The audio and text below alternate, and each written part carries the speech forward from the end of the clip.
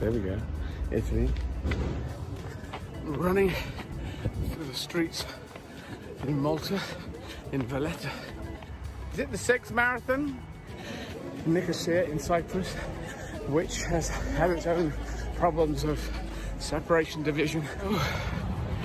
In Greece, in Athens. Sofia, Bulgaria. Day 8. Here in Bucharest, in Romania, running in the snow. This is Hungary.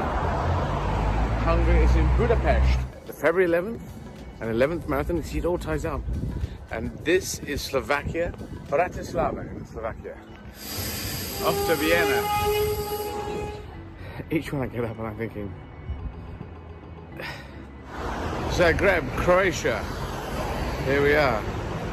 Slovenia. Ljubljana.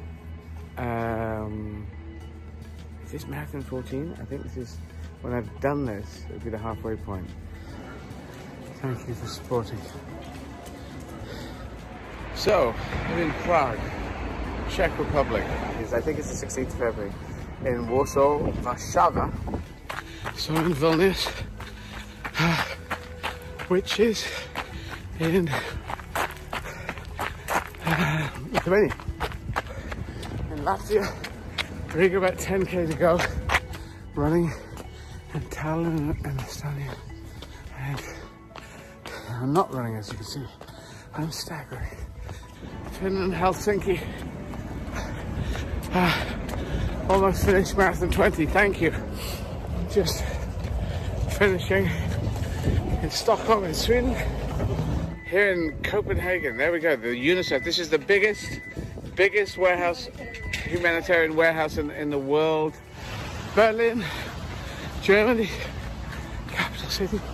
In Brussels, Belgium, Luxembourg. Marathon 25? Yeah, 25th marathon. It's 25 days. Sounds insane. February 26, marathon 26. Out of 28. Netherlands. Amsterdam is canals. There's canals everywhere. Canals. So, this is it, 27th. 28th is tomorrow.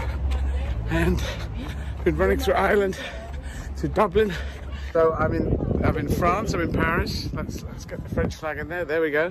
And 28th marathon, 28 days. I said I do it, and I have. It looks like I'm going to do it. So that's nice. It's nice to stick to your guns.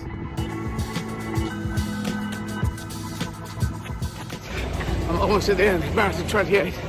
I'm going to do a gig now. Do a stand-up gig. And look at this. Da da da.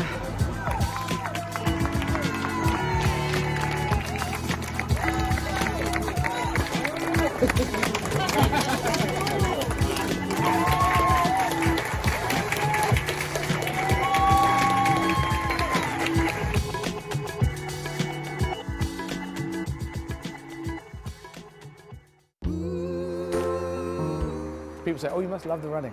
I love the stopping.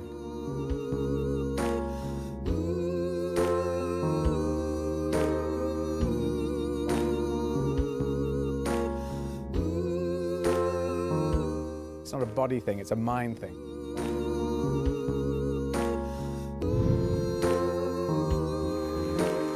It's so good to be here.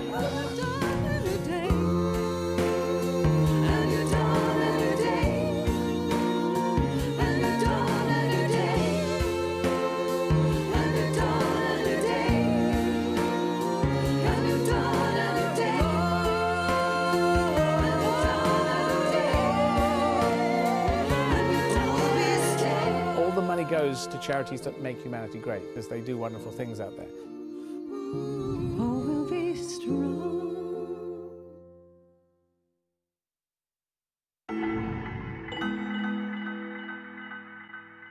I'm going to kick it off right now, and let's get this going and get the first marathon in London going. Cheers, see ya. Boys. I have just finished in Portugal. There you can see the Portugal flag got a train, night train, from Lisbon to Spain to Madrid. So I'm going to start running right from the station. Italy now, yes, there we go. Italy. Running through the streets in Malta, in Valletta. Is it the 6th marathon? Nicosia in Cyprus, which has had its own problems of separation, division. In Greece, in Athens, Sofia, Bulgaria, day 8. Here in Bucharest, in Romania, running in the snow. This is Hungary. Hungary is in Budapest. The February 11th and 11th marathon. You see, it all ties up. And this is Slovakia, Bratislava in Slovakia. Off to Vienna. Each one I get up and I'm thinking, Zagreb, Croatia. Here we are. Slovenia. Ljubljana. Is this marathon 14? I think this is, when I've done this, it'll be the halfway point. Thank you for supporting. So, I'm in Prague, Czech Republic. I think it's the 16th of February. In Warsaw, Warszawa. So in Vilnius, which is in Lithuania. In Latvia, Riga, about 10k to go. Running in Tallinn and Estonia. And I'm not running, as you can see. I'm staggering. Finland, Helsinki. Almost finished marathon 20, thank you. Just finishing in Stockholm in Sweden. Here in Copenhagen, there we go, the Unicef. This is the biggest warehouse, humanitarian warehouse in the world. Berlin, Germany, capital city. In Brussels, Belgium, Luxembourg. Marathon 25? Yeah, 25th marathon. It's 25 days. Sounds insane. February 26, marathon 26. Out of 28. Netherlands. Amsterdam is canals. There's canals everywhere. Canals. So, this is it, 27th. 28th is tomorrow. And been running through Ireland to Dublin. So I'm in France, I'm in Paris. Let's get the French flag in there. There we go. And 28th marathon, 28 days. I said I do it, and I have. It looks like I'm going to do it. So that's nice. It's nice to stick to your guns.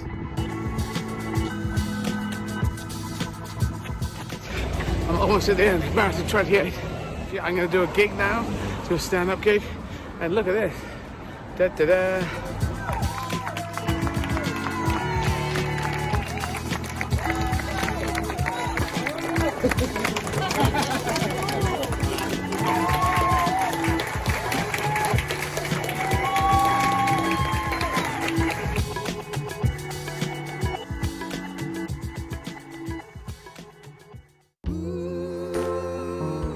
People say, oh, you must love the running. I love the stopping.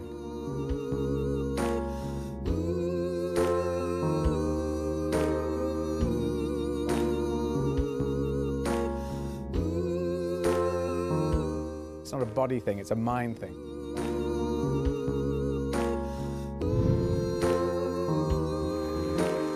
It's so good to be here.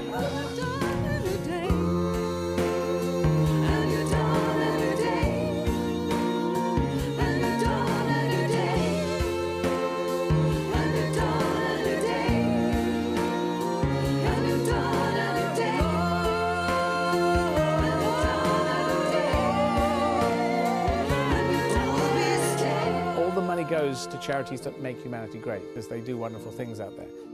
We'll be strong. Hello, Marathon 22 today, running Copenhagen in Denmark, Copenhagen.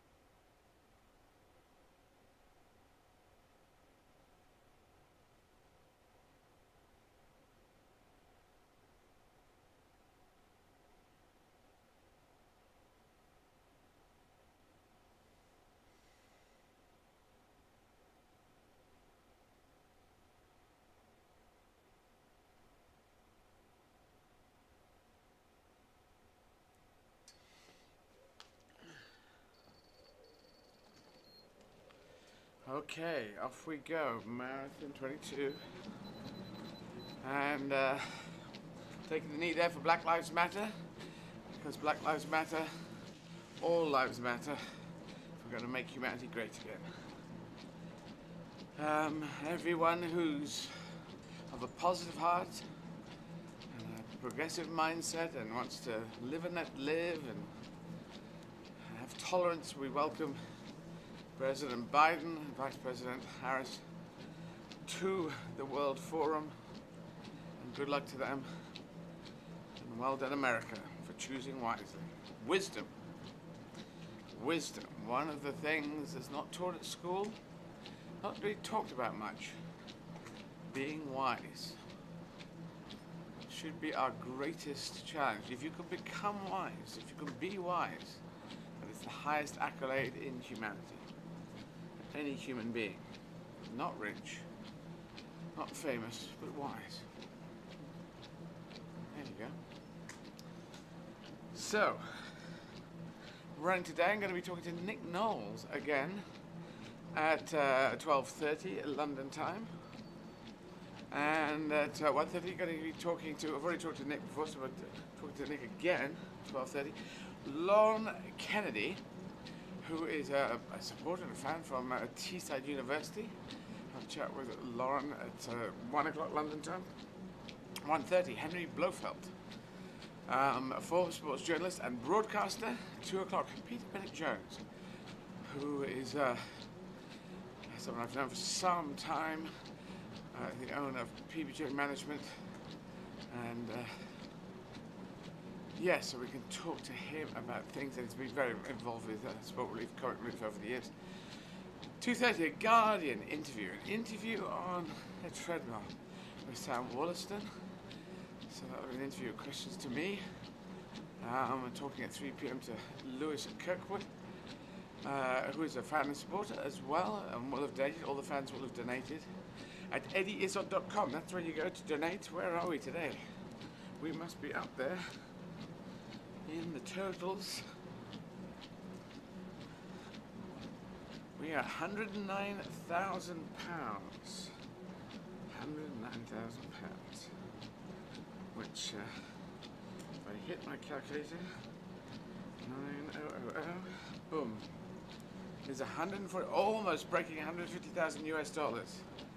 A few more US dollars will break 150,000, and we're at 100, almost about 122, almost 125 euros. So there you go. We're up there. We're getting up there. £109,000. So all the money that comes in goes to 5 great charities, and helping in the UK and around the world. That's what we're looking to do, make humanity great again. That's not only the people in the United Kingdom, the people in Europe, but the people in the world. Because that's the only way humanity will survive. The only way, if everyone has a fair chance in life. Gisela Enrique, Unicef Copenhagen Supply Division. I will ask her how I'm pronouncing her last name. I might have got that wrong. That's 3:30 London time to 4 p.m. Talking to Martin Bell, a UNICEF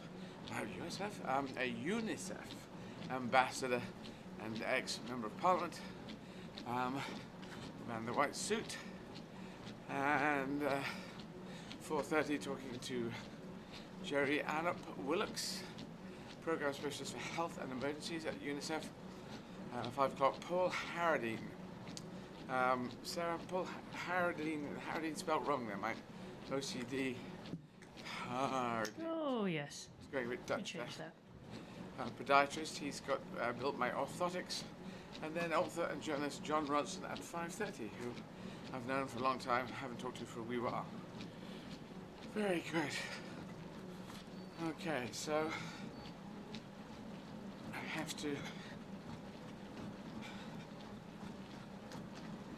get my pace up to 7.5, and just going to ease the body into that. Today I'll be doing a gig in English at 7 p.m. Tickets for that, streaming around the world at 7 p.m. online to the world. And then tomorrow's show, I'm running a virtual marathon in Berlin, in Germany, Deutschland, and that will be a German show at 7 p.m. Tickets for the German show also available. That's the 23rd tomorrow. Alles auf Deutsch. Ich werde ein Show auf Deutsch machen. And I will be practicing this morning my German, talking about incredibly comedically and silly things, but getting the right German for it. We're talking about dogs woofing at me.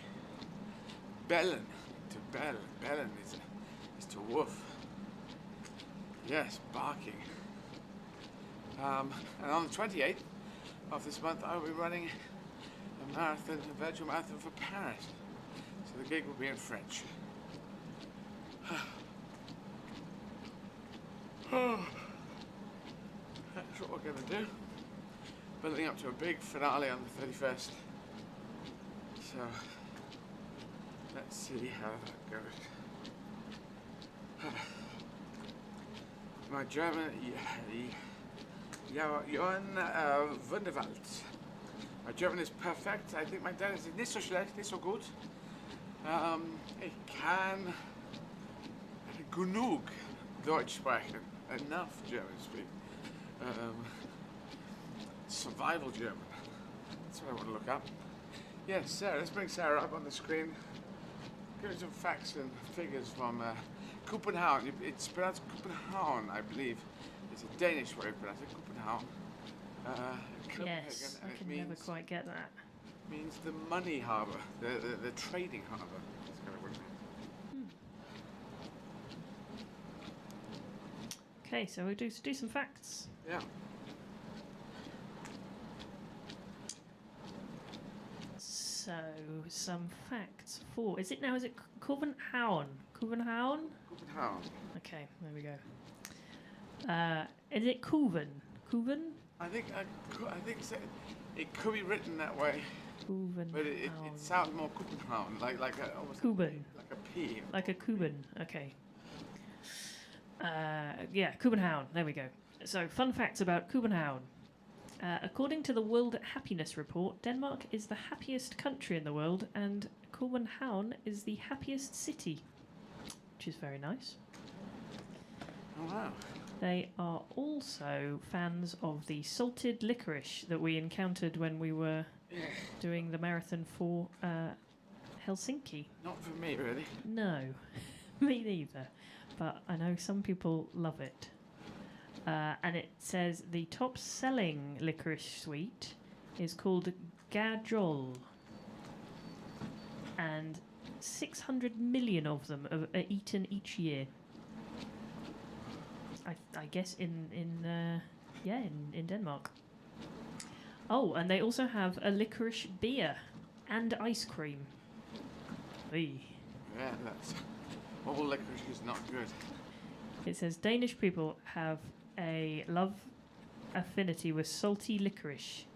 It's part of our psyche, and it's in our sweets, cakes, and chocolate. In chocolate as well. Ooh. Yeah, they're saying maybe that's why they're the happiest people in the world. I'm not sure. This is interesting. So the Little Mermaid statue, which is famous in Copenhagen, it says faced a Facebook nudity ban. So since 1913, this emblem of Copenhagen has adorned the waterfront, but now she's got herself in hot water due to Facebook's rules on nudity. So it says everyone knows the Hans Christian Andersen story of The Little Mermaid, especially since becoming a Disney movie. The real, in inverted commas, bronze cast Little Mermaid is in the harbour near Nyhavn and can be seen from the shore or on a boat tour around the city. A Danish politician, MP Mette Gjerskov, wanted to post a picture of the statue on her Facebook page, but it was banned as the rules on nudity applied to artistic nudity also. They later let her post it after she told them it was totally ridiculous. That's great. She's still our favourite Danish girl, even though she's been beheaded twice. Oh, people kept taking her head off. Well, twice. That's alarming. Yeah.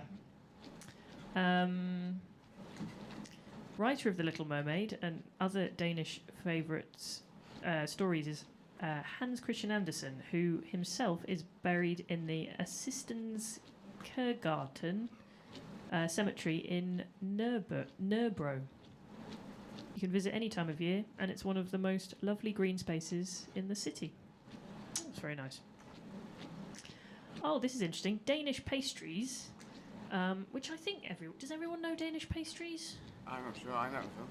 Yeah, it says Danish pastries are actually Viennese to us. It says we love pastries, and yes, we probably make the best in the world. They say, sorry, France. But what everyone else calls the Danish pastry is actually to us a Viennese bread or wienerbrød. If it's got a sweet filling such as apricot or jam, and there is a sprinkling of icing sugar or hazelnuts, it's a Viennese bread. So it says for the best Danish options, go for a Tebikes or Kovenauer Burkes. Don't know what that is, but there you go. So Danish pastries in Denmark are Viennese, which is a little bit like the what is it that here in the UK we don't have English muffins, which I know will sound insane to our friends in America, but we don't have them. I don't even know really what would we call them, crumpets? I'm not sure. I'm not sure what the English muffin is. But the only place I've encountered an English muffin is in the USA. So there we go. Crème anglaise, we'll see. Oh yeah. In French, you have crème anglaise, which is custard. And yeah, it's almost custard, not quite custard, but it's very nice. I think it's essentially sugar-based. Yeah, most things sugar-based are pretty good. Yeah. If you like sugar. Yes, crème anglaise. It's a bit like. Is it a bit thinner than custard? Crème anglaise. I don't know. So it's kind of the same, isn't it? But yeah. It's a little bit whiter. Yeah. Don't know why. So another fact: the oldest and second oldest amusement parks are located on the outskirts of the city. Well, it says the beautiful amusement park Bakken was opened in 1583. Jeez, okay. What, amusement park? Yeah, I suppose define amusement park. Yeah, I think amusing in a park. Yeah. Because they would have had travelling circuses and jugglers from way back. I suppose, does the pigeons count or something? Yes, it says it makes it the world's oldest operating amusement park. And Tivoli is the second oldest, opening in 1843. That's quite a gap, isn't it? 1583 to 1843. They are officially celebrating with 654 experiences this year. I'm not quite sure when this website was, though. At the park in the centre of the city. Wow. They've also got the biggest aquarium in Northern Europe, the Den Blå Planet, or the Blue Planet, is in the city as well. Okay. Quick word to Dave. You know our videos, Dave? Yes. Yes. Can we, you have after the video, the first video, the start video, we have this line of description. Yeah. Can we just remove all of those? Because I shot all the videos, so I know that it just takes up space. That's and I can't see it. And can we scroll onto that at the top and then going on to Nick? Yeah. So I know where we're going.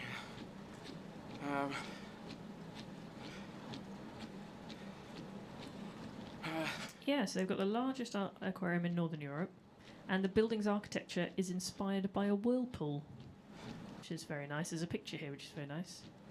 And it's situated on the seafront at Amager. May not have said that right. We've got 20,000 fish and marine animals, and 7 million litres of water. Wow. So there we are. The original one opened in 1939 and survived the Second World War, but due to expansion it had to be relocated in 2013.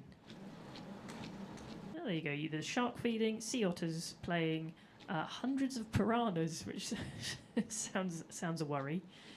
And it's 20 minutes on a bus from the centre of town. There you go, if you're visiting. Or you live there, you would know. They have record-breaking restaurants. Restaurant Ida Davidson is probably the most famous smørrebrød restaurant in all of the city. Don't know what smørrebrød is though, but it's a 100-year-old tradition of What is? smørrebrød. Maybe it's a particular thing. Should look it up. It's bread, isn't it? Yeah, Smørrebrød. Yeah. What's smørrebrød? Broad.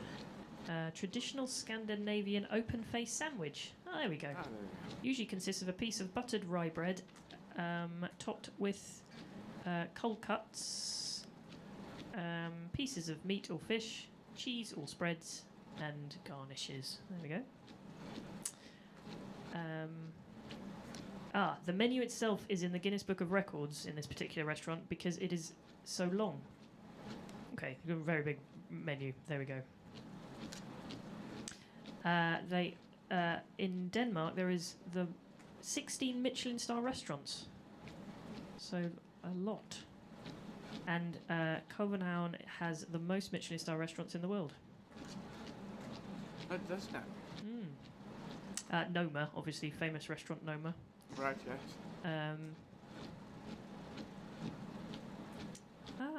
That's good. So foodie favourite is Noma, not on the backpacker budget list, and for serious foodies only, the world's number 2 restaurant is round the corner from Copenhagen Street Food on the waterfront. Okay, yeah. Right, more facts.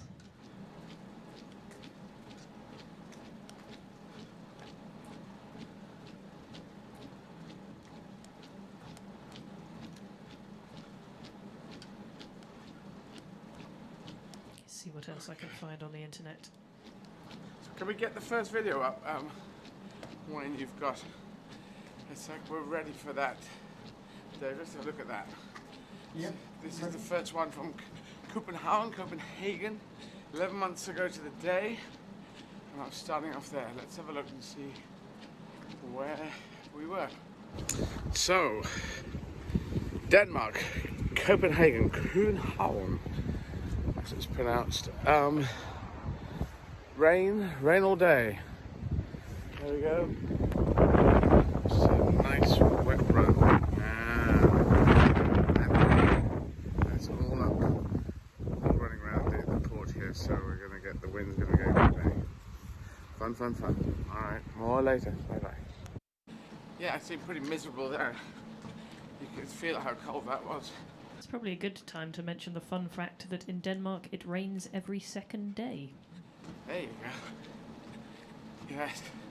And it has the bridge going from Copenhagen over to Malmö in Sweden. And the series the bridge is based upon it. Yeah.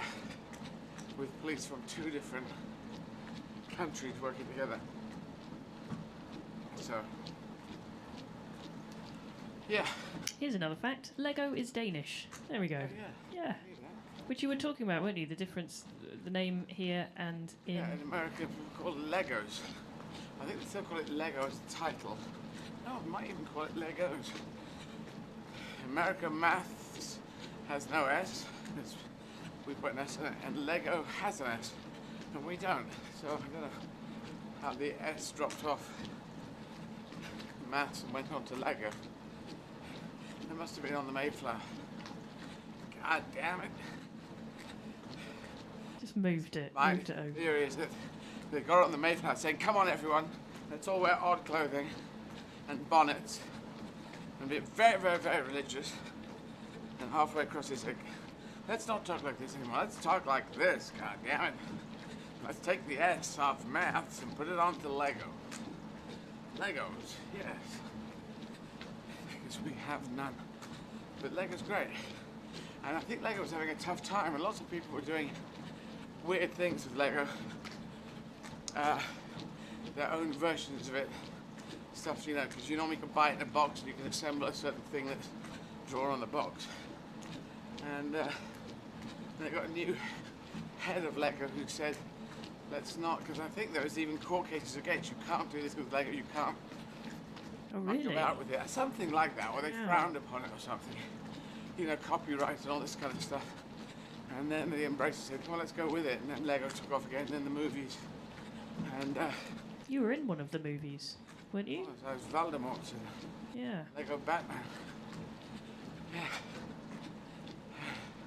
Yeah, I think there was like a TV show on here in the UK fairly recently, I think, which was like a competition. It was really lovely. It was different people competing to sort of, they had different challenges of building things with Lego. It was a really lovely program, and there was like parents and kids, and there were friends, and there were like adults and children, and yeah, it was nice, but amazing what people were coming up with. So I suppose it's kind of a element of engineering about it if you want to go really advanced on Lego. Yeah, well, architects design the Lego stuff. They get architects in. Ah, right, okay, makes sense, yeah. Yes, indeed. Okay, find some more facts. Interestingly enough, the Danish language has no word for please. Seems surprising. It does seem surprising. Must ask later on. Also says, do not jaywalk. When crossing the road, Danes always wait for the traffic signals to change to go, even if the road is clear. I don't know if like that would be always, but there we go. Oh, this is interesting as well. First acknowledged in 1219, the Danish flag remains the oldest state flag in the world. Oh, wow. Yeah, still used. I didn't know that. No. There's a similarity in the crosses and the shape of the cross in the background from Denmark to Sweden to Norway, Finland to Iceland.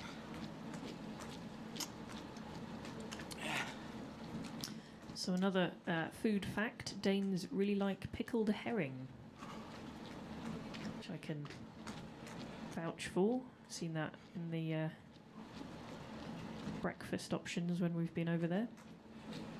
Yeah, not for me, I'm afraid. Oh, it's nice. It says the harbour in the city is clean enough to swim in. I don't know if people actually do, but apparently you can. Wow. Well, all dirt will have died of cold. Yeah.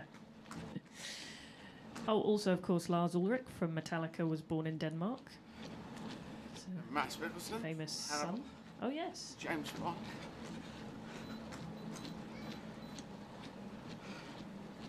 Oh, and they say apparently the Great Dane breed of dog probably didn't originate in Denmark, probably Germany. So there we are. There you go. But there's a link between the Teutonics. The languages of the Nordic countries has similarities with German. It would have similarities with Dutch. And our Old English was similar to Fries. In the Dutch areas, Friesland. Because we think the Anglo-Saxons invaded Britain. In fact, the Angles and the Saxons and the Frisians and the Jutes from Denmark and the Geats, which is around in Sweden. And Viking means pirate. And they were, I think they were second or third sons who decided they hadn't inherited land, so they'd go and get some other land from somewhere else. That's what they decided. Actually, this is an interesting fact. It says place names in the UK ending in BY, like Whitby, and Thorpe, like Scunthorpe, were Viking settlements. Yep, all up that east coast. There needs to be a Dane law coming diagonally across the country. And the Danish ruled and the Saxons ruled on the other side. My dad is Saxon, my mother's Viking. So, perfectly balanced in their genetic heritage. But I am, of course, a historic immigrant, as we all are. So all the fighting about, the arguing about immigrants, everyone is an immigrant or a historical immigrant. So just check your genes out. If you don't believe me, check out your own genome. And I suppose if you're on the far right, you won't want to do that because you'll be scared that your genetics will be as mixed as they are. But that is the strength. The strength of the blend of your genes actually makes a stronger personality. Inbreeding is not good. We know this from biology. Hitler was always wrong from the minute he opened his mouth to the minute he shut his mouth. He said wrong things. Wrong things, full of lies. Yes, lying as a tool of politics.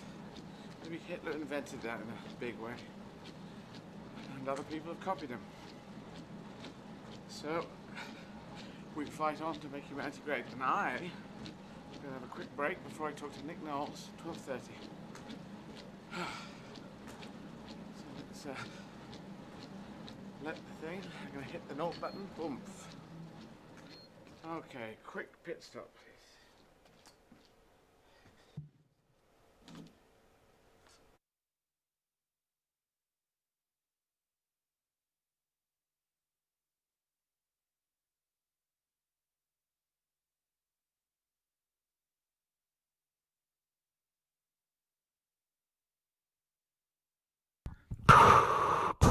I will have penne alla arrabbiata.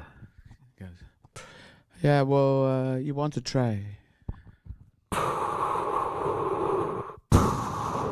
you know who I am?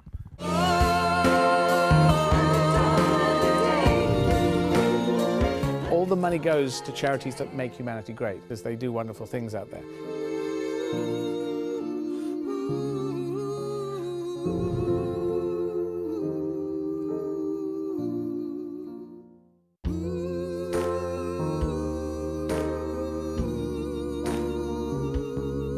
Make Humanity Great Again is a title that came into my mind. I don't know where that came from. Maybe it was a play on something or other.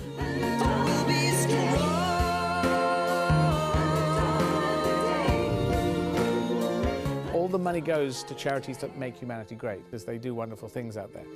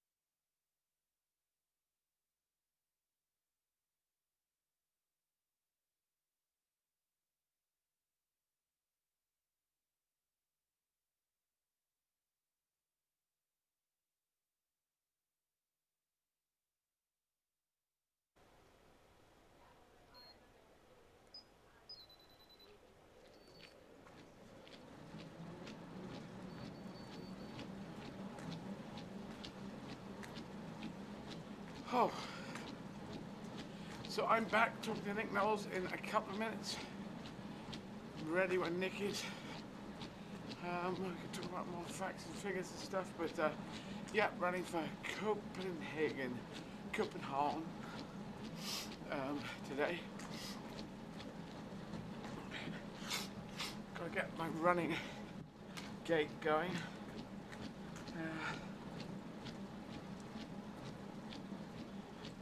And I think now is probably another good time to tell everyone how they can donate. Yeah, let's go for it. So, making a donation is very easy from anywhere in the world. Just go to izzard.com and hit the donate button to give as much as you like via our crowdfunder site. If you have a UK phone, you can send a text instead. To donate £10, just text the word 10, T-E-N, to 70810. To donate £20, just text the word 20, TWENTY, to the same number, 70810. And we are today marathon 22 of 31. And every day there is also a stand-up show that Eddie is doing, because a marathon is not just what Eddie's doing at the moment. So yeah, 7 o'clock London time is a show every day. And if you go to eddyizzard.com, you can also buy tickets for the live streamed show there as well. And you can watch that from anywhere in the world as well. So yeah, eddyizzard.com, all details. Yes, indeed.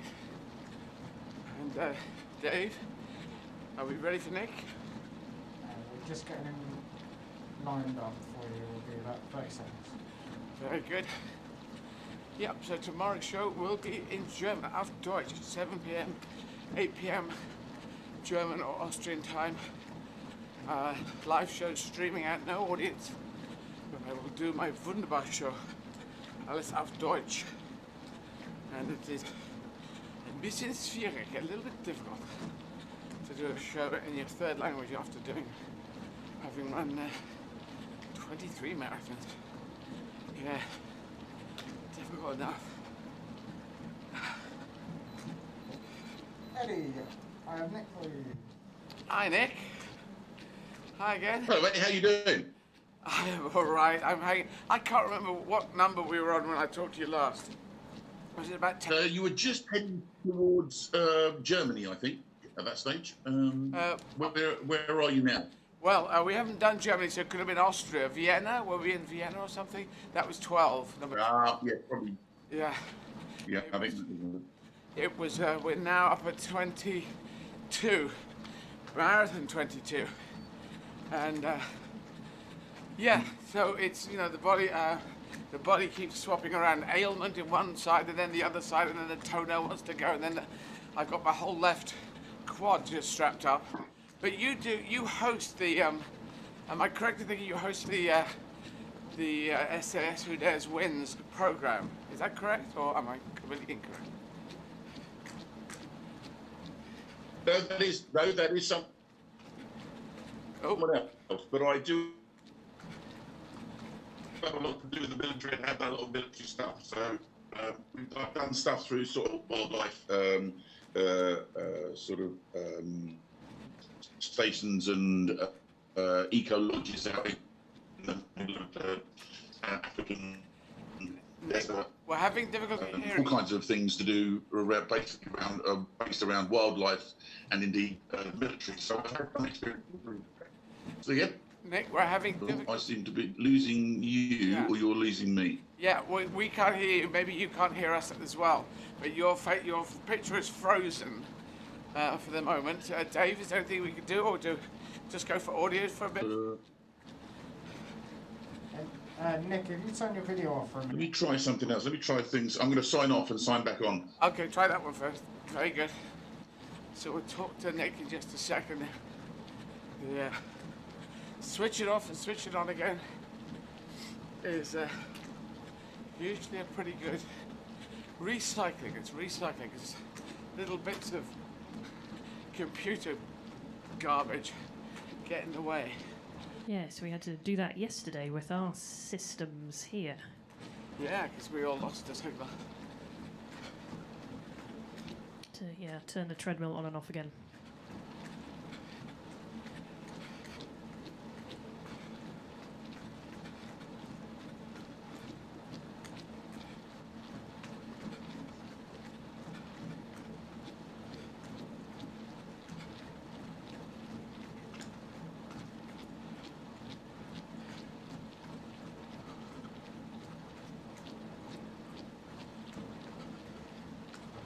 Just swap into his phone rather than his... Okay, very good. Try the version. Nick's going to try on the phone sometimes. I would encourage people to be on the phone sometimes. Are we sending orders to go on computer? Because I don't know if that's the best way of doing things. Yeah, I don't think we're demanding that, but I suppose different devices can. Well, can you check? Because it used to be one of our demands. Yeah. Please, and I've had it for me. Please make sure you get on a big old laptop. And we're going, really? Because it works really well on a phone or an iPad, so why do we have to? So just check that with me. Yeah. If you could. I was just going to say as well, while we're trying to get Nick back, I saw an episode of DIY SOS. I think it was specifically DIY SOS, but it was for children in need, and it was for a surf project, I think, in Wales. And I think the whole team built a new kind of surf shack, basically, or headquarters for the in Wales. It was like a surf school, and I think they were very inclusive. I think they were trying to make surfing accessible to people like wheelchair users and people with different like physical challenges. And I saw it. It was fantastic. I think that was on quite recently, and I think it was Swansea. I think, but just another example of one of the great projects that he's involved in. Very good. Dave, if you could at some time, if there's anyone at Riverside, you could go out and check the pay station just outside, because someone's just tried it and couldn't get anything to work. I saw them try twice and give me the thumbs down. So. Okay, I'll get somebody to go. Thank you very much. Okay, we're waiting for Nick to come back. Yes, I was just trying to find it again. It was called, I think the school they helped was called Surfability in Swansea. Right. Surfability UK. It was, fantastic. And I think, interestingly, this was during our current time with a pandemic, so not quite, to be building things is a big deal anyway, but then to do it in the realms of COVID times as well, it's probably quite a challenging thing, but it was a great thing. Yeah, Surfability in Swansea, I think it was, Yeah, Swansea, one of my hometowns. Yes, God, yes, of course, yeah. I have a number of hometowns. As we moved around a lot. Eddie, Nick's back. Hi, Nick. Hello there. I've had to try and do this on my phone because my computer. I did that extraordinary thing where I thought, I know what I'll do. I'll upgrade my internet package yesterday, and it's a lot worse than it was in the start. So, that's the modern first world problem. Yes, I know. I've done that myself, and I got these new things, and they said it's brand new. It's going to go much faster. The first thing it did was crash, but eventually I got it better, and now it is a little bit better. But Sarah was just talking. Sarah, who's in the same bubble as me, event manager, talking about, and we talked about it a bit before, but was it surf? Yeah, I think it was called Surfability. Surfability. In Swansea, I think there was a project. I watched. Oh yeah, no, that was a really lovely project. About a year and a half ago at the Pride of Britain Awards, I was stood there in a room full of people that were there to be seen, and a lot of really lovely people who have done amazing things in their lives. And over in the corner were two people that I spotted who I've never seen anybody outside a courtroom look so uncomfortable in a suit. So I went over. My interest was piqued by them, and I went over to speak to them. They were surfers who'd obviously been told to put on a suit for the event. And I asked them what they did, and they said, we run a little charity down on a beach in South Wales. We're up for an award, but we won't win anything. So I said, so what is it you do? He said, well, we take people with extreme disabilities, children with disabilities, people with brain injuries, and get them out on the surf. And I said, isn't that a bit dangerous? And he went, well, yes, it is. He said, but here's an interesting thing. And knowing how you think about things, Eddie, I just want to run this past you, because it absolutely caught my attention and made me stick with it. He said, all of us, the weird thing about human beings is we're the one animal on the planet that deliberately take risks. We'll race motorbikes at 200 miles an hour. We'll ski downhill as fast as we possibly can, putting life at limit risk. We'll jump out of aeroplanes with a parachute, or bungee jump, or play rugby, or anything really where you're currently doing yourself damage for altruistic reasons rather than to benefit you in any particular way. It's a human thing to take risk because it makes you feel more alive. And of course, anybody with a disability never gets the chance to do that. Right. And so he said, children with disability should have that feeling, should understand that feeling, and should have the freedom to do that. And you shouldn't miss out on that feeling because you have a disability. So they get kids out on surfboards. So I look at this thing. I said, what do you operate out of? And he said, we're very lucky. A couple of years ago, we were given a bus stop, which we bricked up, and we work out of a bricked up bus stop just on the beach. Right. So So I said, I think we could do better than that. So we went down and had a look, and basically a year later, we built a purpose-built building down in the Gower Peninsula at their beach. Surfboard shaped, changing rooms, places to dry the wetsuit, places with changing tables for the kids. All the kind of dignity that they needed, really, in order for them to look after the people. I mean, they look after 500 people with disability a year down there out of a bricked up bus stop. It's amazing. Yeah. And so we've built on this first all ability surf centre, the first place anywhere in the world that does it. And these amazing people and volunteers down in the Gower Peninsula in Wales are now looking after more than 500 people a year. Excellent. No, it's beautiful, and it's got a surfboard roof kind of thing, is it? The whole building is shaped like a giant surfboard. Wow. It's got like I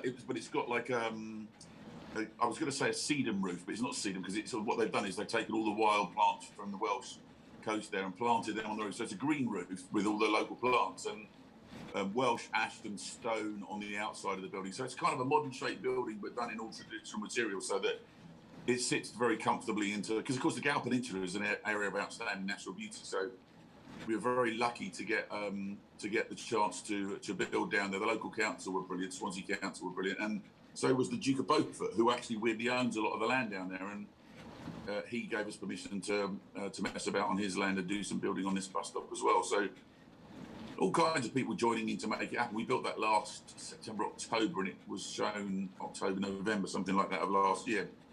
We managed to get it built during lockdown, which was amazing. Yes, that is amazing. It's I went to school. First time I went to school was in Northern Ireland, but the second school I went to was in Swansea, in Uplands, where Dylan Thomas came from. So Swansea, the first role I played a raven in a school play. So I do know Swansea. And yeah. No, of course I forget, because that's where your mum was, wasn't it? After a short time, was it Northern Ireland and then Wales? I'm just talking your background, but yeah, it's born in Yemen. It was BP refineries. Dad was an accountant, so he reinvented accounting for refineries, and from Aden in Yemen to Northern Ireland chief accountant, and then to Wales. But unfortunately, mum got cancer and she passed away there, so it was a rough time. Nothing to do with Wales, it's just that's where we were. And then we went to school at Porthcawl, which you may know is just down the road from Swansea. So school in Swansea and Porthcawl. I could have had a Welsh accent, see? I could have been talking like this, Unique, and I would have been very happy to have had a Welsh accent. And I think I would have been called Jones the Transvestite, see? That's what I think. I think it's this wonderful... Oh, it's probably... The only transvestite in the village, perhaps? Well, maybe so. It was the... or maybe the only out one, because I do believe trans people are more there than we know, LGBT people probably in general. But yeah, so I do like going back there, and I filmed there as well, and yeah, it's great. Swansea, so for Swansea, and I hope the team get back into the Premier League before long, because I think it's good for Wales to have Cardiff and Swansea in the Premier League. I think how come you didn't end up with a Welsh accent? Well, I was only there for 2 years for one. English parents from Kent and East Sussex for two, and you see this interesting thing in Northern Ireland. We were hanging out with the kids and we sounded like this. After we were there 3 years. Went to Ballyholme Primary School, and with the other kids, we started sounding like them. And you do to blend in. And apparently, Mum was a little bit freaked out by this, and so I think there was a rule, and I don't even remember being told this, that we needed to sound like them in the house so that we knew how to do that. Otherwise, it's like parents have got kids that are not their own, you know. Why do your children sound different to you as the parents? So I can understand that. But apparently what we did, and my dad never told me this, but he told a work colleague who retired to New Zealand. And when I was in New Zealand, John told me this fact, John Taylor, and he said, your dad used to listen through the front door, and when the door closed, as we were coming back from playing with the kids, and we sounded Northern Irish to them. We were talking like this about this way thing and that way thing. All right, see you tomorrow. I'll go and see you down at school, the Ballyholme Primary School. So I was going off to school, my brother was already there. And then when we came in, we switched to English, which is very fascinating, this sort of survival technique of young kids to blend in. and I never knew that. So I think people who can actually do that, very often people looking at it from the outside will feel that it's in some way false. I know John Barrowman very well, and he spent time growing up in America, but also in Scotland. Yeah. A very similar thing. So when he's working in America, he's got a full American accent going on, and when he's back to Scotland, the accent kicks in. I think it's just to do with being an empath or having empathy and wanting to make people feel more comfortable and to fit in more easily. So you drop into whatever is appropriate for the people you're surrounded by. Yeah, I think every kid actually does it. I think John Barrowman's in an unusual situation of coming back and wishing to sound like he used to sound when he was in Scotland and when he sounds in America. So still being like a kid blending in. But most kids, I think, do change it. If they don't change their accent, then they particularly have chosen to stick out in a different accent, and because they want to hold on to it or for whatever. And other kids. Yeah. So my accent, for example, my voice is fairly recognisable. People always say to me, my voice is very recognisable. If I talk in public, they go, "I thought it was you," but I knew when you spoke. It was partly to do with the fact that I did some work in America. I was kind of estuary English, having grown up in London. Then combined with living in Australia and then living in America. So I picked up a little bit, and I tend to pick up, wherever I go, I tend to pick up fairly quickly the different accents. I was in Australia for a couple of years. Whereas my friend from school, who's the same age as me, who's over there, was actually there for 5 years and didn't pick up an ounce of it. But then he's a sociopathic nutcase, so he wouldn't be really trying to empathise or blend in. No, I do know this. And, in America, if you have I suppose, a posher British accent, they're supposed to like that. No one likes my accent. No one's ever said they like my accent. I think it's that one that talks like this. That's all supposed to be aristocracy and stuff. That's the one they find curious in America, but I don't have that one. But yeah, it's an interesting thing. People, survival instincts of kids. I do find that fascinating. I'm going to flip back to talking about the SAS game. The show that you do. Have you noticed any? I'm interested in that women weren't in special forces. Then they were in the Nordic special forces. Now they're in British special forces. As a trans woman, I'm interested in talking to women who are endurance runners. I think now girls, young women can do almost anything that men can do if they wish to do that. And I just wondered, there's an idea that women might be very good at endurance. Have you found that in Who Dares Wins, or is it really a mixed thing? You found some men, some women find it easier. Okay, so as I was trying to explain earlier, I actually don't. I don't do that program. It's another presenter. But I'm sorry. I have done an enormous amount with the military, building wildlife reserves and doing treks across Africa, doing stuff with the wildlife unit, and actually. Your ability to dig in to survive any situation, I think, is as likely in a woman as it is with a man. For example, I know a lad called Elliot, the musician example. I don't know if you know him, but his wife, he's over in Australia, and his wife is a renowned model, but also entered the Who Dares Wins Are You Tough Enough over there, and did spectacularly well because she had that ability to do that thing that you're doing and you told me about earlier, which is to get your mind to just take over your body and just simply refuse to allow your body to stop. Yeah. And you either have that or you don't. And I genuinely don't think that's a male or female trait. Yeah. I mean, there are things that are male and female traits. There's very definitely, like stuff like binocular vision and peripheral vision. Women have much greater peripheral vision. Men tend to have greater binocular vision, which I think is to do with hunting and security within the home place and so on and so forth. I didn't know that. Well, this is why men get into trouble in restaurants when they're out with their partners, because what women never tell you is that if a man wants to look at an attractive woman who's just walked in the restaurant, he literally has to look at her because he has binocular vision. Whereas for a woman, she can actually keep her eyes on you and watch that bloke walk all the way around the restaurant without actually having to move her eyes off of you, because women's peripheral vision is considerably better than men's. And most women will know that. It's just something they never fess up to. I didn't know that. But there's a lot of things which do go even Stevens. Endurance both ways. Exactly right. Determination both ways. athleticism both ways. We now, Exactly. and I find it a very interesting point, especially with a Joe Biden president and Kamala Harris vice president. I do think we've turned a corner in some ways. We're trying to make humanity great again, and I don't know where you are in the politics of what happens in America, but I was very happy a couple of days ago when he got voted in. I think we can get back on a much more positive track to the whole world. So, did you have any feelings on that, or you just stay out of American politics and don't? No, it's interesting to observe from a distance. I always said that, after Trump got in, I used to say to my friends, I used to go to LA a lot. And of course, most of my friends in LA are Democrats, and I said to them they spent the 4 years after he was elected trying to find out how he cheated his way into office, instead of actually asking themselves the question: is how do we put up somebody that people trusted even less than Trump? Of all the 160 million people in America, how did they manage to choose somebody that how bad had trust in politicians become that they thought Trump was the answer?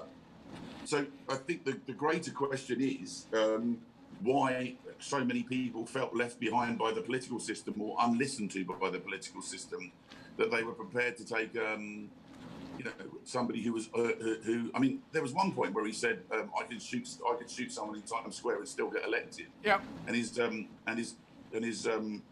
the guy who's in charge of his campaign was asked whether he'd made a terrible mistake by saying that. And the campaign manager said it doesn't matter what he says, it's how he says it that makes the difference. And the politics had got to the point over there that I think that people just didn't trust. It's a bit like our news over here, our mainstream news over here. People don't trust our mainstream news over here anymore in the way that they used to. And part of that's to do with the fact that they went into rolling news about 10 years ago.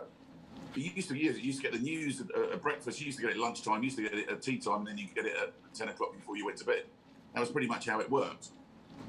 Then they had to fill up all this rolling news time, so they ended up having to bring people in to speculate, to project forward what might be the outcome out of this, what might be the outcome out of that. So during the pandemic, everybody's been taking whatever announcement it is, what's the worst possible scenario that we might end up with, and speculating. Well, once the news is speculating, they start to sound just like people on social media, Yeah. who have got no information at all. So you start trusting social media as much as you trust the news, which leaves a big hole for someone like Trump to come striding through the middle of it, where he doesn't actually have to come up with facts, because nobody trusts politicians and nobody trusts elections anymore, if you think about it. Well, the weird thing is if you can do an out-and-out lie, a fundamental lie, and get away with it. Hitler used to do this, and Trump thought he'd sort of follow that game plan and just, see how much he could lie and get away with, and he found he could get away with lots. And that last big lie, it's interesting, Goebbels said this, head of propaganda of the Nazis, said if the lie is big enough, people will believe it. So the small lies, some people come and go, that Trump did. But this big lie, I had the election stolen from me, was an absolute fundamental lie. But a lot of people got right behind it on his side because they want it to be true. And he gives them permission, I feel. It's interesting, leaders give people permission. And he was racist and sexist. And so a lot of people, some people want to continue to be racist and sexist and homophobic. And he says, well, I'm going to be that. So why don't you be that too? And a number of people will say yes, because if you think of what disenfranchised means, it's outside the franchise being society. And we've now got to the point where if you are hateful towards people with different skin colors, hateful towards women, people with disabilities, trans people, LGBT, those are now hate crimes. And I think that is a right thing. A positive thing, because it's just horrible for someone to unload hatred, but he was kind of giving permission to people who had almost disenfranchised themselves out of it. We're not talking about people losing jobs, because Obama tried very hard to give them good jobs. So this whole American carnage, that was Trump. He was talking about himself. And before, Obama got the economy going from where Bush had left it to a decent place. You're absolutely right. But the idea that before Trump, nobody told lies in politics. but not like Trump. Do you see Trump is doing it like Hitler? Here's the interesting thing, that Trump was so bad at lying that we could all make fun of the fact that he was so bad at lying, because he was obviously stupid and ridiculous. And so it made it sort of comical, except that people were desperate to hear those lies because they felt disenfranchised. So yes, you're right that people under Trump, people felt disenfranchised, but before the political system, people felt disenfranchised too. Look, don't get me wrong. Trump was a sociopathic liar who and a racist and a sexist and a homophobe and all the other things that he absolutely was. What I'm saying is, though, the greater prize that is in danger over the last 10 years, I think, has been democracy itself. And if I explain just quickly, while Trump was trying to be elected, he said that if he wasn't elected, he wouldn't believe the result. The Democrats were appalled by this, and actually there was huge headlines written all over the place about what a terrible thing it was that he suggested the system could be challenged. Then he won, and the Democrats spent 4 years trying to prove that he cheated in order to win. And of course, so when he finally loses and he challenges it, no great surprise that people go along with that because they've had 4 years of having the Democrats tell them that Trump didn't really win in the first place and there was lying going on in that. Then you take the Brexit vote, which, to be honest, if you look at it just on a straightforward thing, the vote happened, people were lied to, whatever it happens, but the vote was taken and the result was then challenged, and a lot of people thought that there should have been a second vote. So that decision wasn't sort of abided by. If you then look at the Scottish independence campaign, and I'm wading into water here, I'm bound to get attacked and shot, but nonetheless, this was supposed to be a once-in-a-lifetime vote, and then we voted for, but then afterwards, because the situation had changed, it shouldn't be a once-in-a-lifetime vote, and we should do it again. And then even recently, when the Tories won a landslide majority, there are people in the Labour Party saying, yeah, but it was less than 50% of the population voted for the winners, so they're in a minority government in terms of the country. My point here is not that any of those are right or wrong. What I'm saying is that the net loser and the jewel that we have to take care of is democracy. And if you challenge every single vote and every single election and every single outcome, you end up with what happened at the Senate because people will simply not abide by democracy. And democracy, having been around the world, and you must have seen a lot of the world as well, it's such a prized jewel to hold on to it because we've had it for so long. I think we're, easygoing about it. It's a terrible, terrible thing to lose if you lose it. I think it's very complicated. The truth about politics is it looks really complicated, and it in fact is really complicated. But there are simplistic politicians and opportunists who will use lying so casually. And that big lie, I feel, is the thing that caused the 6th of January. And he said, categorically, you heard him on the telephone. He's phoning the Republican official down in Georgia and saying, find me 11,000 votes. This is just wrong, bullying him to break the law. So he is the guy, and if we put everyone in the same basket and say they're all mucking it up, I don't think so. It tends to be the extreme right. The extreme right, I don't want to hate people, but they tend to start with hate. If there's anyone to fear, it tends to be the extreme right because they start with hatred. It might be the self-hatred that they start with, and then they put it onto others. I try and go live and let live. I think most of us do live and let live, in the world. I think that's the only way forward. As I say, make sure. I agree entirely. Yeah. I absolutely agree. I was like, again, I don't want you to in any way think that I'm a supporter of Trump. No. The point I'm making is about the delicacy of democracy and constantly challenging results in whatever sphere it happens to be. I think you end up with giving space for people like Trump to make the kind of clarion call that he made, which actually brought people who literally, just wanted to take advantage of that situation. You give space to people to take advantage. You create space for people to take advantage. I hear what you're saying. I think people listening will hear what you're saying. I slightly disagree with you because if Vladimir Putin was doing very clever stuff with tweet bots and stuff in the American election or in our referendum, that's not a good thing, and we shouldn't say, well, it happened to roll on if it is illegal. So it's a tricky question. Again, real politics is as complicated as it seems, but let's leave that there and let's talk more about it. Can I ask you a couple of questions? Yeah, do. Because my friends have all been like, know that I was going to chat to you, and I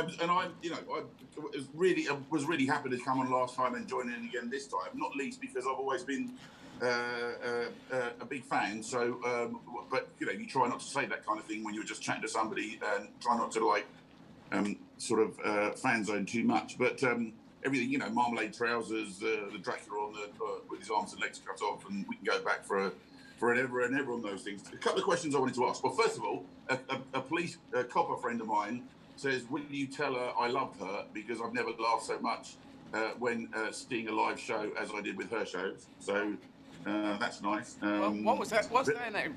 Officer, what was their... John. It's him. Well, hello to John, and thank you for that. That's a brilliant thing to say. So beautiful. I salute you. Thank you for watching.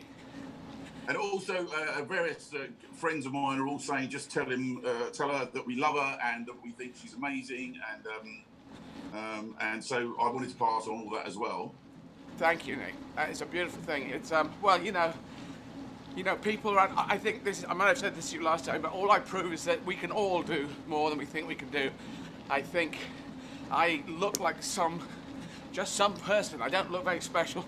So if I can do this, then other people seem to go, well, I'll have a go at a 5K. Maybe I'll do a 10K. Maybe I'll do something.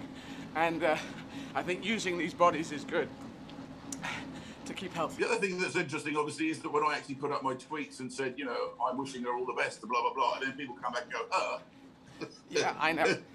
Well, it's... And I go, well, yeah, but the thing is, you know, like, look, we're in a pandemic. Everybody should be nicer to each other. Like, if you want to be called her, what does it matter to me that you know, if people want to be called, it's just nicer to call people what they want to be called. I don't see how it affects or bothers me in any way, and I can make you happy by doing it. So, well, thank you, Nick. I have said that it was a request, and I have been out 35 years. It's as if 35 years people are going, are you really serious about this? Yes, 35 fucking years serious. I mean, what did you think I was trying to say? You know. Anyway, it's curious, but anyway, I've said it's a request. It's never an insistence, and or you can just call me Eddie or mate or Bush or that person I don't like or whatever it is. But you know, I'm not insisting. I'm just saying. They asked me. All they did was they asked me on a TV show, what would you like to be known as?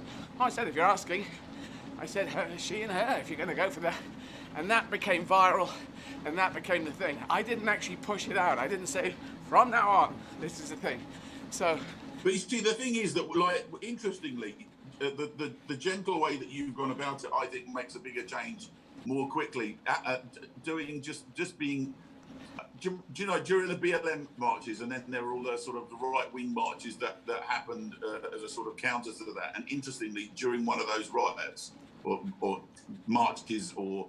whatever you want to call them, but when it was getting fairly ugly, and there was a black guy picked up one of the right-wing guys who'd been knocked out on the floor and carried him through police lines to get him looked after. Right. And you think actually that one action did more for relation to this country than almost any other action that you saw, because it was a moment of humanity, of kindness to somebody, no matter what the situation you're in. Yes, it is. It's we have to find common ground because, you know, it's one world, and yeah, I've said a fair chance in life should be the right of every person. That's all we're asking for. That's all anyone's asking for, a fair chance in life. Yeah. So that's my worldview. Yeah. But as I say, no, like, you know, whatever anybody wants to, but you know, there's no skin of anybody's nose, and just be kind and nice to people. The other thing I wanted to ask, so here's an interesting thing. Whenever if I go to a concert and I go to see a band that I really, really like, but they won't play their old hits. Oh, yeah. And I'm like, come on, you know, I love that. That's why I bought the album. That's why we all bought your early albums. That's why you're making your 5th album, because we all bought your 1st album. We loved it. So play Creep. I'm not specific to Radiohead here, obviously. But, you know, that's that general thing. I wonder, is it the same for a comedian? Like, so people loved a lot of your, you know, the stuff in your early shows. Like I said, the Marmalade Trousers, the James Bond sketch, you know, the voice, but Fin's the size of my throat is stuck on shop display. Yeah. I mean, you know, we loved all those. As a comedian, do you ever go into any of those old ones when you're doing a live show, or is that like, I've got to leave that behind? Well, you may know that I'm doing the shows after each of after the runs. I do at 7 o'clock. I am doing the old material in that. I am remixing the old material. Sarah, could you make a note about the James Bond? I forgot about the James Bond piece, so I should do that with with James Bond sitting next to someone. They always give it exactly what he needs. If he's in there with sharks, he's got a breathing apparatus. He hasn't got jam trousers. You press a button, it becomes jam. What the hell do I need that for? And that's not logical. He always has the right equipment. Yeah, so I do that. I even did that to Sean Connery, I think, in LA at the LA Film Institute celebration of Sean Connery. No one really got what I was talking about, but Yeah. it was fun. So I love that. So, Mr. Bond, why I'm looking at you with my eyes. Yeah. Where exactly are you from? Yes, it was actually me taking the fact that I'm sometimes if in the comedy and back in the old days, if I did an accent, it would move around a bit, and so I just built that into. I've actually got a voice synthesizer. It's on shop demonstration. And then it would go into a very posh English voice, and he couldn't switch the bloody switch off. Yeah. Yeah, so of course, with the announcement today that the James Bond film has been delayed again, there is a current news story on which you can hang it. Oh, there we go. James Bond delayed again because of COVID. Oh, well. Well, it'll be out at some point, and we'll be over this at some point. Thank you, Nick. Thanks for coming back and talking to us. Sorry I got it wrong. I have one thing to do before I go. I'm instructed to do this, and so for everybody watching, because I know you're sort of breath, so it might be difficult for you. Making a donation is very easy from anywhere in the world. Just go to eddieizzard.com and hit the donate button to give as much as you like via the crowdfunder site. Or if you have a UK phone, you can send a text instead. To donate £10, just text the word 10 to 70810. Or to donate £20, just text the word 20 to the same number, 70810. Yeah. That's Doesn't that supposed to be 70820? No, they used to do that, but for some reason they don't do that anymore, or they don't do that with me. That's why I put in the same number. Exactly. Oh, there you go. So that's really interesting. So yeah, just you have to say how much and then text the word 10 to 70810 or text the word 20 to the same number, and that will go through your phones and make a donation to the extraordinary effort that Eddie is making running around the whole of Europe. And the world. It's doing something absolutely nuts, but to make humanity great again. And good for you for doing such an extraordinary thing, my friend.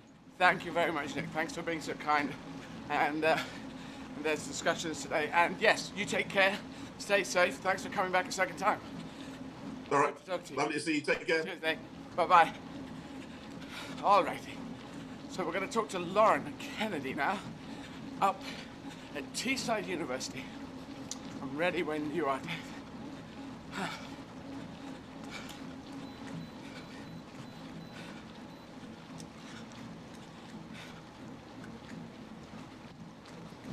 We're just doing the changeover on Zoom. So you note down the James Bond bit. Yes, got it. That was a great bit. Yeah. Forgot about that. Was that? Great piece, we should say. Yes, piece. I know. We all say bit, don't we? We've got trained to say bit, and it isn't good enough as a word for, Well, you know. Any stand-ups out there who use the word bit, sometimes I fall into doing it, but Yeah. I think other things should be pieces, riffs. Say a riff. Yeah, I have a great riff. Let's use a guitar one. Yeah, it's sort of just really standard vernacular, isn't it? But bit is sort of, yeah. Well, it comes from American comedians, and there are a lot Yeah. of very good ones. But No, the James Bond piece was great. Yeah, I've written it down for tonight. merci. Oh, that's lovely. That's a gentleman who's part of a family who has come every single day and waved to us, which is very lovely of them. Yeah. It's, yeah, five-person family, and every day they come down. Very lovely. Is that them on their own, though? Yes, that's the dad. The dad on his own, and he often comes by and on his run and waves earlier in the day, so it's very lovely. Il est français. Yes, from France, yeah. Eddie, I have Lauren for you. Hi, Lauren. Hi. Hi there. Great Hi. ears there. I love you. Oh, thank you. Are they mouse ears? I suppose they're mouse ears. Little cat ears that just attach on the top, yeah. They're cat ears. Yes, of course they are. Yes. I'm sorry I'm a bit late, but I hope you forgive us. That's not a problem, not at all. So are you up at, you're at Teesside University. Are you, I am, yeah. is that where you are at the moment? Is that where you're living? Because obviously there's lockdown. Yeah, I'm from Middlesbrough, so So you're in Middlesbrough at the moment. yes. How is it there? Is it similar to us? How is the situation with yourself? How are you getting through lockdown? University's pretty much not. But I haven't been in really this year, so that's a bit strange. It's all online. Most of my classes are like this. Yes. But yeah, I mean, lockdown hasn't really changed much. We don't really go anywhere. Can't really go anywhere. Yeah. So it is what it is now, really. Kind of used to it. Now tell me, Teesside, is Middlesbrough the biggest city in the Teesside area? Yeah, it's Middlesbrough, like Stockton-on-Tees, and sort of like surrounding areas. It's quite a broad area. So Stockton-on-Tees, of course, could be in there as well. And you're studying criminology and psychology, is that right? I am, yes. Wow. And is that with an idea for taking it on? I'm in my last year, so I'm supposed to be thinking about it. I'm looking at doing a master's in social injustice and inequality and things like that. Right. But in the way things are now, I'll probably put that on hold for a while. I don't think I'll be going back to university while we're in any sort of lockdown. But after that, what job do you have in mind to go forward in the future? I'm not really sure, because a lot of the jobs from the masters I've looked at, it's at working for charities and working for companies to make sure they're inclusive, or I can do social research. It's quite broad, my options, so... But you wouldn't be heading towards the police? No, it's not really been my area of interest, to be honest. Even though criminology and psychology is what you're studying? Yeah, criminology is just so broad. There's just so much you can do with it. I know a lot of people on my course wanted to be probation officers. A lot of people, that was their area. But for me, I prefer the theoretical side. Right. Gotcha. I find it more interesting. So, yes. And so you got one, at the end of this year you will be doing finals. Is that right? I've got my dissertation to submit at the end of this year. Right. So is it a dissertation, is it a degree or is it a master's you're doing at the moment? It's my undergraduate degree now. Undergraduate? Yeah. Then I got you. Right, so I see you're focusing on LGBT issues for your dissertation. So I'm looking at like national statistics for like hate crime and discrimination against LGBT people, and I want to see what impact that has, like what comparison that has to sort of local feelings. So LGBT people in Teesside, do they feel safe in certain situations, and how does that compare to the reported discrimination that we see, like nationally? Right. And you're looking into that, but have you come to any conclusions on that, or not yet? I haven't. I'm just waiting to get my clearance to start my questionnaires and surveys, and then I can make a start with it. So, and you have a fiancée, Rosalie? I do, yeah. So you're part of LGBT, I take it? Yes, I'm a gay woman and my partner is a trans woman. All right. So it's a big topic of interest for both of us, really. Yes, indeed. And would you, without making, can you make any broad conclusions? Because I think for LGBT plus people in the metropolitan areas, it's got to be somewhat easier than in more rural areas. That's what I would assume. So I was interested because for me, I don't really have any concerns. Like, I think I'm quite privileged to say that. Like, I don't feel very in danger because of being a gay woman. It's not something that I'm that aware of. But I wondered if it was the same across the board or what other people felt about it. Because Middlesbrough, it's not a very big town, but it's a really diverse place. There's so many people from so many backgrounds. Right. That there's just so many things that could impact it. I just thought it'd be an interesting way to see what people felt. I mean, I think generally, I think actually might be more age-based than anything else. I think younger people, we generally feel a bit less threatened, I suppose. I don't know, I may be making quite a broad statement there, but I think the older members of the LGBT community are probably more aware of it because they've lived through it longer than we have. Yeah. And would you say younger generations of kids in the UK, generally in your area, are more LGBT plus inclusive, more colour inclusive? I think we definitely are, yeah. I noticed it in school, like people would come out as gay or anything and it was, yeah, whatever, okay. Well, that's fine. That's a very interesting point because I have this line this idea that when LGBT plus, when we hit boring, then we've made it. When coming out, you say you're gay, you say, great, good for you. I'm trans, okay, good for you. When it doesn't mean anything, you say, well, what do you do? And, oh, I'm a skier, a professional skier, I'm a librarian, I'm an astronaut, I play the banjo. It's what you do with your life. Sexuality should really be on the back burner. It is slowly fading back to being irrelevant, really. Yes, it should be right. It should be, yeah. Shouldn't be any other way. Shouldn't matter. Absolutely. Now I'm going to ask you a question, just for terminology. You refer to yourself as a gay woman. Could you also refer to yourself as a lesbian woman, or is that a different thing, or you just choose your terminology? I'd pick and choose. I don't think it really matters to me that much. I'm quite, like, labels wise, I'm not really that bothered.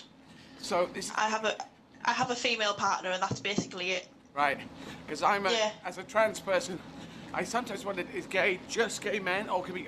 It seems now I noticed that it can be gay men or women, and that seems to be. That's how I know it, yeah.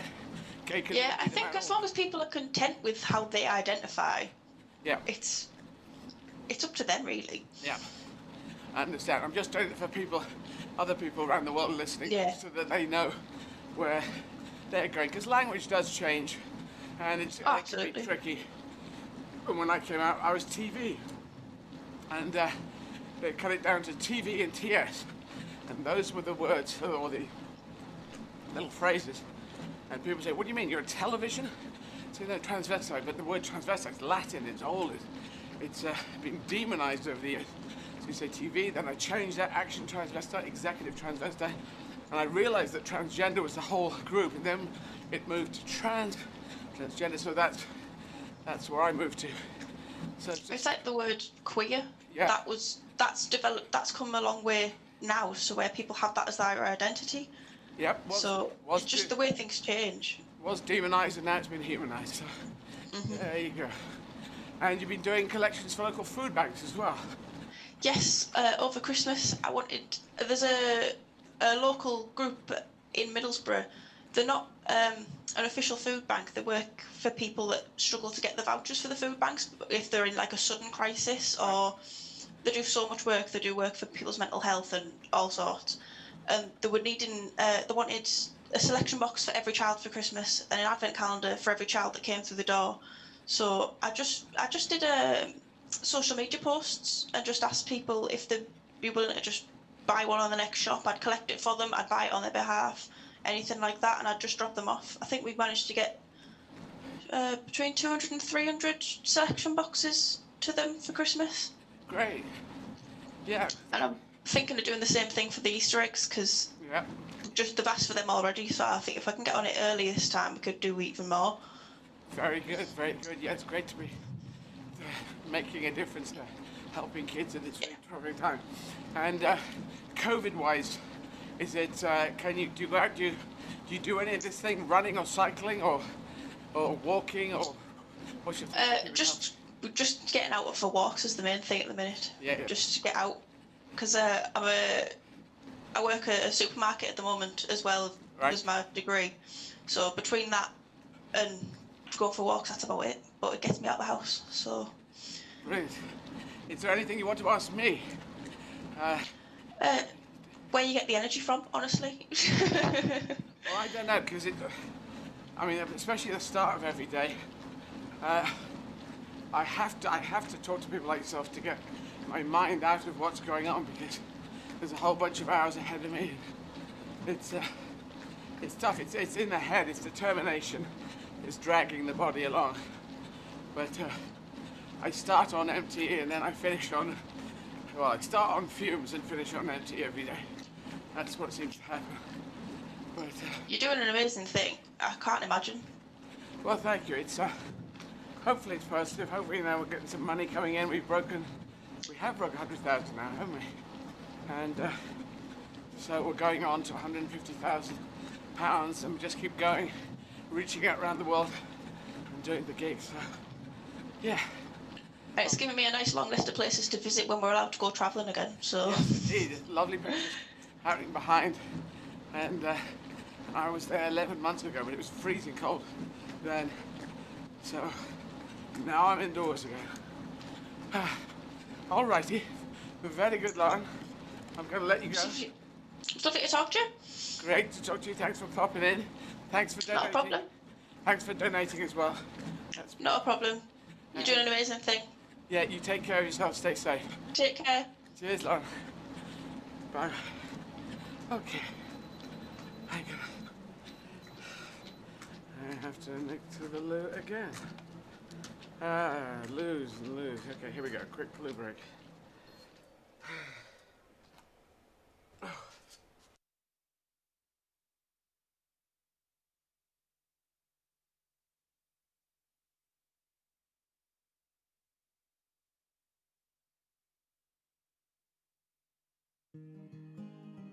Shockingly, over 2 million tonnes of food a year is wasted within the UK supply chain.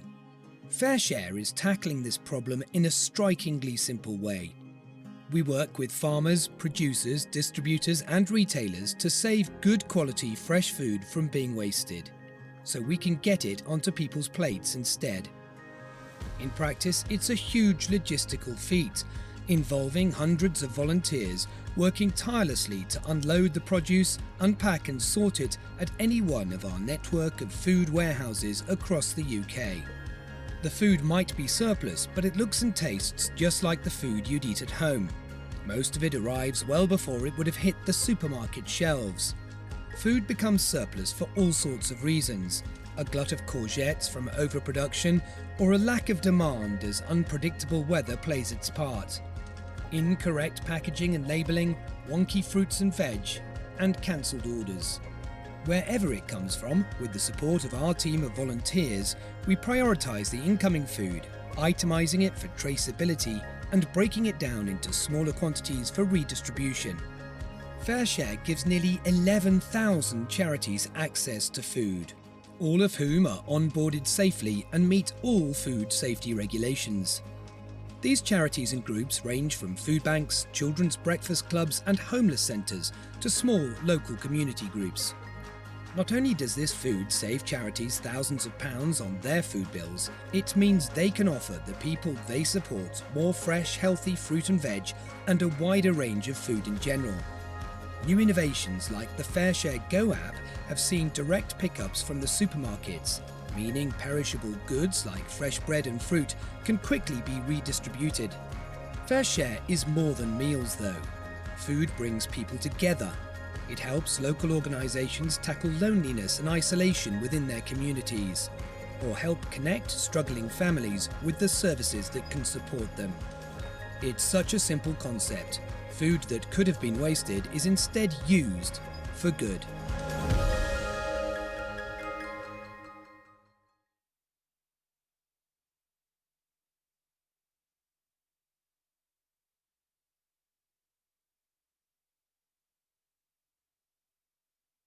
NTD. It's not terribly descriptive. Needlessly tricky denomination. We need to disentangle, need to define, nothing to declare, National Turnip Day, never tickle dinosaurs. No, that's daft. Now the disclosure. Neglected tropical diseases. Not that difficult. Neglected though? Deserted. Disenfranchised, desperate, dying. No, that's dreadful. Now these diseases need to discontinue, need to disappear. Never mind the difficulties. No more tedious delays. Now's the decade. Nations together declare no to disease, no to discrimination. Nobody treated differently. Neglected tropical diseases. End the neglect.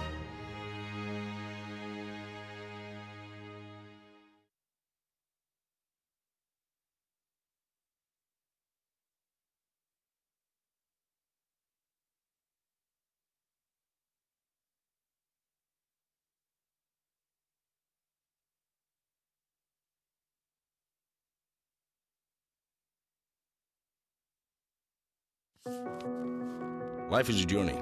We set out not knowing exactly where we will end up. It can be tough. It can be hard. Sometimes it takes a "I will." Other times a simple I do. We take each step with our focus ahead. We have plans and strategies, but they do not always work out. There are times when we get knocked down and doors close behind us. Our hopes can often be replaced by fears. We can lose our direction and struggle with change, become passengers in a life that is spinning too fast. At times like this, we need someone beside us. Someone to listen, to advise and support us, see what is really possible. Someone to give hope and to get us over that line. And someone to say bye when the job is done. Walking with the Wounded supports ex-servicemen and women with physical, mental or social injuries to gain the skills and qualifications to develop new careers outside the military, reintegrate into society and provide long-term security for themselves and their families. Our programs give vital support to the most vulnerable and hard-to-reach veterans, those who are wounded, homeless or within the criminal justice system. Support more of our wounded to regain their independence.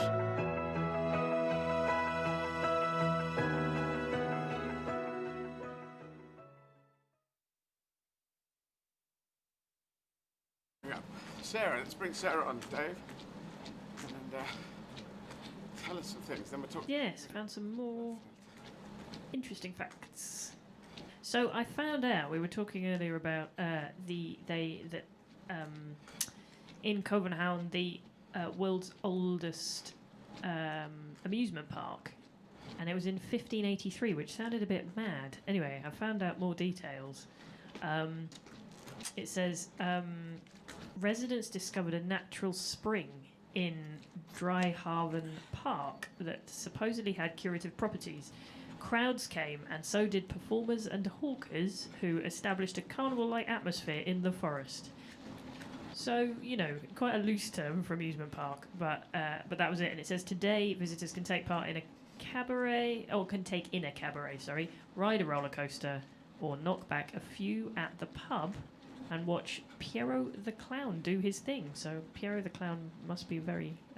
Well, Pierrot Clown is a style of clown. Oh, is it? Ah. Yeah. Okay. I believe.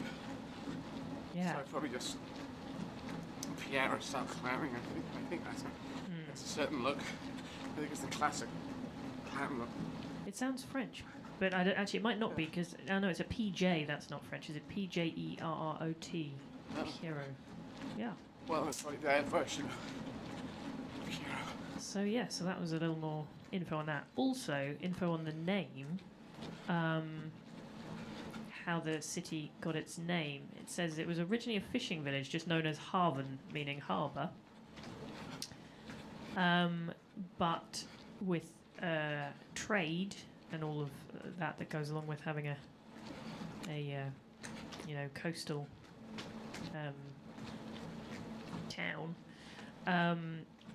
it got the name, which is more the name now is more sort of Germanic version, but it means merchants' harbour. So Copenhagen Merchants' Harbour.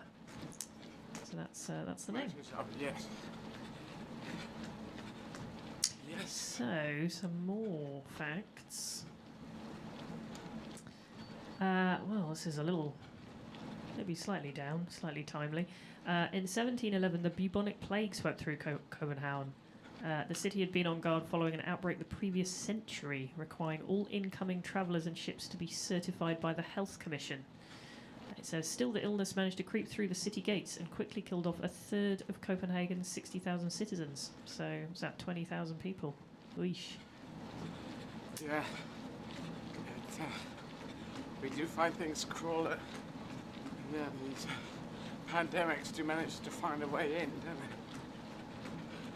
I guess another good reason for the whole argument of making sure that the world has enough vaccines, because national vaccines, trying to keep things within your own country just kind of doesn't work. Also, international COVID response, the idea that everyone separately goes off in a nationalistic way, says we're going to do it differently, we're going to make it up. There must be a better way of doing things. So, can't we work together instead of working apart? Yeah. I think it would save lives. Anyway, we're going to talk to Henry Blofeld, In about 30 seconds. Dave, are we lined up? We're currently struggling with connection. I'll let you know when You're we are. struggling with connection, did you say? He is struggling with All right, connection. gotcha. Okay, so that's going to be Nice. But Henry Blofeld is an English retired sports journalist, broadcaster, amateur author, ornithologist. I want to talk about that. Best known as cricket commentator for Test Match Special on Radio 4 and BBC Radio 5 Live Sports Extra. Authored 6 books, or 8 books, more books. Studied at Eton and King's College, Cambridge. And I'm going to talk about Eton. And has his own range of Côte d'Or wine. So yeah, winemaking, a very interesting thing. Seems quite refined, but what fascinates me is a mixture of farming and chemistry. I find that a fascinating mix. I think I would like to retire to a vineyard in That France. sounds great. Yeah.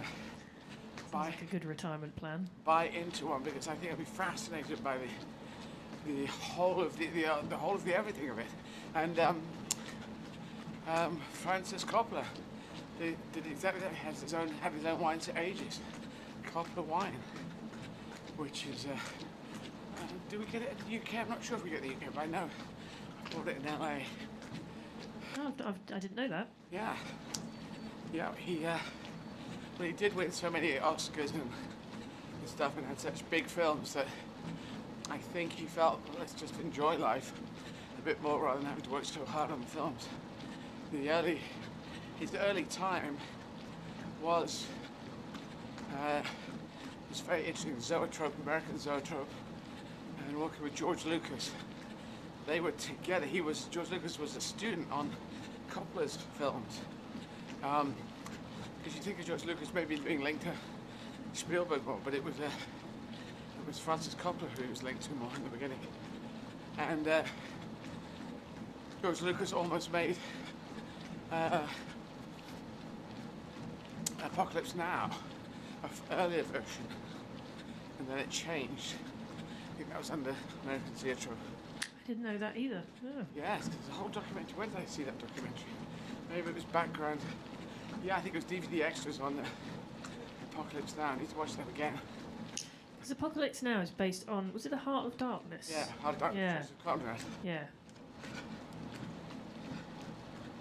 Yeah. Yeah, that's quite a film, isn't it? Yes. I watched it recently, actually. It just came on, I think. I can't remember, but yeah.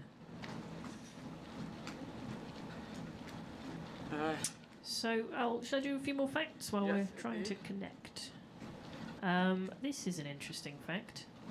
In 1416, Copenhagen became the capital of not just Denmark, but of Norway and Sweden as well.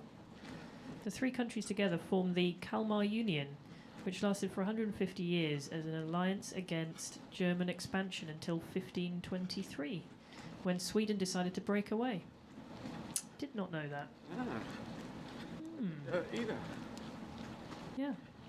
Well, this is nice. It is currently, in present day, it is one of the greenest cities in the world, and it plans to be carbon neutral by 2025. So over the last decade, it's cut its emissions by nearly a third, and that's through the use of wind and solar power. Makes sense. Can be quite windy, and yeah. As well as heating systems that recycle waste material. We've got an offshore wind farm. I really like offshore wind farms. I don't know if you like them, but where I live down in Brighton, we have a whole one off the coast, and I think it looks really nice. I know not everyone likes them, but I think they're quite elegant. You know, the wind turbines. They're kind of majestic. Yeah. And I can see that they changed their viewpoint, or the view for some people, but if they can save us on the power, that's going to be a good thing. So another fact about the city, Copenhageners, I don't know how Copenhageners, but yes, quite how I say that correctly, love their bicycles. So there's more than half of the city's residents, from hourly workers to members of parliament, commute by bike along Copenhagen's 250-mile 250 miles of bike lanes. Right. They recently opened a cycling superhighway connecting the city with the nearby suburb of Albertslund. It says the only problem is parking. Sidewalks and city squares are often jammed full of bicycles, so now they've got a bicycle parking problem. There you go. It's a very environmentally friendly problem to have. Yes, that is. I know there's bicycle junkyards in Asia. So many bikes around or being left, those pick up and drop off bikes.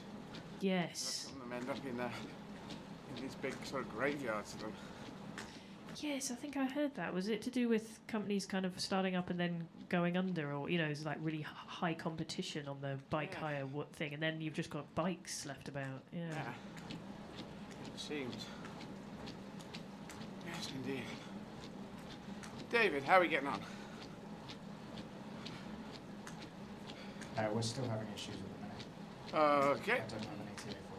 Quite Have you tried swapping onto phone? Do it on the phone instead? That's not the issue. It's a Zoom issue as a whole currently. Okay. If we melted it, we might have melted it. Well, that's not good. I'll carry on with some more facts if you like. Yeah, if you got more. There's loads of facts. Where am I? I'm on mentalfloss.com. It's great. They have an impressive brewing museum.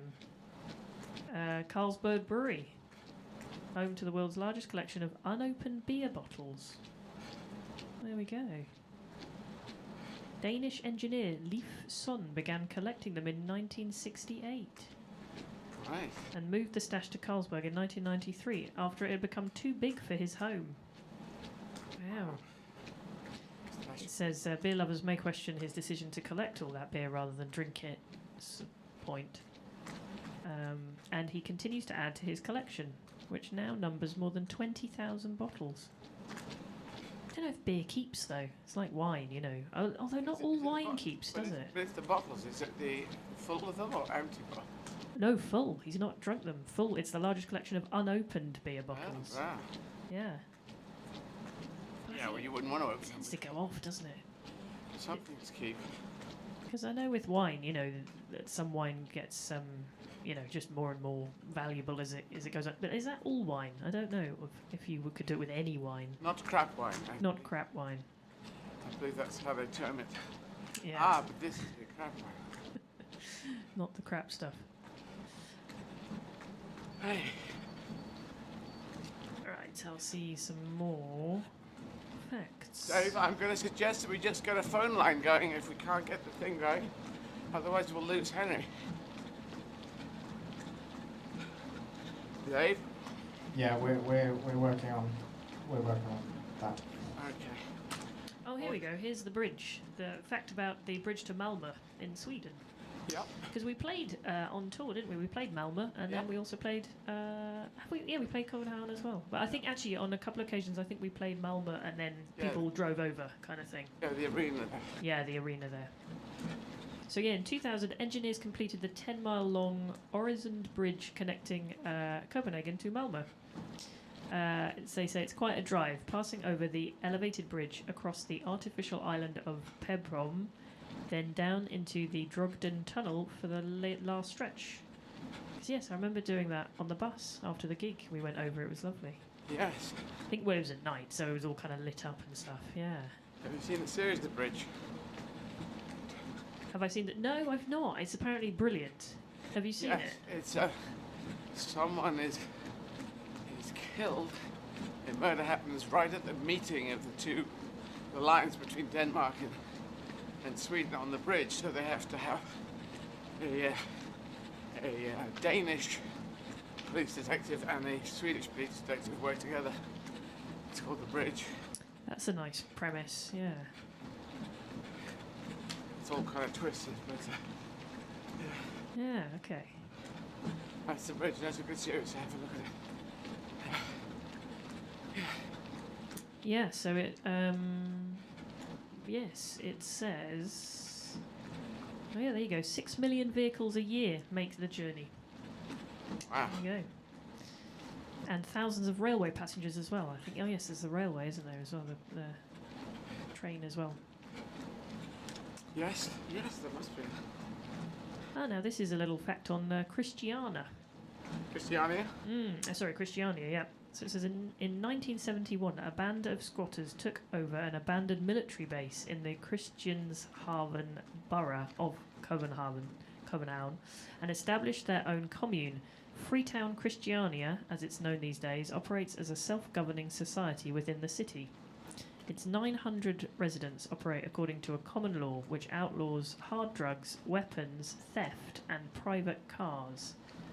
The sale of marijuana is also outlawed, but as anyone who strolled down Pusher Street can attest, that regulation is lightly enforced. There we go.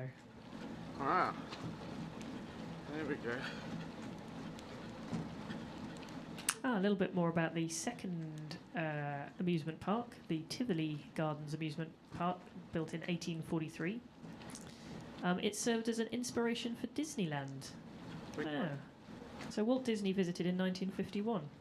Which part was that? The Tivoli Gardens, which was the second oldest, the one built in 1843. Henry for you. There we go. There you go. I'll talk about that afterwards. Yes, Henry. Hello. Hello. Hi, how are you? I'm sorry I've been holding you up. My technical incompetence, I fear. No, that is quite all right. That is quite all right. So we've got to talk to you. I want to start by, I want to ask you lots of questions I need to know the answer to. Yeah. I'm one of your greatest fans. Oh, wow. And I know where your humor, your comedy comes from. Because I don't, is it instinctive? Is it genes or, I mean, it can't be contrived. Well, it is genetic.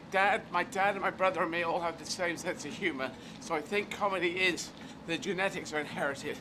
Now, John Cleese used to say that a little lady gets his comedy from a little lady at number 43 Acacia Avenue or something like that, where he writes jokes. But you train yourself. I mean, you're a sports journalist, and you'll know from journalism is kind of linked to stand-up in a way, because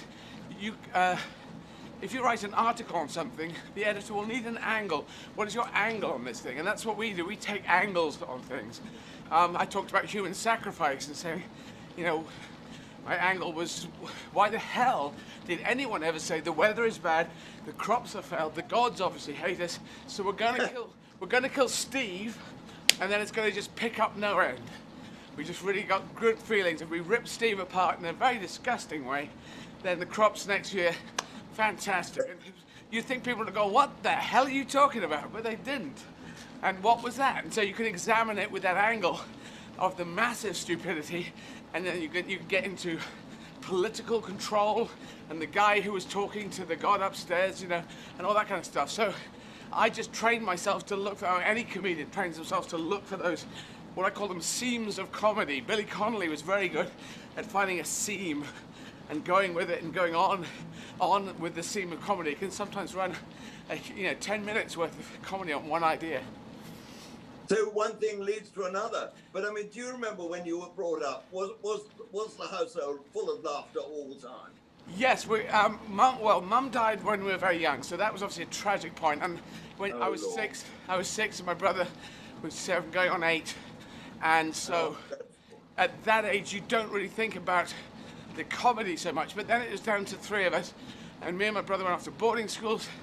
But we did end up as a triple act. My dad would say a line, my brother would counter it with a line, I would say a line, then brother, then my dad. And I do remember this wit that could shoot around between the 3 of us. And we would watch for quite mainstream comedies. Early Benny Hill was very good, Benny Hill. Later Benny Hill less so, but early Benny Hill was in the right area. The Goodies. And then the Goons and Python came on. Well, obviously the Goons were back in the 50s, but I didn't know that. And when I started watching and listening to Monty Python cassettes, which was very influential on me, my dad started playing me the Goons at the same time. So I was getting stereoscopic, surreal humor at the same time, listening to Goon shows and listening to Python shows. So that was quite weird. Did you ever get to the Crazy Gang at the Victoria Palace? No, that's before my time, really. So Yeah, well, I'm a bit older, I think. I did get them because my father absolutely adored them. And that was the basis of my humour. And they still make me laugh thinking about them. Novo, Knox, Flanagan and Allen and all that lot.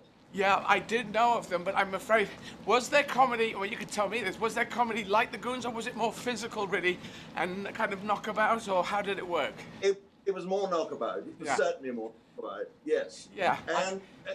And of course they sang so well too. I mean, Bud Flanagan's voice, we still hear it, don't we, on Dad's Army?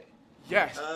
The theme song there, which it was an absolutely wonderful voice. I didn't realise that was Bud Flanagan. That's interesting, because my mother liked Flanagan and Allen. She was very into amateur dramatics, the Little Aden Dramatic Society, because we were born in Aden, Aden, in Yemen.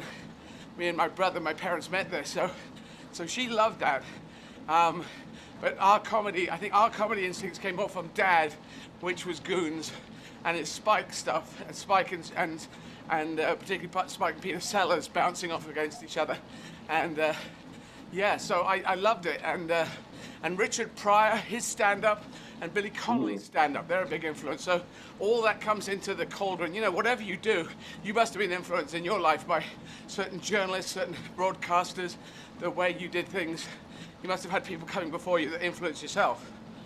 Well, the great humorist in my life was Brian Johnson, right? Who was a very, very funny man, and the great John Arlen too, who was funny in a very different, more laid-back, less deliberate way. But they were extremely funny, both of them, and you know, it made the whole business of commentary in the early days. It gave me something to aim at, which was terrific. And they were funny. I'm afraid that cricket was never quite my football was more my game. But I get the impression they were funny in their commentary. Yeah, they were dry and witty. Well, they were. I mean, Jono's the great day. The funniest thing of all was when a dog ran onto the pitch at Headingley, and Jono said, "Right, I can tell you cricket lovers, this is a dog's a fast bowler. She's got 4 short legs and his ball swing both ways." And that was a wonderful moment, and the commentary box just dissolved. And he was allowed to get away with that? That seemed... Well, yes, we had no sort of control in those days. There was no bleeping. 6-second whatever. Yeah. And he came out. Yeah, it came out. But it was done in such a way, it was not exactly what he said. I mean, he said it in such a way, I don't think anyone could ever have taken an offence at it. No, I think it's very funny and good for him. Now, what sports do you really like? Well, see, football, I live for football. And because I've been doing these podcasts every day, people will have heard me say, when I was 11 and 12 at my school, they pooled the 2 age groups together, and the best 11-year-olds would play with the best 12-year-olds in one team, in the first team, and then the second best in the second team. So I was playing at 11 with kids about a foot taller than me, some of them, and I was very proud to be in the first team for 2 years. But then I went to a school that did not play football, and so my sort of sporting career ended at 12, really, and I retirement. Sorry, yeah, it was all weird, and I support Crystal Palace, and they came up with Malcolm Allison, Terry Venables' team in the 80s, and then we started crashing down again, and I sort of backed out of football supporting. England weren't winning, and Crystal Palace weren't necessarily winning, and I had to get my career going. So I've had this odd look at sports from a sort of an outside view. But now I'm doing endurance sports. This is, I suppose, endurance sports. Indeed. Yeah, But have you ever been, in fact, to Lord's Pavilion? I haven't. I've been to the Oval. I think I've been to the Oval. It might have been Lord's. No, it's the Oval. I think it was. I was invited down to the Oval by an old friend, and so I have seen a bit of cricket there. And it does look like. If you're really into your cricket, then it seems like a wonderful day, afternoon, several days. You know, because I know the game's gone for some time. Well, it does, 5 days in a test match, but the Lord's Pavilion was once described as a cross between Canterbury Cathedral and Mount Olympus. And you really ought to let me take you along one day. It's quite remarkable. Well, it would be a fascinating thing. Would they let a trans woman in, or would they block the gate? Certainly, I think it'd be absolutely wonderful.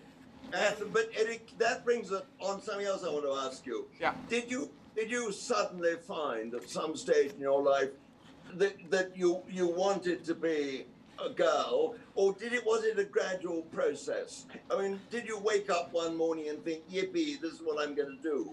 Or was this a stage that just you eventually reached? I tell you how it happened, Henry. I was 5. I heard of a kid who was in a family had 3 sisters, and he was wearing a dress. And I was in a kind of, we were all kids in the neighborhood, and in that kind of loose gang of kids in the neighborhood. And we all thought it was very funny that he was wearing a dress. And he was mocked, and then it was very negative laughter. And I remember thinking, that sounds like a good thing. I think I'd like to wear a dress.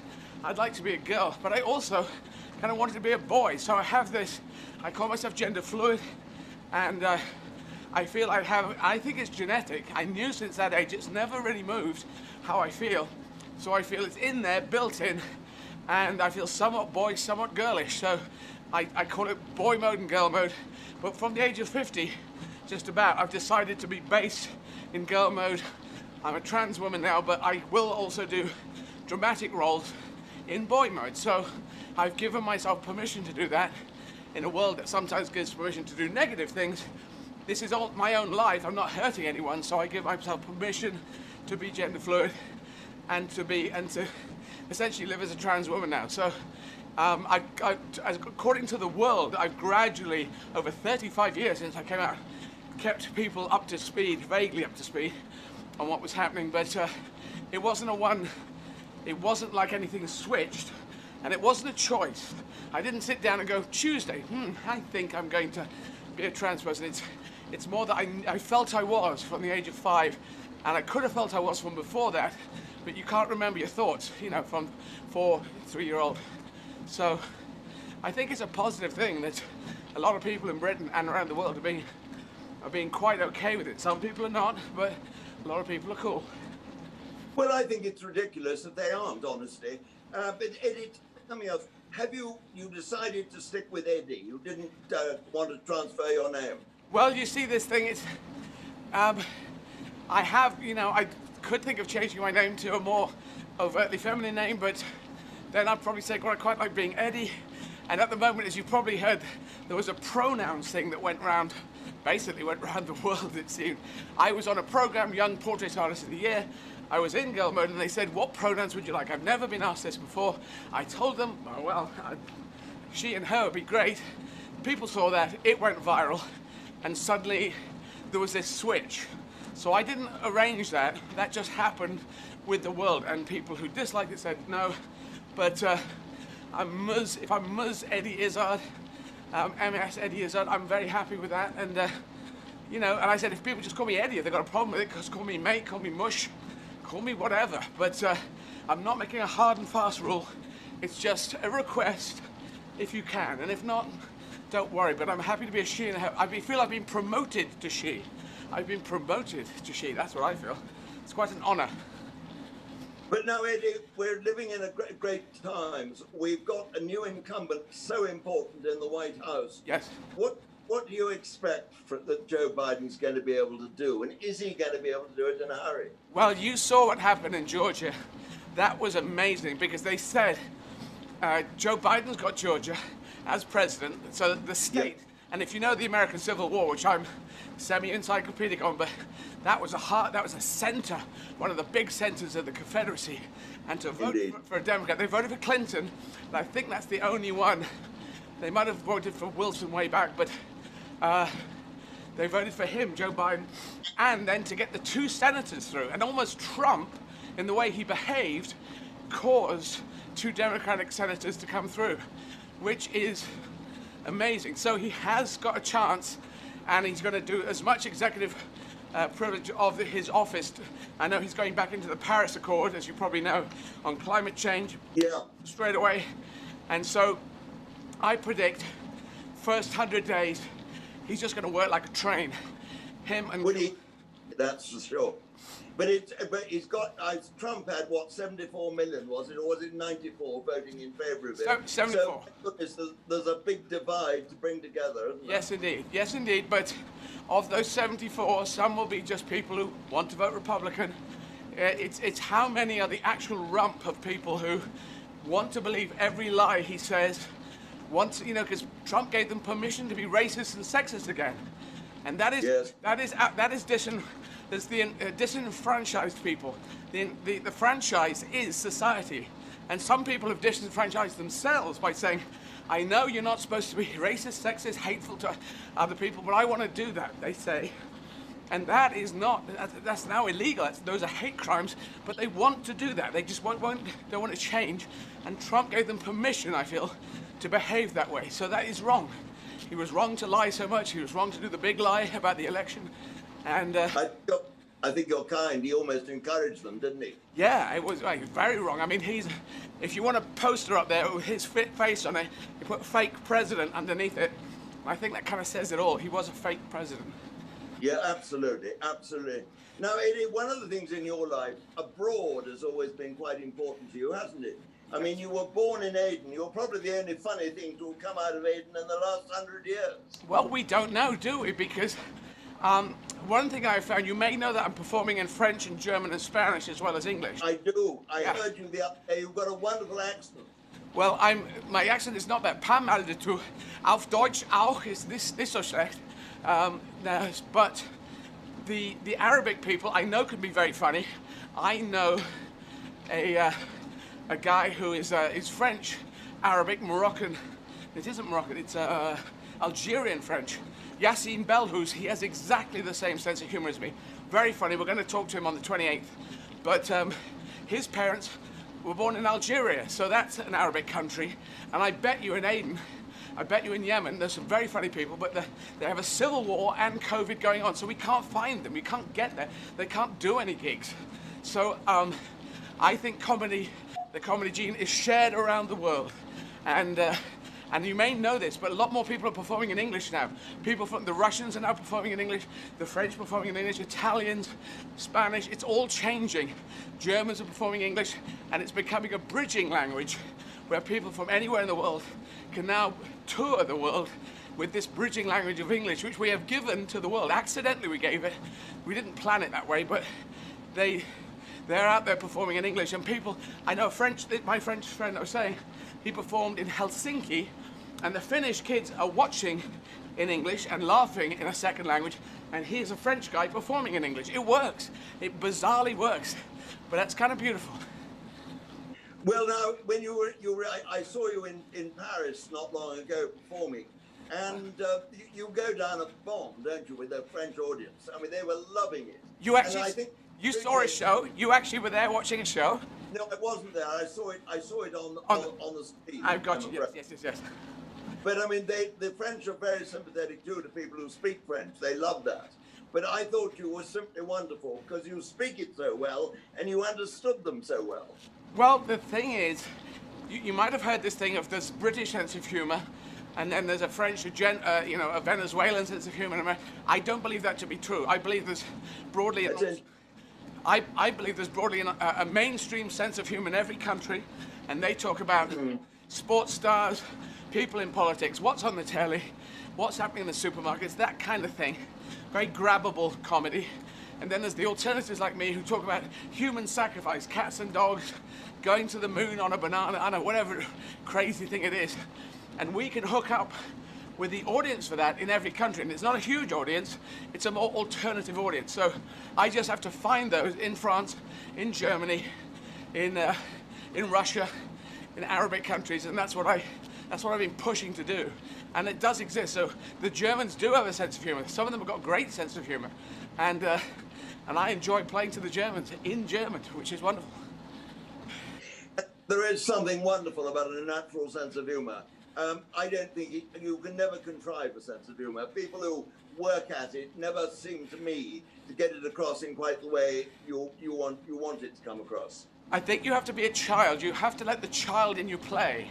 That's the thing. You have to be able to take the mickey out of yourself, because that's the thing. And I think my comedy is very childlike, not childish, but childlike. But there is the brain of a 58-year-old behind it who can put it in perspective and have a stupid conversation between the guy who's doing the human sacrifice. Say, come on, we've got to do this. And say, so you're going to kill Steve, yeah? Yes. I don't think that's a good idea. Right, Jeff, you're next. Actually, it's a good idea. I think it's an excellent idea. Good luck, Steve. I'll go do the washing up. and you have this silly conversation, but obviously people were doing it around the world. I'm interested in why did human beings do human sacrifice up to a certain point, sporadically all around the world? Curious thing, it must have been just political control. Now, tell me, Eddie, you have such a busy life. Do you have time for hobbies? Well, if you think about it, Henry, most of my hobbies I'm doing. I mean, this is... Well, that's true. Yeah, you know, dramatic acting, film acting is really my first love. So, having done Victorian Abdul with Judi Dench, a Stephen Frears directed film, playing Edward VII, that is beautiful, and that, I would have paid them to let me do it. But, in fact, you get paid yourself, which is beautiful. But I did break into Pinewood when I was 15. So, all my hobbies I've turned into my job, really. But I can fly an airplane. I was scared of flying, and I learned to fly. But if you're doing filming or if you're doing a tour, they won't let you get in airplanes or go skiing or do anything in inverted commas dangerous. So I don't do it so much, but I did conquer my fear of flying by learning to fly. You have a fear of heights? If not in an airplane, curiously. No, I don't in an airplane, but if I stand on a table in this room, I look down, I get vertigo then. Oh, wow. No, I don't get that. I know. I get it in those New York hotels that have balconies. Oh. Yeah, not good. That's not good. But bizarrely, if you cut off the connection from a plane to the bottom, I'm okay with that. I don't quite understand what the difference is. Well, no, I think the difference is you aren't attached to the ground. Yes, I assume you can't really see the connection. It just looks... You can't, no. And if you see the connection... I mean, I went up the Empire State Building once, never again. Oh, dear. Henry, can I ask you... Yep. Can I ask you a question? The name Blofeld, now that's linked to James Bond. Yeah? It is. Now, wasn't he a reoccurring bad guy in it? Is that the same name? Is your name linked to that? Because obviously it's German, I think, and Felt is field, and Blow is what it is. Yes, it was a German name originally, certainly, and Ian Fleming and my father knew each other. Oh. And they were at the same school, and it stuck. And when Ernst Stavro Blofeld first appeared in Thunderball in the early 60s, there was a splendid correspondence between my father and Ian Fleming about it. And I met Ian Fleming several times in London, and in fact went to his house in Jamaica on my honeymoon. That was wonderful. Excellent. So your family name is the one that's in Bond. You are in Bond. Your family is in there. Absolutely, and it's the only way I get my name across when I ring up to book a hotel. That is good. You could. People should be slightly wary of you, slightly scared. Mr. Blofeld is coming. We better get. Well, we don't. None of my family have ever owned a white cat. Do you remember? You always see Ernst Stavro on the cinema stroking a white cat. Yes, and didn't Telly Savalas play Blofeld as well? He did. That was one. Yeah. There have been 4 or 5 of them who've done it, haven't there? Donald Pleasance played it once, too. Yes, indeed. I did love... It's all quite fun. I know. On Her Majesty's Secret Service, I did love that one. Diana Rigg, fantastic. Telly Savalas, fantastic. And George Lazenby, I think, did a really pretty good job, but it's been frowned upon since then, and I think wrong. I think that was beautiful. At the end, they get married. There's the kiss. She's dead. It's kind of beautiful. And Diana Rigg was so good, and her dad as the bad guy that comes in as the good guy to get rid of Blofeld. Well, your namesake. I love that film. First Bond I ever saw. If you get rid of him, you don't have the next film. Yes, exactly. Yes, it's got to go on and on. Yes, it was the first Bond film I ever saw, and it's very close to me.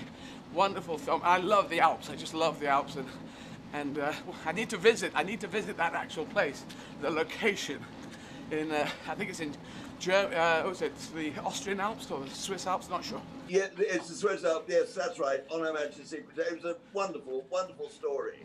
Yeah. And he had an amazing mind, Ian Fleming, how he produced these stories. I thought they were terrific. It was indeed.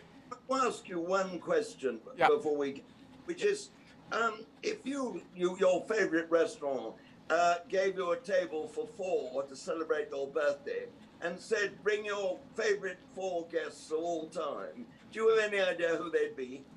Yeah, it'd be Lincoln, Mandela, and Good.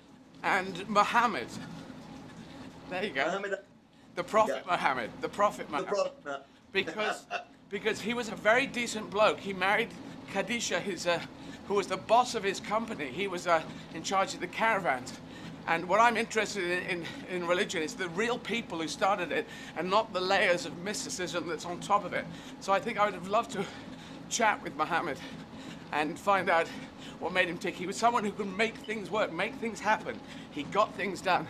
Very interesting guy. I always think someone who's got to be there for me is Noel Coward. Oh, yes. Did you ever come across him? I didn't, but he did do amazing things in so many different areas. I mean, you know, from directing, he handed over to David Lean, didn't he? In, what was the name of the film? You'll know it. A Brief Encounter. Not Brief Encounter, the wartime one. He was directing it, and then he said, I can't do this. David, who you're editing, you do the directing. It was the one in the boat. You know? In Which We Serve. In Which We Serve, that is it. And I think he put David Lean on that track. And, you know, writing plays, directing, and just being himself. Quite a guy, quite a guy. He was amazing, and he was very, very funny. I once had dinner at his house in Jamaica, and after dinner he sat down at the piano in the room, played and sang Mad Dogs and Englishmen, Don't Put Your Daughter on the Stage, Mrs. Worthington, and the Stately Homes of England. And it doesn't get much better than that. Ah, there you go. There you go. Now, Henry, I'm gonna have to say goodbye because I have to get up to my. Oh no, are we still, Dave? Are we still waiting for Peter? We are still waiting. Oh, we're still waiting, so we can carry on chatting because I'm going to ask you about one thing: ornithology. Tell us about this because I wouldn't have put that with you, but it's you're an amateur ornithologist. Well, I am and I'm not. The reason people always accuse me of this is because in my cricket commentaries, I always believed in painting the scene. And you went to these cricket grounds and you got pigeons and seagulls and, lots of birds. You've got ducks occasionally and herons and geese. And when they flew over, I thought, well, that's part of the scene. And I always talked about it in the same way that I always talked about helicopters and airplanes and things like that, just to try and sort of make the picture a little bit warmer. Yeah. Enough, I'm talking to you from Norfolk. And if I look out of the window behind me, I can see all manner of wonderful little birds, tits and goldfinches and things that come into our little place out there where we sprinkle crumbs, bird table. Excellent. Okay. And I love looking at birds. I think they're wonderful, and there's something so pure about them, isn't there? And the colours too. Yeah. Yes, indeed. It's I've never got the twitchers. If you were a professional, you'd be called a twitcher, I believe. A twitcher, indeed. I don't know why a twitcher, but do you know why it's called that? No, I don't. I've always wondered. I really ought to Google it, oughtn't I? I'm sure the answer would be there. I don't know. I'm going to ask. Anyway, sorry, go on. Can I ask you one more question? Because we're still waiting for our next guest. Is you have your own range of Côte d'Rhône wine? Is that correct? Well, I do actually. Well, yes. I love Côte d'Rhône. Right. And I've got some bottles with my own label on. It's rather a cheat, really. Really. But it's nice to have, and it's not bad. I mean, it's not a very high-class wine. It's not very expensive.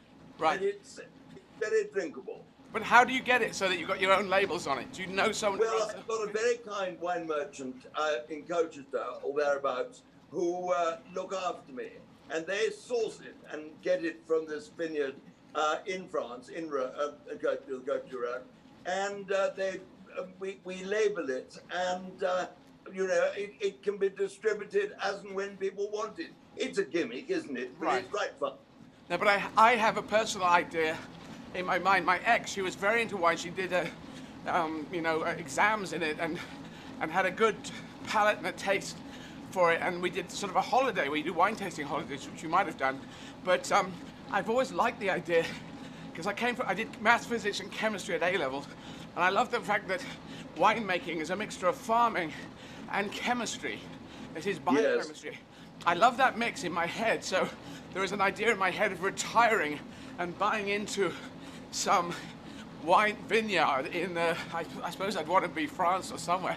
Wouldn't maybe necessarily mind where it is, but I love the idea of the sun and the crops and the chemistry and the marketing of it, because I did accounting and financial management at uni, so that's a kind of a dream in the back of my head for later on. But I was interested that you had your own. But now, tell me, what's your favourite wine? I mean, if you go out to dinner and you want to order a bottle of wine that you really adore, what do you go for? Well, I'm not allowed to drink it anymore. I'm not supposed to drink it, so I'm afraid I fall down on that. So, although my ex... You're not supposed to drink it. You rather imply just occasionally you go behind the screen and have a glass. Well, I do white wine spritzers, but it's not very... You know, it's not top of the line taste buds. That's how it works. I'd be very happy to make it. And if I was surrounded by making it, I'd probably drink it more. But if the sugar in it, I'm a sugar-holic. And so I just inhale sugar, and I have no real brakes on it. So I look at it as I like it's a wonderful idea, but I just don't have the grace, oh, this wine is mine and that wine. And Côte du Rhône, I did like that when I was drinking red wines. I did like to drink a Côte du Rhône, but... You were talking about French wine. I'm have to be very careful because I'm married to a lovely Italian, Valeria, and who likes me to talk exclusively about Italian wine. Oh, yeah. And she does have a very good point, too. Yes. Yes, indeed. Oh, we now have Peter. I'm going to talk to my friend Peter. Thank you so much, Henry, for hanging on for us. And Eddie, joy. I've really adored it, and I would love to take you to the Lord's Pavilion one day. Okay, that is in there in my mind. It is logged. Thank you very much for the invitation. Okay. Cheers, Henry. Goodbye. Bye-bye. So, that was Henry Blofeld, and his father is the inspiration of Blofeld in the Bond movie. That's quite a thing. And anyway, so donation, eddieizzard.com to donate. You can find all the details. You can buy tickets for tonight's show. 7 p.m. I'll be doing a show. And you can buy the hats and masks and t-shirts with Make Humanity Great Again on them, all at eddieizzard.com. Now we have Peter Bennett Jones. Sarah, can I get some water? Ready when you are, David.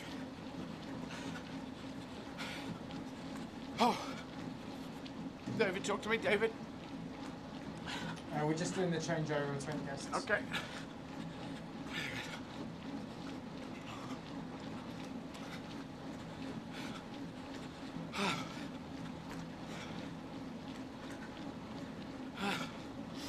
So,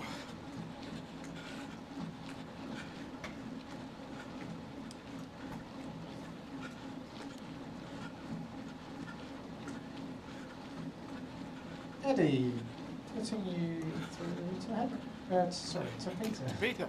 Hello, Peter. Eduardo, my dear fellow. How you doing? Oh my God, and to follow blowers. Yes, do you know Henry Blofeld? I don't know, but I've obviously followed him religiously in my life, and I've got the benches at Lord's, and I was there when he did his last ever commentary, and he did a lap of honour around the pitch in his, in his sort of old-fashioned sort of mustard cords and green shirt. He was absolutely magnificent.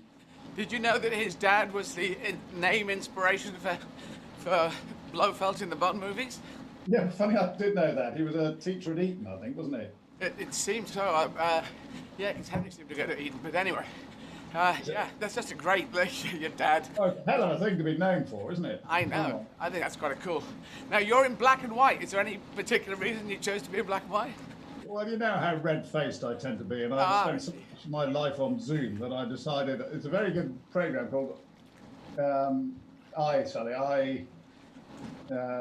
eyeglasses, and you can play around with the colours and the images. Right. No, that's good. We like the alternative, anything that changes things up. So you can do all sorts of eyeglasses, and you can do funny things like. Let's have a look there. What can I do? Well, as we progress, as I talk to you, I'll try and do silly things. You're going to have to ask me a question, and then while I'm answering, then you ask me a question, and then while I'm answering, you can fiddle around and get the thing. Okay, yeah, cool. I mean, you don't. I'll ask you a question. Oh, hello. There you go. That's negative. That's not so good. Well, I'm going to start with a question to you. So we should tell the world that now, Peter, PBJ Management, you are Peter Bennett Jones, the PBJ of PBJ Management, and your company is a part of my agent. Are you managers or agents, would you say? Well, we're a bit of both. Okay, in America they have very definite definitions of it, but in Britain it's a bit of a melange, a bit of a mix. And so Caroline Chignall actually deals with me, and she is part of that. She's part of that, or she a part of the actual business, or just works. Yes, she is. Yeah, she's she part is of the the business. partner. Yeah, Partner absolutely. in the business. So this is your business. So I've been with you for some time, and you've managed a lot of clients. I don't know if I'm allowed to say people from. I say you started with Rowan Atkinson, didn't you? Was that the? He was, yeah. He was a mate of mine, really. From I met him in Edinburgh in 1976, and I was doing a show with the Cambridge Footlights at 9 o'clock, and the 10:30 show was some rabble from Oxford. It was all very Oxford and Cambridge, but and I used to stay behind and watch this show occasionally, and we were pretty good. I had Jimmy Mulville in my show and Nick Heitner, and the original show had been directed by Douglas Adams. It was 4 hours long, so he couldn't cut it back. So Griff Rhys-Jones came in and cut it down to an hour. But the show at 10:30 was the Oxford Review with this rubber-faced comedian Atkinson and Richard Curtis as his stooge. Yes. And I thought, these guys are way good, but you're even better. And so I became chums then and got to manage their touring for a bit and this, that, and the other. So yeah, and then he became the first client. That's how it all started. Now, can I ask, so Footlights, you may know this, but I wanted to be in the Footlights. Were you running that show? Were you the producer of that show, or were you in the show as well? No, I wasn't in the show. No, I think if you see my acting abilities, Eddie, you'd realise why. It would be unlikely I'd be cast in any show. I was in something Nick Heitner directed once, but in very minor roles. No, I was a sort of producer-y, production managery figure on, as I have been through my life, actually. And, right. I like being behind the scenes. So we should say that for people listening around the world, Monty Python, the great Monty Python, basically, when you're talking about the Oxford Review, two-sixths of them, a third of them, 2 of them out of the 6 came from the Oxford Review, which was Palin and Jones, Michael Palin and Terry Jones, and then 3 of them, Eric Idle, John Cleese, and Graham Chapman, were through the amazing Footlights, which had Peter Cook. I suppose Peter Cook was the first one to really blast out of the Footlights, but the Footlights have been going long before that, I assume. But was Yeah, it goes way back. And then they had all these people like Clive James. He was around that time. Yes, indeed. So a number of huge hits out of this, and my idea was to go to Cambridge just to get into the Footlights. I had to work hard to do that, but I decided also not to work because I was bored with working, and in the end I had to go to Sheffield and sort of make it up. So I was, a lot of good people have come out of the Footlights, so it's kind of... The Footlights lost, Eddie. You would have been great, and it was fun. I just used to manage the Edinburgh stuff, and we had our own theatre in Cambridge for the plays called the ADC, Amateur Dramatic Club. Yeah. I used to run that as well with Nick Heitner. We did it together. I'd love to be able to visit that one day. I've never been able to be inside it, so I don't know if we could work that out at some point in the future. Well, I'll take it. It's not quite as strong an offer as going to the pavilion at Lord's with blowers and having a drink or two, but I'd love to take you to Cambridge. But you've got to understand that cricket was a game where the ball was always coming for my head, so I'm less cricket's less grabbable for me because I was not so good at it. Football is so, and Wembley figures in my mind, but the Footlights, I've just never been in the place. I've looked through the window, but I've never been in there, and that was where I was supposed to go. But in fact, it was probably a gift to me going to Sheffield because I had to build it all myself. And that sort of self-building, all the way to this, we built this ourselves. What the hell are we doing in COVID times, running 31 marathons and doing the gigs? We just came Well, ask that question. It could only be Eddie Izzard. That's my answer to that. Well, it was... I was watching your gig last night, Eddie, and I just how you going from one, doing what you're doing at the moment, to then sitting on the stool and occasionally having to stand, because I mean, your legs must be feeling like. I know, it is a bit weird, and you'll probably know I've got a German gig on Saturday. What's that with my daughter? She speaks German. Great. Yeah, well, have a look at it, because I've already done one when I was running a virtual marathon for Vienna, and it seems okay. What did my German teacher say this morning, Sarah? I think she swore, didn't she? That was fucking great, she said. That's what my German. This is HBO. We can't swear, you see. But I remember coming out to Berlin when you were doing shows in Berlin, and my daughter was living there at the time, studying German. Yeah. At the Humboldt University. In her year out, she was at Cambridge as well, fun enough, and she was studying there, and we came to see you do a German gig. Yeah, that must have been. Was that in Berlin? Yeah, in Berlin, yeah. That'd have been at the Quatsch Comedy Club, the Rubbish. Quatsch is German slang for rubbish. The Rubbish Comedy Club on Friedrichstraße. And it's kind of wonderful. I mean, you could understand this. You're a bit older than I, but, you know, anyone who's been influenced by the idea of the Second World War, you know, First World War, what Germany was about, to have grown up with that idea about what German people are, then to go there and play with them on stage and come up with my ridiculous, you know, Python-influenced comedy in German. It's a joy. I mean, it's a joy in French for different reasons, but the German one has got this other feeling of, you know, hopefully I'm really pissing off Hitler, even though he's dead and on fire, had his honeymoon in a ditch covered in petrol. But hopefully it's just, you know, doing good things, putting good things out there as opposed to all the negative of that stuff. So, yeah, I love it in German. It's just crazy. Ja, ich kann ein bisschen Deutsch sprechen, aber ich habe in der Schule gelernt. Ja, sehr gut. Also am Samstag werde ich zusammen mit meiner Tochter. Tochter, yes. Your daughter, yes, sehr gut. Yeah, we'll watch you we'll watch you tomorrow. Yes, tomorrow night, 7 night. Yes, just tell her to check in, because all the profits go to charity, so it's all a good cause, even if I'm not good. Oh God, yeah, of course. But they'll hear about all this stuff. You'll hear the weirdest joke. I'm going to tell you this joke in German, because I do love it. And Sigrun Mathiesen, my German, she's not really a teacher, but she's a journalist, really, and a documentary maker. But she helps me with German and gets German that's good for me. And she really gets it and likes the humor. God, I like your pictures. You're going crazy out there. But I'm gonna tell you this joke that comes out about halfway through, but you'll understand it. I talk about Henry VIII.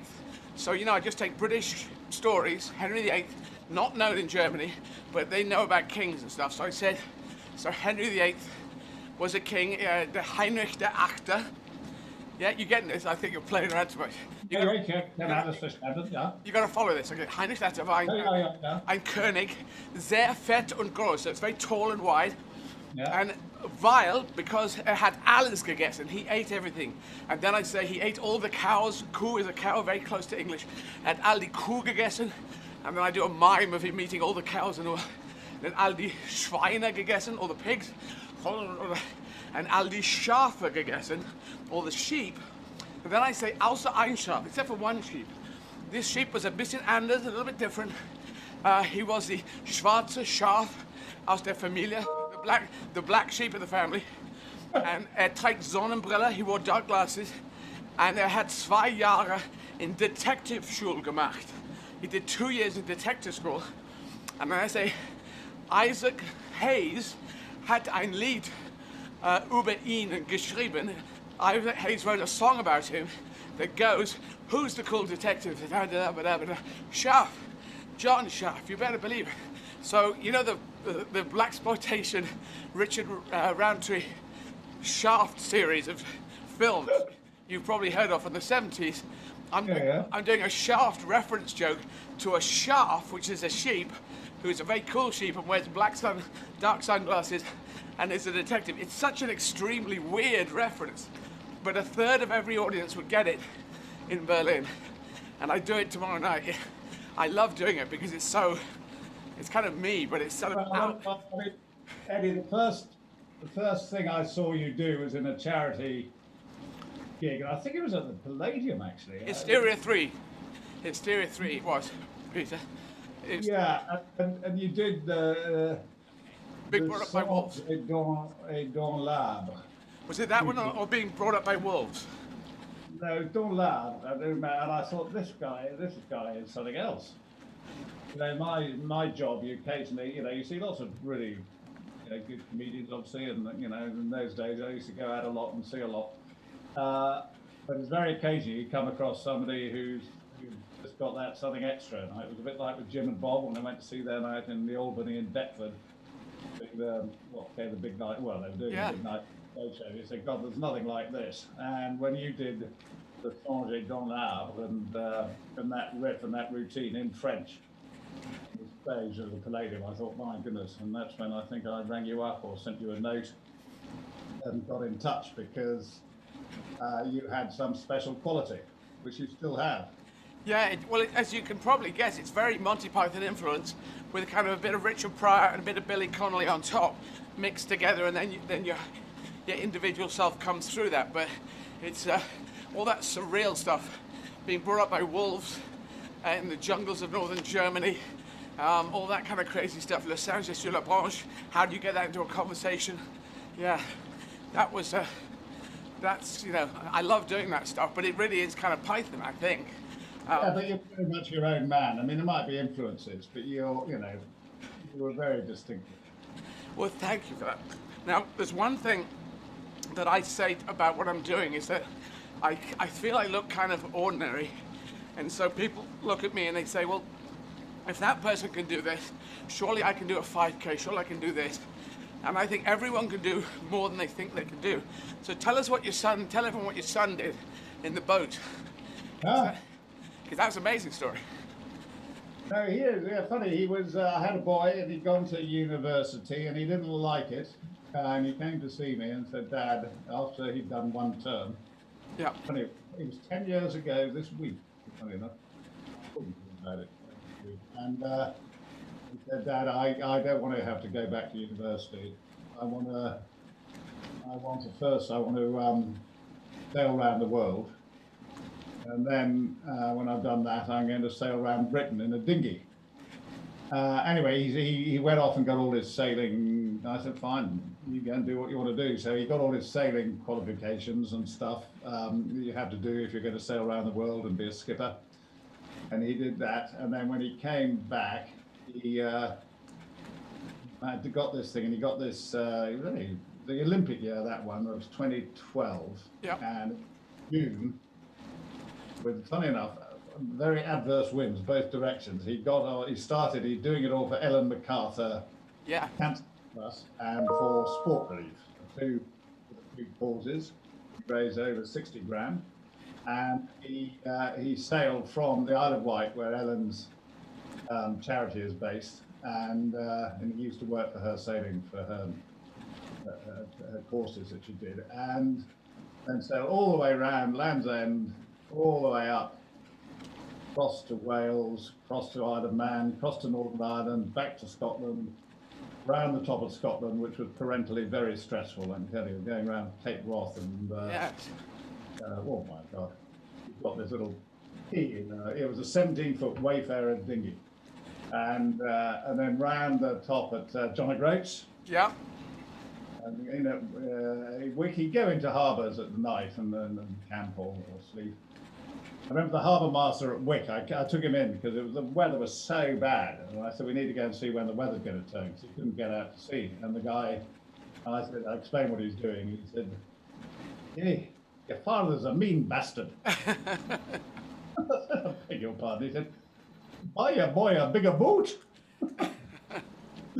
He shouldn't be going around in that little boot.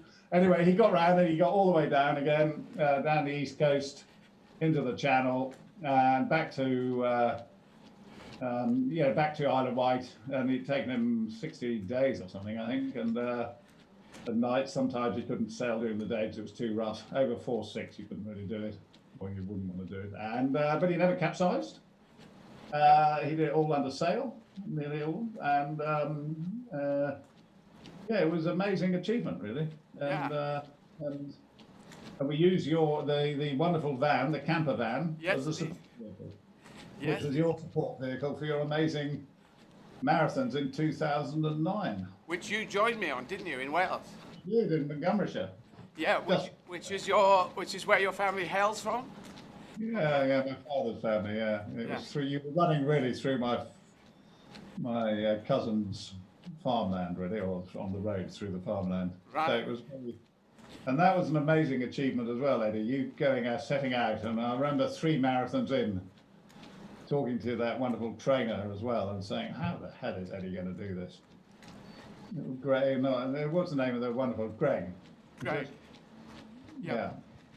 And anyway, you did it. And the other chilling memory I've got of that trip, that when you were in Edinburgh, Yeah.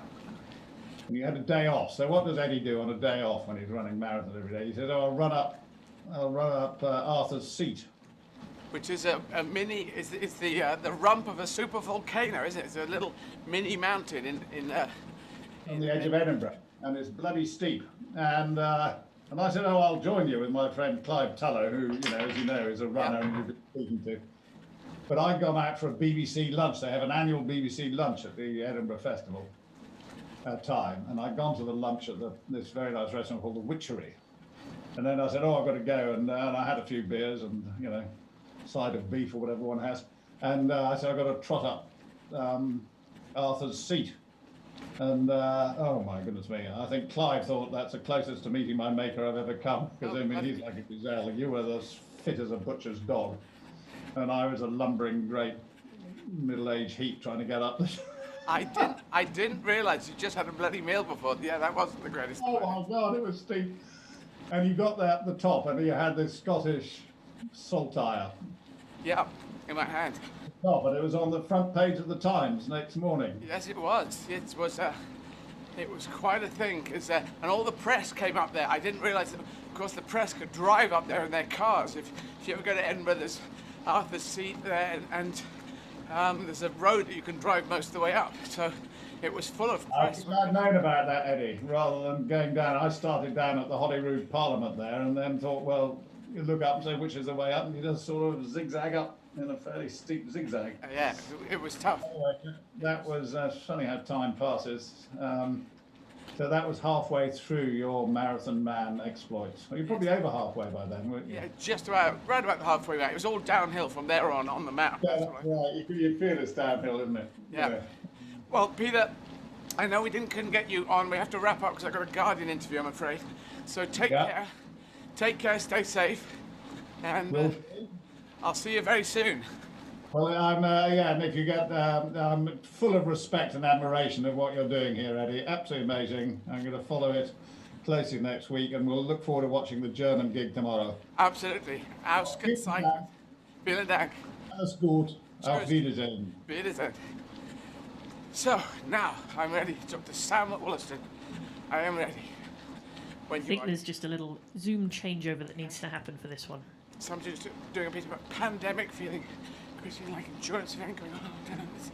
We talk about people explorers around the world. Talking about getting through things. Sam Williston is doing an interview in the pieces about the pandemic and getting through it. How we keep going.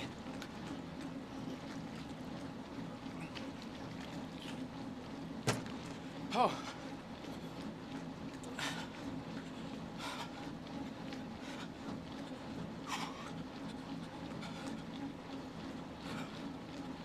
And on Zwift, hello everyone on Zwift. Oh, got 17 new messages.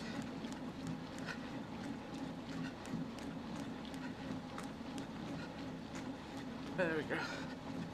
Hello all Zwift long distance runners and all HG people. We're running along now. What have we done? 16.9 kilometers. Get over 21, and then we're on the mental downhill for this marathon.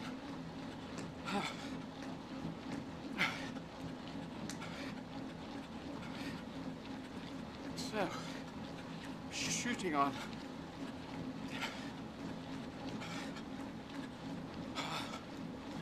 we're running Copenhagen today in Denmark.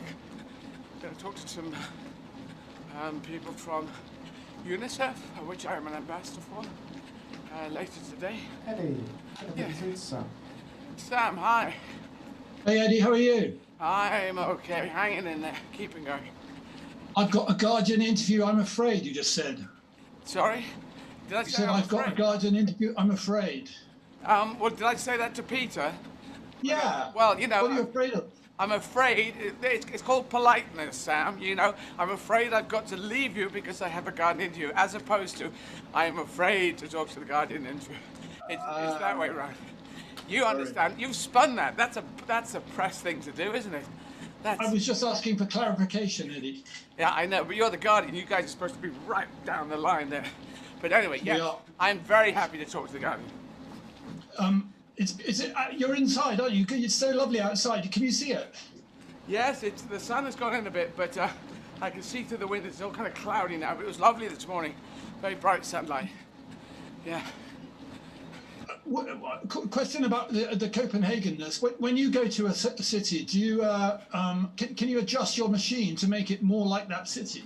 No, as you can see, we've got the photographs going behind, which are all of Copenhagen. We changed that, we changed the thing, put the Danish flag here, along with the European flag and the UN flag.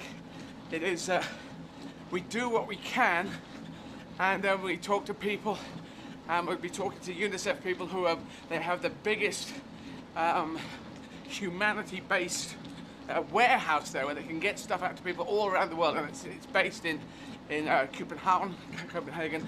So we do what we can in this lockdown situation.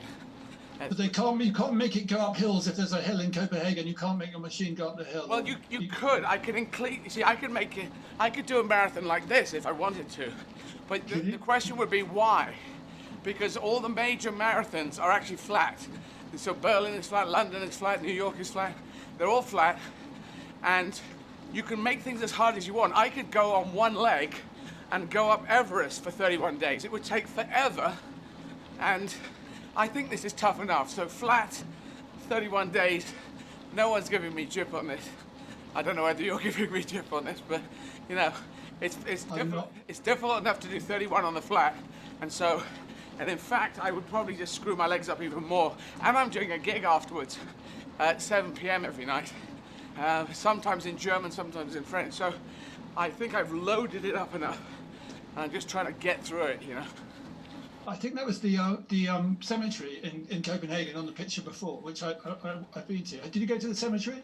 I haven't been to the cemetery. When I was doing the marathon, it was mainly the streets, and we went through Christiania a little bit, but I went too wild about us being there, so we went away. And so I just find streets, find parks. It's very nice to find parks to go in. There was one, I think it was in Bucharest, and it was full of snow and bridges and little lakes and stuff, and that was beautiful to run around. So you find what you can, because it's not an organised marathon. It's ones that we've organised. So you just try and find places that look interesting and give you stimulation. It's where Hans Christian Andersen is buried, I think. Yes, you know, he went and stayed with Dickens, I think. Do you know about this? I didn't know. I think he went to stay with Dickens, but he wasn't a very interesting... They kind of admired each other's work, but he wasn't a very interesting companion. And he wouldn't go, I think, so they had to... I think it was Dickens, someone like that. But yeah, Hans Christian Andersen from Denmark. I'll try not to do that and outstay my welcome then. Yes, that's why it's a Hans Christian Andersen thing. But do a Hans. Yeah, and Mads Mikkelsen's from there as well, from Denmark. Mads Mikkelsen, who was Hannibal, you know, the bad guy with the scar through his eye in the first of the latest Bonds.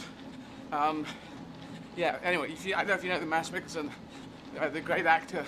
Does it ring any bells or not? Hannibal, you ever see it? No, but there's already a Bond theme in this one, isn't there? Because you were talking to Blofeld about Bond. Yes, I was talking to Henry Blofeld about his dad being the influence of the Blofeld name. But yeah. So yeah. Can I ask you can you help me on a specific matter, which is one of endurance? I want to know about endurance, because this whole thing is feeling a bit like a massive. This whole COVID thing is feeling like a huge endurance event. Yeah. Do you think are there any kind of valid parallels to what you're doing? Well, I think the action of what I'm doing definitely is endurance. The lucky thing I have compared to everyone else in the pandemic, and me also in the pandemic, is that we don't know when it's going to end. We don't know when we'll be released from this. And I get released on the 1st of February, where I can have a sleep and a relax. But it is good, motivate. It's the mind that's keeping me going through this. I'm motivated to keep going. And people say, well, how do you do it? Well, I tell everyone I'm going to do these things, and then you put some cameras on it, and you better do it, otherwise it's hugely embarrassing to stop. So try and avoid embarrassment is my thing. But for your average person in COVID, people have been asking me, what can you do? And I feel you've got to be planning things now, if you can, to do when it stops and when it passes. Because when we look at all the other horrible pandemics throughout the history of humanity, they do stop. They do seem to stop. So even though this one's going on and on, and I'd say plan for that, and then keep your mental health by getting your exercise. And I'm obviously getting a ton of exercise, so I'm okay on the exercise front. That helps. The exercise definitely helps, doesn't it? And that's yeah. Everyone talks about that. Yeah, yes, it definitely. I mean, people getting out, if they're COVID safe and getting out, especially if it's a sunny, crisp winter's day, that can be very nice. If it's miserable out there, not so good. But still, fresh air, vitamin D, and I'm not getting any of that, which is a bit odd, but we had to do it this way. But I am getting to talk to people all around the world. That's kind of wonderful. And does that help? Does the telling people about it, is that useful? It's not the telling people about it, it's actually the talking to people. So if we talk about anything, if we suddenly talk, I know we're talking about the pandemic, but if we talk, well, that's different to my legs. I've got to get my brain out of my legs and the body. The exhaustion is huge, obviously, in the legs.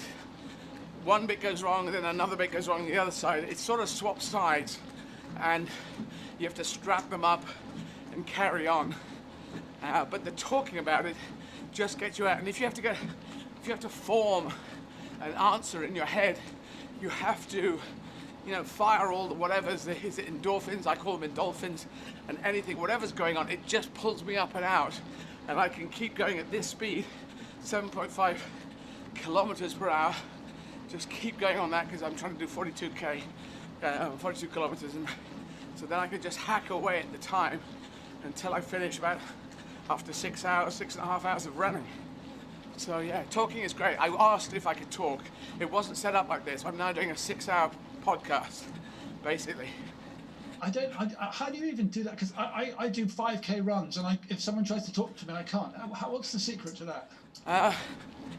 Well, if you were doing a 5K walk, you could do it, yeah? And if you did a 5K trot, you could probably do it. And if you did 5K runs every day, so that it became that you got really quite fast, then you could do it. So I can do this speed. If I take it up some speed, go faster, then I can't talk. This is about the edge of my talking, as you can hear me trying to get the breath in between sentences. So it's just I just knew that this is the speed I have to go, so I better learn to talk at this speed. Can we make that parallel? I mean, the talking bit, because I mean, it's also to us stuck in our attics. It's also quite useful to talk to people as well, for different reasons, perhaps. But yes, yeah, absolutely. Talking to people is great. Well, I do this even if I'm out running in normal times. I will actually, if you're having a running partner, that's great. It's obviously not specific to do with COVID, but I found you can actually phone someone up on your earphones and have a chat with someone, and then things pass away. You've got to have an inquiring mind, though. That's the thing. If you have an inquiring mind, if you're interested in what has just happened in America, the world, make humanity great again, I'm constantly looking for stuff. I have to talk about stuff in stand-up, so I have to be inquiring all the time. I want to be in politics, so I have a thirst for information, knowledge. I have ideas, I want to try them out on people. Does this make any sense, or does this not seem in the right direction? So, yeah, I like talking to people. Some people, maybe less so. And it's probably harder. But yes, talking to people, this connection that we've got through the internet that we wouldn't have had, they didn't have this before, you know? They didn't have this in the bubonic plague. Just shouting out the bloody window, I suppose. But it must have been hellish. I mean, if we find it hell now, just think of everything back before. It must have been a nightmare. Obviously it was. I guess the difference between what you're doing and everybody else and the pandemic endurance event is that you chose it as well, I guess, isn't it? Is that some difference in that? Yes, indeed. That is a difference. No one's forced me to do this. I thought, let's do this and see what we can do to raise money, help people, and also make it global as well, because I was born in Yemen, and I do have this feeling that it's about all of us in the world. I think that's what COVID should have taught us. Some people won't. There'll be, as you know, COVID nationalism. Come on, it's for our country. Let's get our country.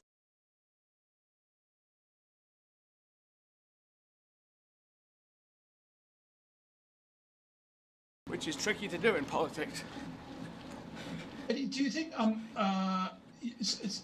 is it stamina that helps you for endurance? Is that something you kind of have inbuilt, or can you kind of develop it? I mean, have you become better at these, stronger at carrying on, pressing on? I do think you can. I think you can develop stamina. I think I might have a determination gene, but I have said this before, that the coming out has been TV trans back in 1985, which was so long ago, you know, over 3 decades ago. That was such a tough mental fight to come out at that time. Very toxic, the idea of being trans back then. And so if you could do that and come through it and create a small space of calmness around yourself, then everything else doesn't seem that hard. So it's that kind of thing, that if you go into something, like I've said on these, the first 10 marathons are hellish, and then it gets a little bit better. Not fantastically better, but just a little bit better. You know what you're doing. And I'm talking to you now, what am I going? 2.5 hours, coming up to 3 hours of running, and the body knows this bit. And when I get up to 4 hours of running, then there's only 2 to go before I can stop. So I'm not, the mind and the body are sort of syncing up and working as a one unit now. But the first 10, they're a bit all over the place. So can you make some sort of suggestions to the rest of us about how to improve our stamina and our ability to endure basically? Well, it's motivation. If you're not motivated, you won't do anything. If you are, you'll do lots. And people can motivate you in good ways and bad, I'm afraid to say. There was that guy Hitler who motivated a lot of people who were ordinary citizens in Germany to go and do hellish things. So we know that motivation exists. We want kind of Nelson Mandela to motivate us, and Abraham Lincoln to motivate us, and the positive people, Joe Biden to motivate us to do positive things. But if you are if you can get that going for yourself, the motivation, helping loved ones, people in your family, doing something for charity. This is probably the easiest thing. If you want to do something healthy, put a date in your diary where you say you're going to go and do something. We can still run outdoors, we can still cycle, so you can put a date in, tell everyone you're going to do it, and then do it and try and raise some money for it. And then you'll feel motivated and you're helping other people. And that's the simplest way of doing something positive out of the negative. And the stamina will come because you're motivated. I've told everyone I'm going to do this. I can't let them down. It could be helping someone in your immediate family. And then you think, I'm going to bloody do this. And off you go. I think that's the best, easiest way of getting motivation, getting some stamina.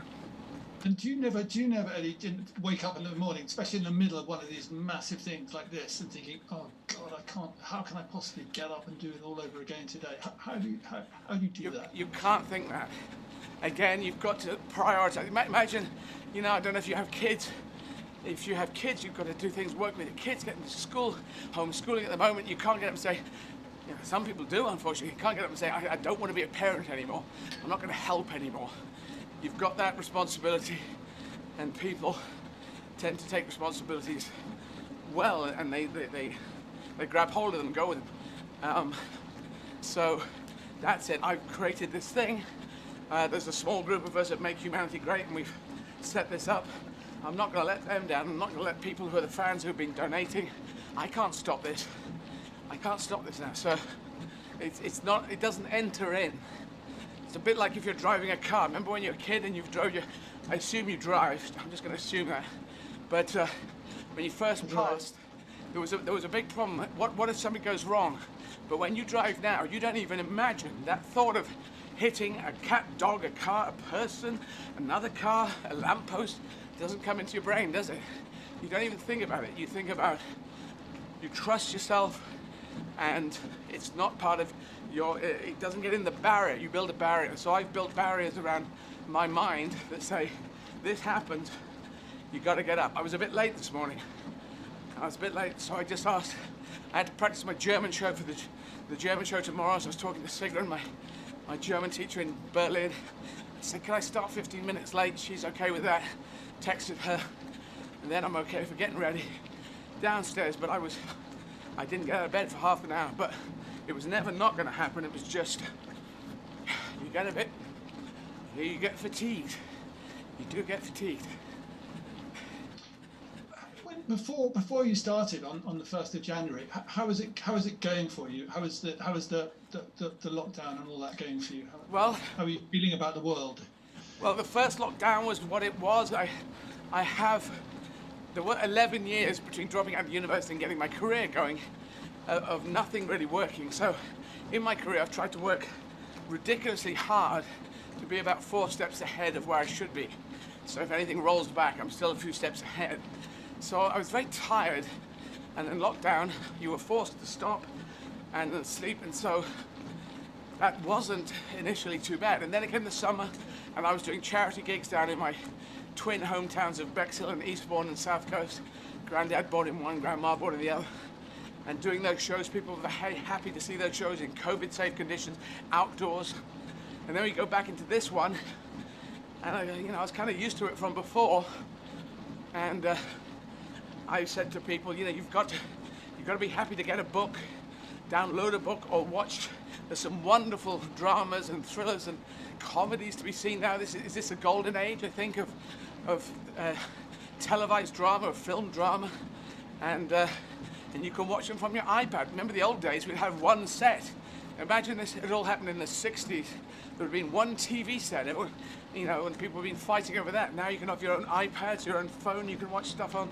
So I was doing that and just getting on with it in the second lockdown, and then I knew this was coming, so we had to be very COVID safe, and I was self-isolating and getting ready to start this. So. But was it a way out for you? Does this help you do something, whereas you wouldn't have been doing so much before? And also, I mean, and then are you sort of looking forward to or dreading the end of it? Way looking forward. No, this is not fun. This is not fun. Some people sometimes talk about ultra marathon running as fun. I don't find it here. No, this is grind. In the Premier League, they talk about, the top teams, you just got to grind it out sometimes. And the number of these, the machine, our links broke down, our Bluetooth broke down yesterday. We had to stop for 20 minutes. I still had the gig at the same time. So 20 minutes of standing there trying to reboot everything. And then I had to run up to, I got up to 14 kph. I'm normally at 7.5. So I was like sprinting along at the end trying to get it finished. It isn't fun. But I can do it. I'll get it done. And I'd rather it be stopped. And this isn't a substitute. If I didn't have to do this, well, if we hadn't set it up, I'd be quite happy with not doing it. But we have set it up, and I was going to do it, so I'll do it. So you would suggest to people that they kind of set things up and tell people about it. Yeah. Have plans. Yeah. Yeah, get it out there. If you want to do that, if you don't want to do something for charity, it's doing something for charity, it becomes a selfless thing. You can get motivated. If you're doing it for yourself, I'm going to run this just for myself, that's one thing. There is a great app called Couch to 5K, which I've heard about, but download the app, because that's great. There's normally park runs, which aren't there at the moment, but they're all around the world, and those are 5K runs. But Park to 5K is an app that's there and gets people just off and using these human units that we've been given, because they are designed to be used. And if you don't use them, you will lose them. And the more, even though my legs are complaining, I am fitter, I'm healthy. I'm going up the stairs in my house. I mean, getting up the stairs was just really hard at the beginning. And I'm going up slightly faster now, so you actually get stronger. That's the weird thing. The body starts mending itself quicker. It's very odd. But I am exhausted, but I'm somewhat stronger. And yeah, tell other people, if you want to do something, you want to feel like you're doing something, I'd say do something for charity. Somebody died, I had a problem with a certain, is it cancer? My mum died of cancer. You could do anything you want just to help someone, just to raise money. NHS, do it for the NHS. Raise some money, and then you set it up and tell everyone, then you feel you have to do it. And you talked about physical strength, but are you getting mentally, do you become, during one of these incredible series of marathons, do you become mentally stronger as well? That's a good question. I don't think I do, actually, because I think I have to be strong before I start. Because if the first 10 marathons train you for the rest, because you really can't overtly train for 31 marathons, my brain is always training for them. I'm always ready to do these. So I start pretty strong mentally, and I end pretty strong. I didn't know if I could do a show after each one. And the shows have been a little bit, I've fallen asleep in the middle of lines. I was talking about bees, God making a bee. And God, they said, what do you want? I want a yellow and black. And he's smoking a reefer. Yeah, I want a yellow and black. I want the sting. I want the sting to rip out their entrails when they sting things. They go, what? God, you think that's a good idea? Oh, I think it's a good idea. And then I fell asleep and I came up and said, and big arms. I said, big arms. I thought, what am I talking about? Big arms. It's got nothing to do with anything. But I'd actually fallen asleep in the line. So I'm, trying to stand up. I've got a bar stool there. Sometimes I sit down, sometimes I stand up. Oh, right now, my right leg has just started talking to me and going, be careful. So I have to constantly listen to the legs out here. But yes, maybe I'll have a little extra confidence at the end that I can actually do marathons and a show at the end, which I just didn't know if that was possible at all. It's an hour show, and in German and French. Not too shabby. Somebody, I talked to a woman who's sailing around the world this morning, and she talks about, for the same idea about endurance, and she talked about rhythm as well. Is that something you recognise at all? About it's important to have some sort of rhythm in your... I don't, because she was talking about the rowing rhythm. Is that what you mean? No, I just sort of meant perhaps it's routine, perhaps it's rhythm, but just something that kind of happens at regular intervals, like doing a marathon every day, which is a very extreme form of it. But for those of us who are just waking up and lying in bed, we possibly don't have rhythm. Perhaps you need to get some rhythm in your life. Interestingly, that doesn't resonate with me. It could be that I do such a weird freelance career. I love my stand-up, but that's a nighttime gig. I love my film work, and that's a morning gig. I quite like running marathons, and that's better to do in the morning, but quite often I do it in the afternoon. I have done them into the night. I quite like not having a particular routine, even though I do believe routines are good for human beings. Some people really need them. I need a certain amount. I like doing things, but I don't have to have it the same all the time, and I quite like that. Do you look down?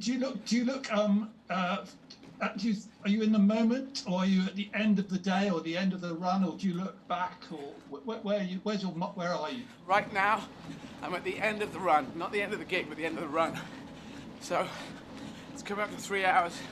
Almost. I don't know if you can see the numbers above my head, and then the blue ones are showing the kilometers run. So when it gets 21, which is one more kilometer, that's halfway. So I'm always finishing, always be finishing, always be closing. Once this is done, the gig is a mind gig, but it's more pleasant than this. This is tough. Do you find is it harder to be funny if you're very tired? Yeah, well, you fall asleep in the line, so yes, and you can't I have to sort of almost pump myself up. At the beginning of the gigs, I've noticed I've got more energy, probably, you know, endorphins from here.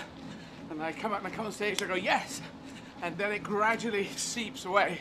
So by the end of the hour, I'm fighting to stay conscious, which is a little bit worrying, scary, but, you know, I said I'll do an hour a day, and I try and do that. But yeah, I'm looking to stop. That's what I want. I love stopping. I don't love the running so much. I love the stopping. Sometimes I love the running when I'm out there, but I normally do holistic marathons. I run, I stop, I talk to people, I see things, I take photographs, I can tweet something out. I love that. This stop, start, do it, you know, holistic, just like human beings would have done before. If they were hunter-gathering, they wouldn't have gone, come on, we're going to hunt, hunt, hunt. Come on, it's almost 2 o'clock, come on, let's hunt. They would have felt their way through. They would have been walking, following the signs, hunting the herd to see where that's going. Then they would, I don't know if you know about persistence hunting, might have been the main runner who was loping after one of the herd, but, you know, holistic seems much more closer to what we are, rather than personal best, VO2 max. I'm locked into, I have to finish in 6.5 hours on this, and that's less fun for me. Do you think maybe that's where it comes from, our ability to do this, from being hunter-gatherers? I mean, is it something... Yeah, well, think how long we were hunter-gatherers. That was millions upon millions upon millions upon millions of years. If the dinosaurs died 65 million years ago, we were just becoming that from then, in hunting in some ways. And yeah, that we are naturally built for that. And then in the last 5,000 years, we've discovered refined sugar and TV, computers and houses. And that wasn't there before. We used to be out there. And that's what these units are designed for. If you don't use it, you lose it. Just like a car. You don't drive a car enough, falls apart, seizes up. You don't live in a house enough, wet rot, dry rot. These bodies as well. The more I push this, the more it gives me back. Even though this is obviously extreme, but after this, I will take 1 day off and then I'll be training again for the second day. I know that. Not huge training, I'll just do a 5K, but I'll get back out there. So do we all have it? Can we all? Do we Sam, all have it? I'm so sorry because I'm talking to bunches of people. Can this be the last? No, that's fine, Eddie. That's fine. That's great. You can do one more question if you want. Yeah. Yeah. Do we all have it then? Can we? No. Instead of doing that, just you 5 tips for all of us based on getting through this. Aim for what you're going to do in the future. Exercise in some way every day, even if it's just walking. Try and eat healthy food rather than crap food. Watch some excellent dramas, comedies, streaming, because they're out there and they're not too expensive these days. And 5th thing, talk to people. Yeah, try and get online, FaceTime, WhatsApp, whatever it is, Zoom, and have a chat with people. Chat with your friends that you used to chat with. Get talk to them. Have a meal with them. Sit down and have a bloody meal with them while they're having a meal. You can do that. There you go. That's very good chatting to you. Thank you. Yeah, good to talk to you. Good luck. Thanks. Take care. Okay. Now we're going to talk to Lewis. I need to go to the loo. Have I got time? Yes, I think there needs to be another little changeover on Zoom. Okay. So yeah. In the loo.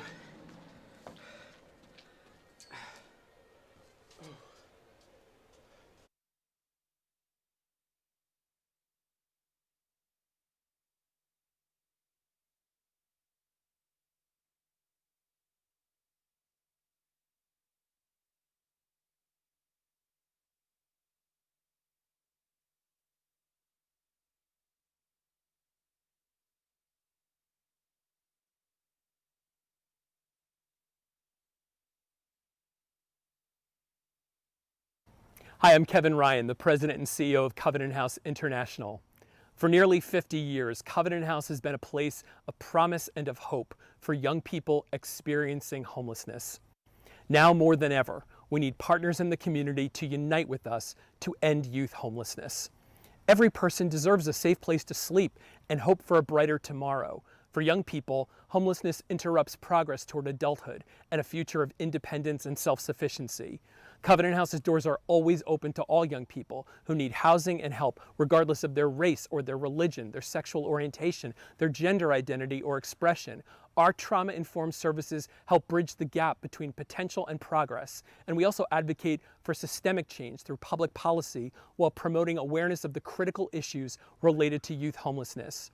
The Covenant House mission is centered and built on community, where youth and staff and volunteers and our partners love one another unconditionally, respect each other absolutely, and dedicate ourselves to a covenant of compassion and hope. Learn more about resilient young people at Covenant House and our life-affirming services at covenanthouse.org.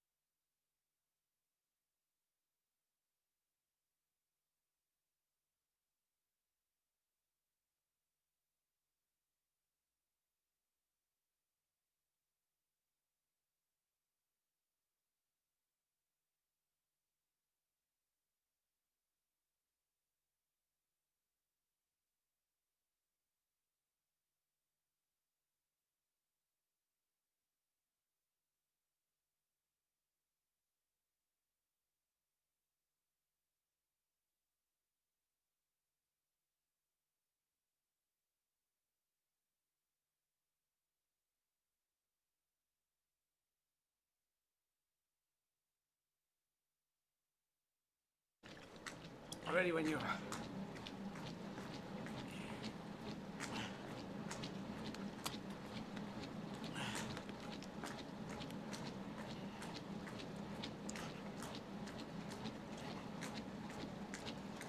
Dr. Lewis Kirkwood, any second now.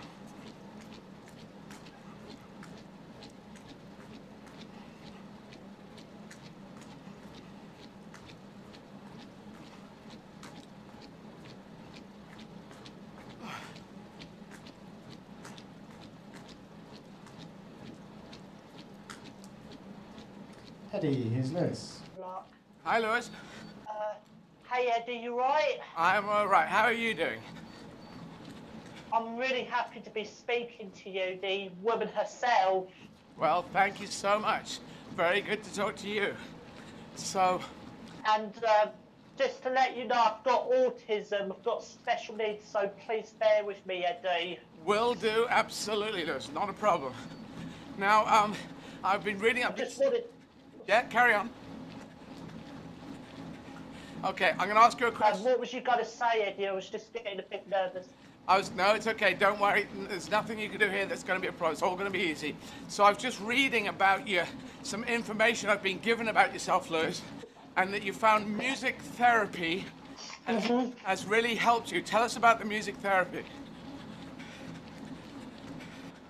Well, Eddie, in North Robins where I received music therapy, you just go in and you play some music with them that, with the therapist, that really helps you feel good. And I'm also a guitar player and singer, so I just get a guitar out, Eddie, and I just shred whatever I feel like shredding. Yep. And you'd like to be a musician in the future? A metal musician, Eddie, but I don't have the confidence to write my own tunes in case I get it wrong. Yeah, I know. Well, I think with music, I don't think you can actually get it wrong, Lewis. I think you should write whatever the hell you want to and just see what happens, you know? Yeah, man. I'm also a fan of your work, as you can probably tell.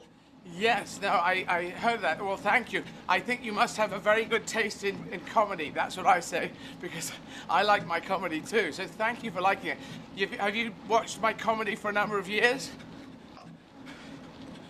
I have. I watched during Monty Python when Nordhoff gave me some tickets and Stephen Hawking was right by my box. Oh, wow. Wow, yeah, I was there that night. Excellent, yes. Fantastic. And then when I was in college, I found a couple of videotapes of you on it, and I watched, and then I've got the DVDs of yours, and then I used to watch them every night just to feel better, because sometimes I can feel very, very crappy about myself, and it can be a pain because I hope I'm not talking rubbish, because I know you have a talent of doing that, Eddie, which is a good thing. No, Lewis, you're talking, it's very good for you to talk and for everyone to hear, because you're struggling with this thing. And autism is not a fun thing to struggle with, but it's great that you're pushing and doing things. And it's one. And sometimes I like to make jokes about them, because I call them special jokes. Right. Because also as a special person, it helps me get through everyday life, especially with social justice, the coronavirus, and the fact that I've been discharged from music therapy, which I'm trying not to make a bad thing, because when I have received music therapy, Eddie, I used to feel a lot better about myself and feel that I can achieve as a musician. Right. Yeah. So so you're no longer doing music therapy at the moment, are you saying? Sadly not, Eddie, because of this virus going on. I'm trying to see the good in people, because have you ever seen that film Falling Down by Joel Schumacher? Yeah, I know of it. It's one actually that's is it one with Michael Douglas in? As defence, then you've got Robert Duvall as Prendergast. It's about these two blokes who deal with because both of them served were in the 1950s, and then when it got to the 1990s, they were made obsolete in each of their jobs, and one deals with it like an adult, while the main character defence just deals with it violently, and it's a bit like Joker, to be honest with you, by Todd Phillips. Yes. Yes, you know your films. Do you love films? I do, actually. One of my favourite films is the Toy Story trilogy, 1 to 4 spin-offs, and even the short films. And I used to call people Toy Story names when I was at school. Oh, wow. I used to do the lines a little bit. Yeah, they are very good films, aren't they? I did the Cars 2 film. But Cars 2, you were Axel something, the villain. Yes, Axelrod. I seemed like I was a good person, but I wasn't in the end. And yeah, but it's fun to do that. You're actually, sorry to interrupt, Eddie, I'm actually feeling quite emotional talking to you, because as an autistic person, your comedy makes me feel good, and it makes me feel that talking rubbish can also be a good thing, because when life doesn't make sense, when you do the same thing, you feel much better about yourself. Yeah. Well, I you know, my stuff is kind of bonkers and silly and childlike. My thing is quite childlike, and hopefully I try and make myself laugh. That's the person I'm trying to make laugh. So I'm glad it makes you laugh. I think you're doing a very good job, Eddie. You're a very strong woman, and you're very kind to people. And I want you to keep doing what you love doing. I will do, Lewis. I'll keep doing it, and I'll keep doing the films as well. I love it that you love films. I've got a new film coming out that hopefully. If I was a filmmaker, I would definitely cast you 6 minutes to midnight with Judi Dench. Yes, you've heard about it. Yeah, and Jim Broadbent as well, and a number of great actors in it, and hopefully you'll like that. It's a thriller. And because if I had a project right now, I would definitely cast you in something, a bit like how Chris Nolan cast as Michael Caine in his films. Yes, indeed. It's Chris Nolan. To be in a Chris Nolan film is a great thing. He does wonderful work. And before you go, Eddie, I just want to say hi to Sarah, who is your bass player in the background. Yes, can we put Sarah on the screen, please, Dave? Can we bring Sarah up there? There's Sarah. Hey, Lewis. Hey, Sarah. You look very good back there. You're like the bass player in the background. Oh, thank you. I'm trying my best. We appreciate your work. Well, thank you. Just trying to keep Eddie's legs on. Just a bit emotional right now, which is a nice thing. Yeah, no, Lewis, you're doing it great. You're doing great. It's great. And I take it you, if you were doing music therapy, the guitar is the thing that you like to play? It's what I love doing, Eddie, and I'm also studying music at university. Excellent. I love the piano, Lewis. The piano's the one for me, but guitar's for you. That's good. I hope if we were jamming right now, I think we would probably stir up a bit of a storm. Yeah, we could do that. We could do that. But I've got to do this running at the moment. But I do. Good music is a wonderful thing to listen to. So it's great that you're doing that. And I hope you like the film when it comes out 6 minutes because, yeah, well, we made it in 2018, so it's almost 3 years ago now. So we've been waiting for it to come out. And how much time we've got left, Eddie? Because I don't want to waste your time, despite the fact that it's a dream talking to you guys. No, it's great. We can let you go when you want, Lewis, because you've done a great job. You've done a great interview, and you've really helped people sing, and we can raise money and help other people. So it's beautiful to talk to you. Thank you. Thanks, man. See you later, guys. Thanks for being great. No problem. You keep going, Lewis. You keep doing all the stuff you're doing. You're doing well. Thank you, Lewis. Good to talk to you. Bye, Lewis. See ya. There we go. So that was Lewis Kirkwood. And Lewis does suffer from autism and I'm very brave to come on and do an interview to all of us. And so if you'd like to donate and help, you can help people around the world. And Lewis is helping people around the world as well. Izzard.com, just go there and you can make a donation and you can help people. The 5 charities we're highlighting are Care International, doing care packages since the Second World War. If you ever heard of a care package, that came in the Second World War, coming from America and helped people particularly in Europe, and now it's around the world, international, including in Yemen, the country of my birth. And we have Covenant House, doing fantastic work with young adults, teenagers and young adults who are homeless, have had problems with drugs and drink and addiction problems, and they help them to get into a much better situation. We were talking to someone who'd been through Covenant House, and Covenant House paid them to go to university. They paid their fees at university, and they got a first. They got a first. This was CB that we were talking to, and now she's helping people down in New Orleans, which is wonderful. We have Fair Share, working against food wastage, getting food out to kids in low-income backgrounds so that they can have some decent food, and wherever it's needed.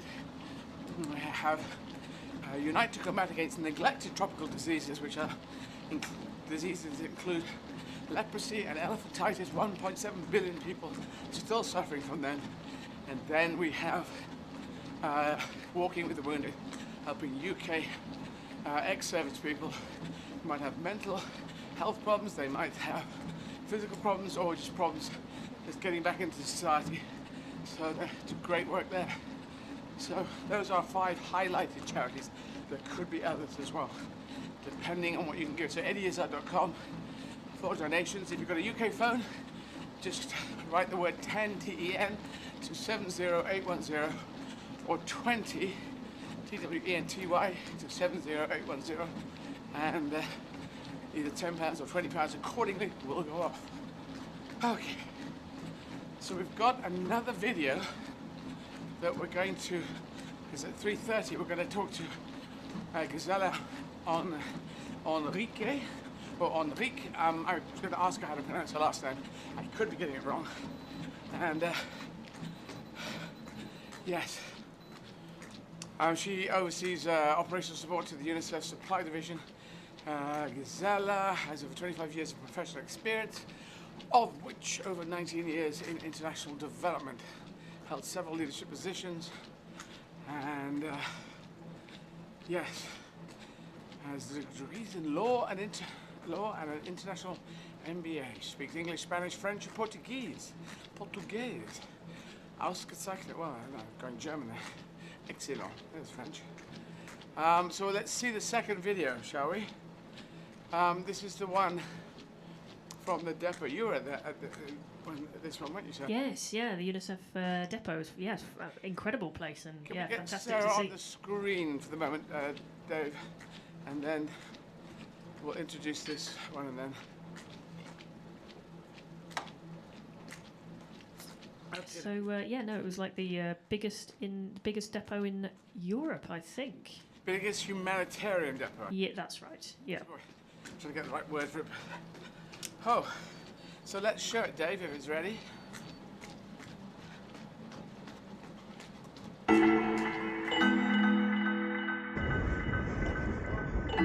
Hey! Here in Copenhagen, there we go, the UNICEF. This is the biggest warehouse, humanitarian warehouse in the world. Within 48 hours, they can get emergency foodstuffs and equipment to people all around the kids all around because it's UNICEF. There you go. So we're going to have a quick look in.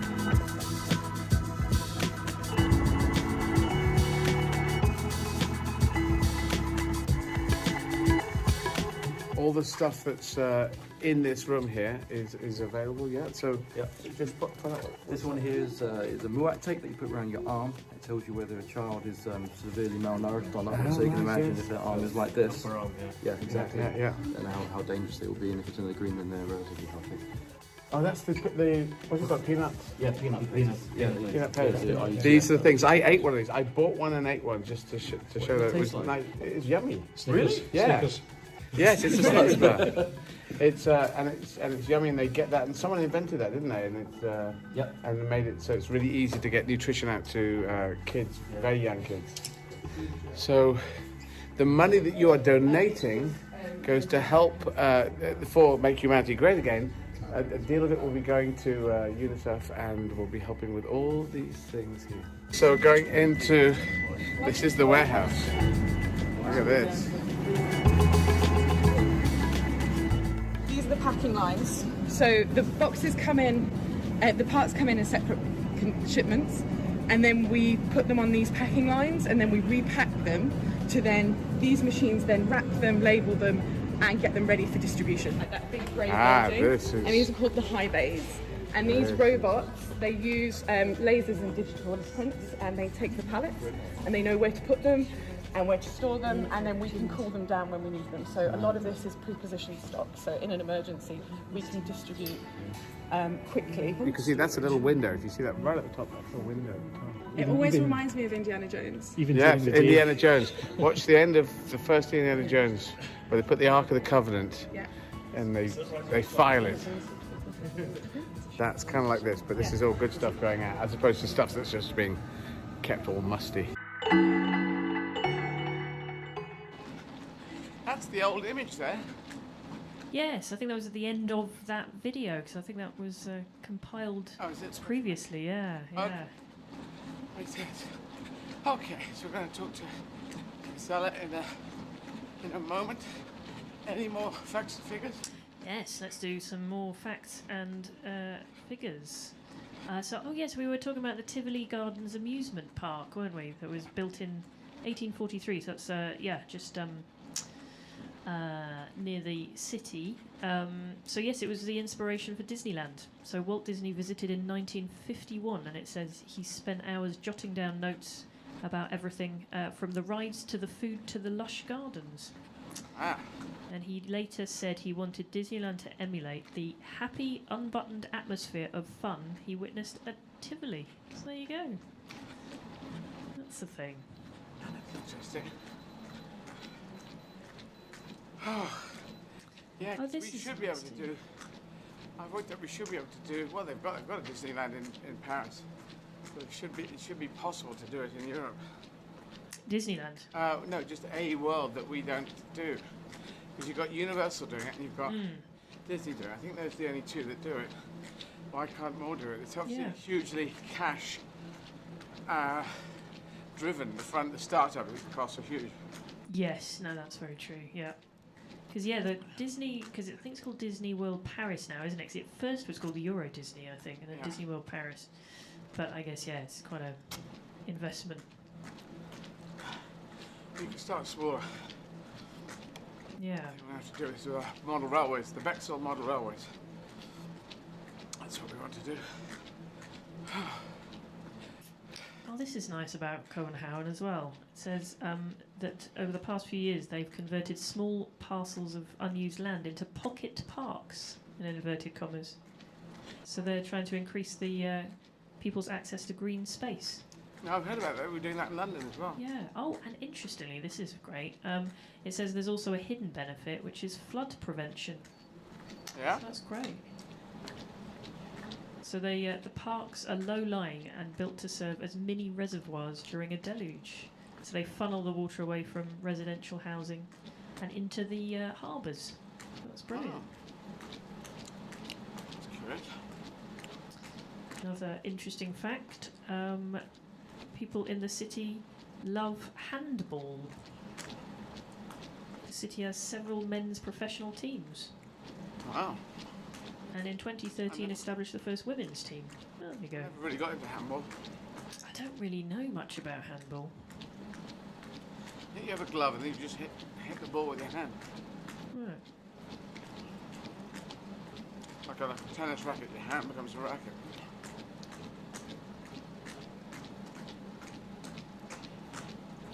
It says Copenhagen has a lively jazz scene, dozens of clubs, and a yearly festival that draws 250,000 people.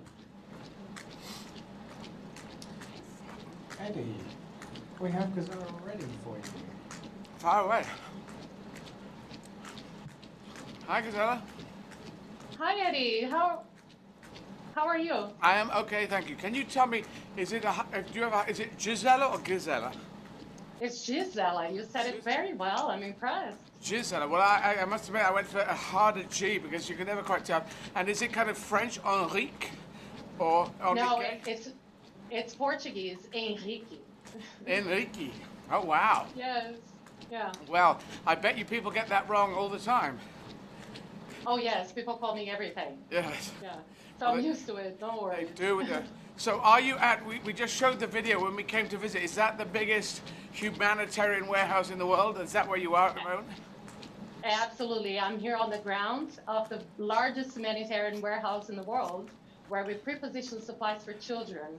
So, and which you visited, by the way, last Absolutely. February. We just ran the video showing it, showing Yes. it there. And how are things at the moment? Well, tell us how everything's operating for Unicef and the things you covered in this COVID situation.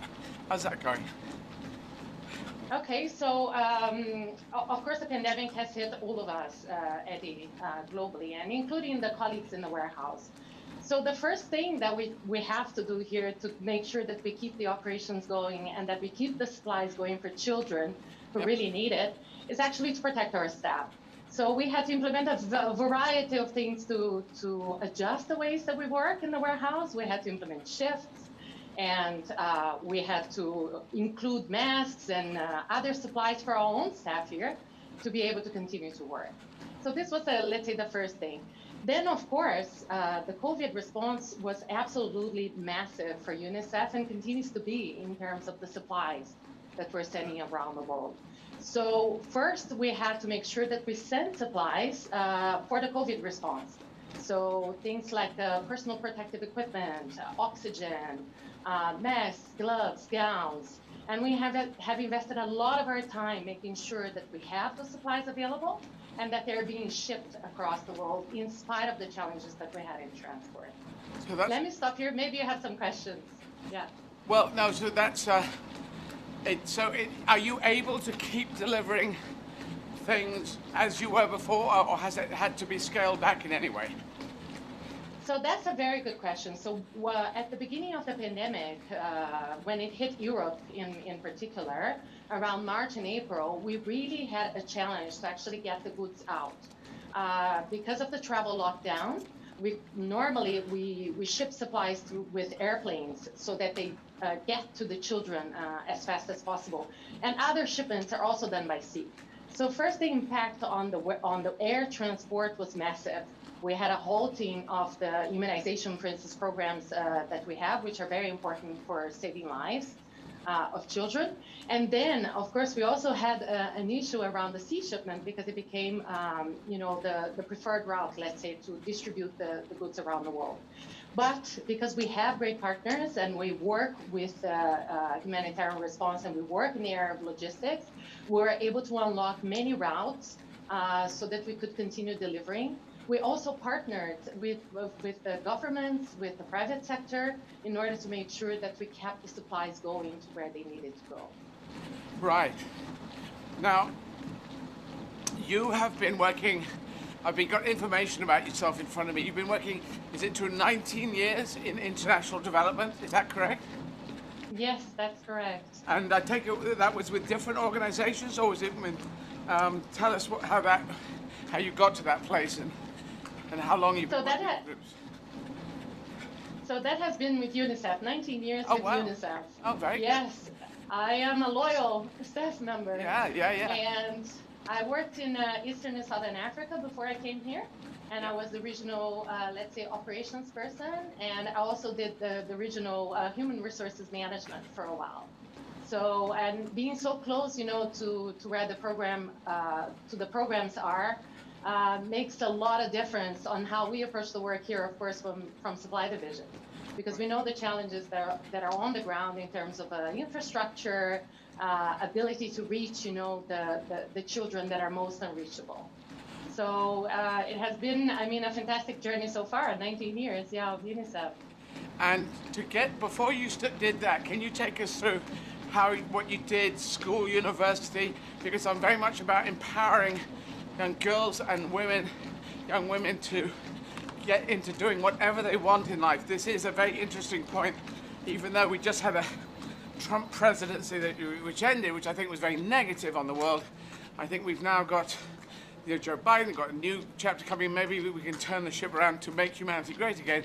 So I want to empower girls and young women to do whatever they want. So how did you get to where you are to starting working with UNICEF before that? Okay, so first I have to say that empowering girls is absolutely one of the key things that we try to do in UNICEF, because we see the impact that they have in their communities when they are educated, and they will make sure that knowledge and education will be passed on for children. So absolutely an area of priority for us as well in UNICEF. But for me, I'm Brazilian. I studied law as my first university degree. And actually, I worked in a bank for 5 years. The last year I was a trader. And I had kind of an epiphany, and I wanted to change my life. So I decided to stop and do some, let's say, an MBA to reinforce my managerial, skills. And then I moved into international development. And so which city or town did you grow up in Brazil? It's a small town in between Rio and São Paulo. São Paulo. I have to play São Paulo, apparently. I've been told, because I want to do a Spanish tour down all the Spanish-speaking countries of Central and South America, but of course you have Portuguese in Brazil, but they said rather than Rio de Janeiro, São Paulo might be better for me to do an English gig in, because I'd have to do it in English, not Spanish, because that would be kind of not good politics. But does that concur with you? Is there a different scene in São Paulo, or do you not know if you've been away too long? I'm about to get in trouble probably with the people from Rio or São Paulo for whatever I say, but I think in both cities you would find a population that is very Anglophone as well, and who could definitely benefit and enjoy your show.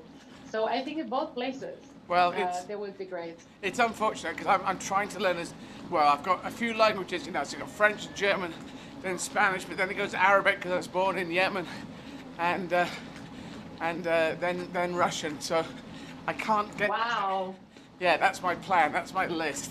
So I can't get. You should work in the UN, Eddie. You should help us in the UN. Well, I have this, the UN asset of languages you have. I don't know if you can see the UN flag is right here. So that's one of our flags that we're flying. So yeah, I'm trying to make the world, make humanity great again. That's all 7.8 billion of us. And my worldview is a fair life, a fair chance in life should be the right of every person in the world. So that's what I'm fighting for. I think that's a reasonable thing to fight for, you know, not too extreme. It's just a fair chance in life, which yes, which is I think part of the work that we do. As you know, we're heavily engaged at the moment with the COVID-19 vaccine, and this is let's say our motto as well. We need to make sure that the vaccines are available for everybody, so that everybody has a fair chance. Exactly. We can't have this COVID nationalism. If this country does okay, but that country doesn't do okay. So that's what I'm fighting for. And I was born in Yemen.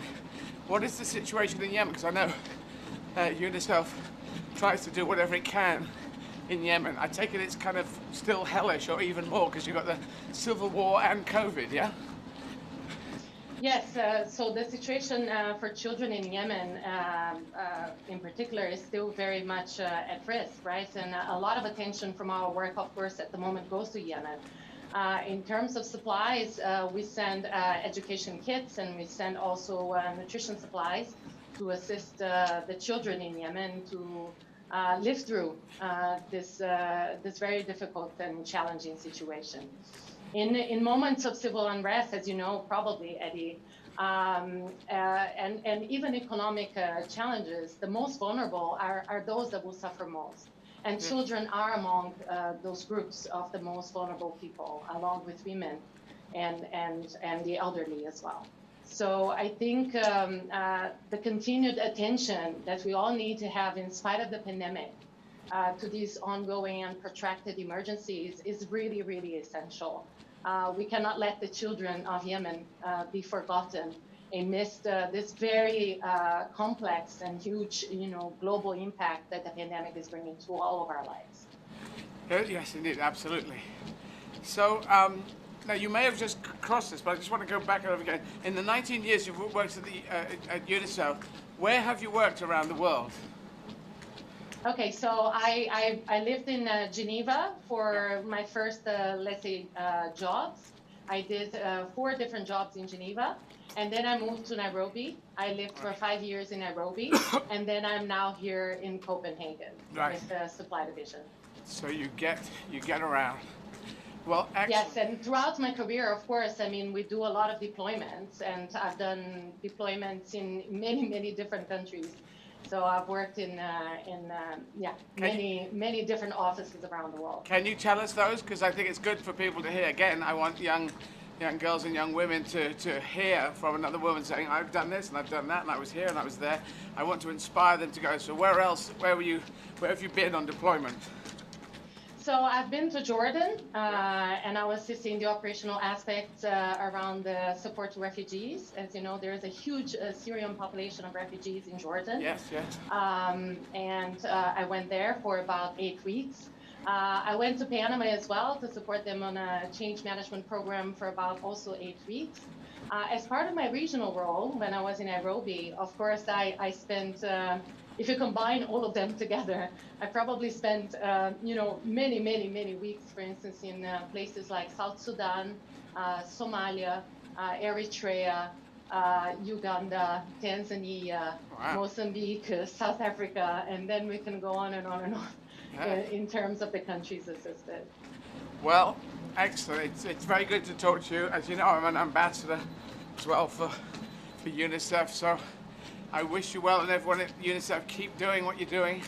Keep helping women and children everywhere, and thank you for changing your life and not going down the trader route, the financial trader.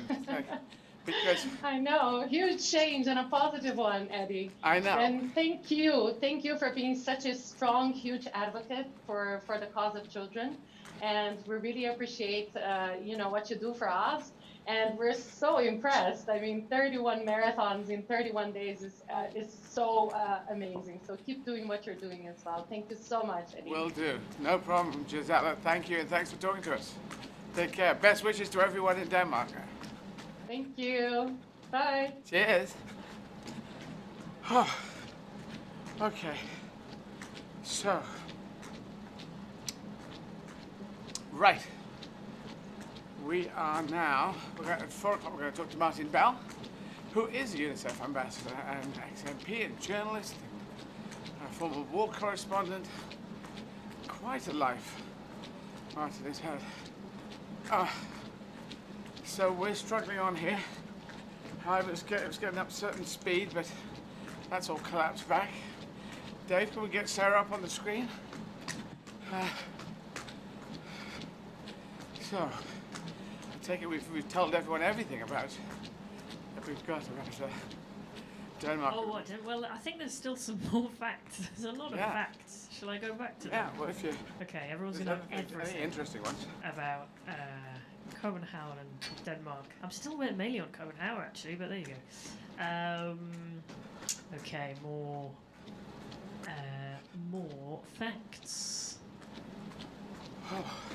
So, there's thing says here, if you've ever wanted to see a 1975 Bugatti take on a 1965 Porsche 911, you can at the Copenhagen Historic Grand Prix, where race cars of the past are displayed and then unleashed against one another. So it's like a big race. That sounds amazing.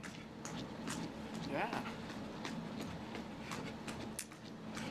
Isn't it? What's the fastest car? Is it a Bugatti Veyron? That was, I don't know if it still is, but that was the sort of fastest road car, I think, wasn't it? They made a few years back. Not sure. Well, they did it just for Germany, because Germany's the only place you can go as fast as you want. Yeah, I think it was like a concept one. I think there was they only made about 10 or something. Right. It was insanely expensive, obviously. And I think they took it around. Is it the Nürburgring? I think that famous racetrack. Yeah.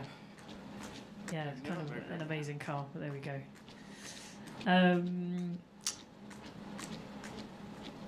Oh, this is interesting. Cemeteries often double as park spaces, which means it's not uncommon to see couples lounging next to tombstones. Wow, okay. Or a family having a picnic near a mausoleum. There we are. So the best example of this is the expansive Assisten Cemetery, where writer Hans Christian Andersen and philosopher Søren Kierkegaard, yes, are buried. There you go. Yeah, I don't see why not. Because otherwise they're kind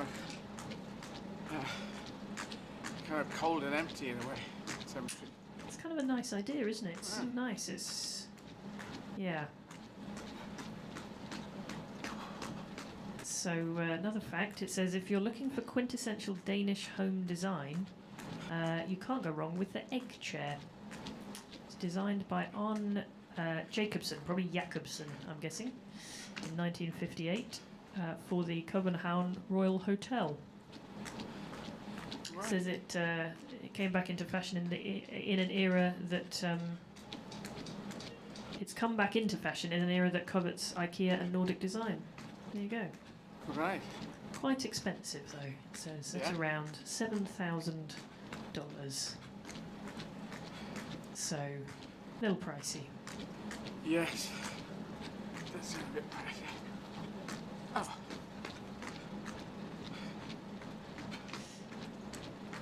Here's another. Actually, you know what? I'm going to look at. I'm going to do more facts about Denmark. So we're quite city heavy here. So I'm going to do interesting facts about Denmark. So we're a little bit Copenhagen heavy. Here we go. Fun facts about Denmark. There you go. This is from visitdenmark.com. So that sounds like it should be pretty accurate.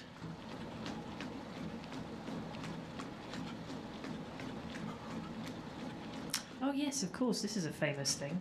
They say, we have a word for that cosy feeling of togetherness, which is hygge. which is spelled Hygge, but I've heard of this. It says, in essence, hygge is about creating cozy social gatherings and intimate get-togethers with family and friends. It's the feeling of well-being and warm atmospheres. No, it's not a hugger. No, and you know, I heard there was like, I don't know where I heard it, but a whole discussion on hygge, and then I think everyone was trying to pronounce it. Yeah. And it sort of says it's like a kind of general feeling. So it says you can also feel the notion of hygge in the streets of Copenhagen.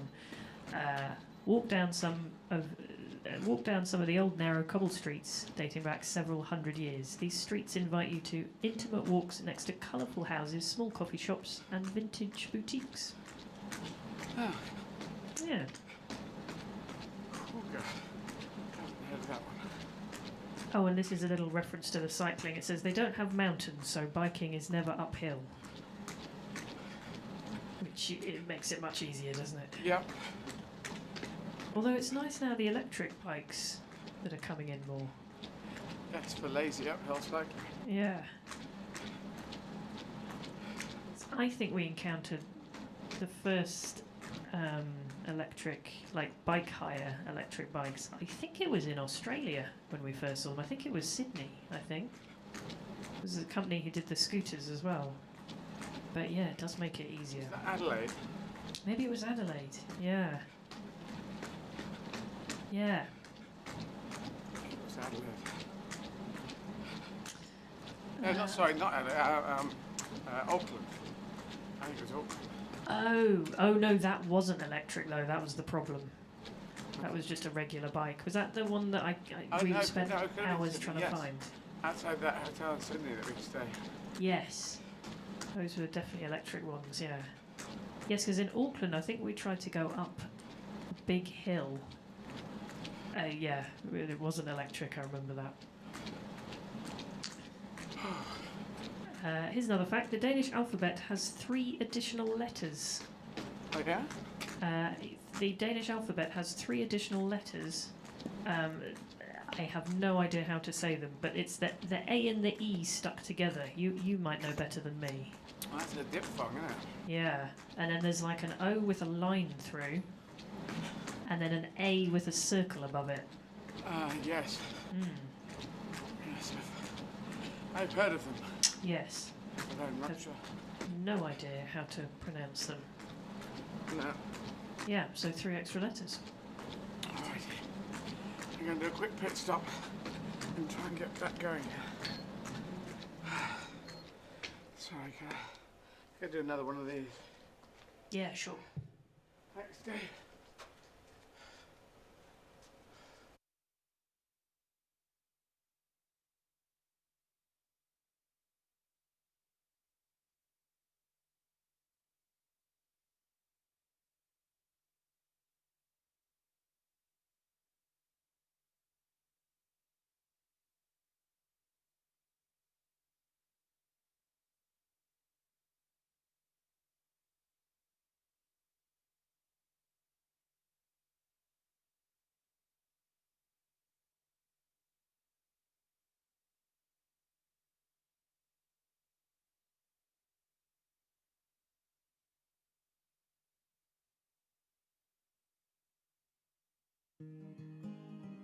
Shockingly, over 2 million tonnes of food a year is wasted within the UK supply chain. FareShare is tackling this problem in a strikingly simple way. We work with farmers, producers, distributors and retailers to save good quality fresh food from being wasted, so we can get it onto people's plates instead. In practice, it's a huge logistical feat, involving hundreds of volunteers working tirelessly to unload the produce, unpack and sort it at any one of our network of food warehouses across the UK. The food might be surplus, but it looks and tastes just like the food you'd eat at home. Most of it arrives well before it would have hit the supermarket shelves. Food becomes surplus for all sorts of reasons: a glut of courgettes from overproduction, or a lack of demand as unpredictable weather plays its part. Incorrect packaging and labelling, wonky fruits and veg, and cancelled orders. Wherever it comes from, with the support of our team of volunteers, we prioritise the incoming food, itemising it for traceability and breaking it down into smaller quantities for redistribution. FareShare gives nearly 11,000 charities access to food, all of whom are onboarded safely and meet all food safety regulations. These charities and groups range from food banks, children's breakfast clubs and homeless centres to small local community groups. Not only does this food save charities thousands of pounds on their food bills, it means they can offer the people they support more fresh, healthy fruit and veg and a wider range of food in general. New innovations like the FareShare Go app have seen direct pickups from the supermarkets, meaning perishable goods like fresh bread and fruit can quickly be redistributed. FareShare is more than meals though. Food brings people together. It helps local organisations tackle loneliness and isolation within their communities, or help connect struggling families with the services that can support them. It's such a simple concept. Food that could have been wasted is instead used for good.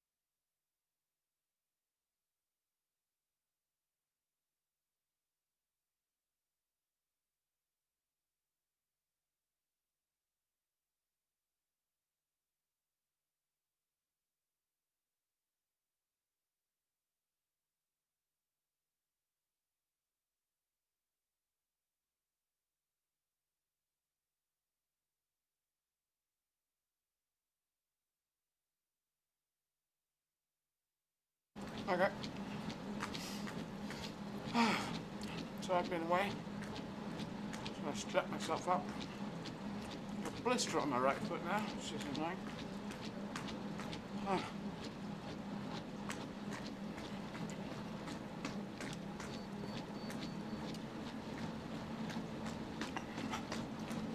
So I strapped up and stood up.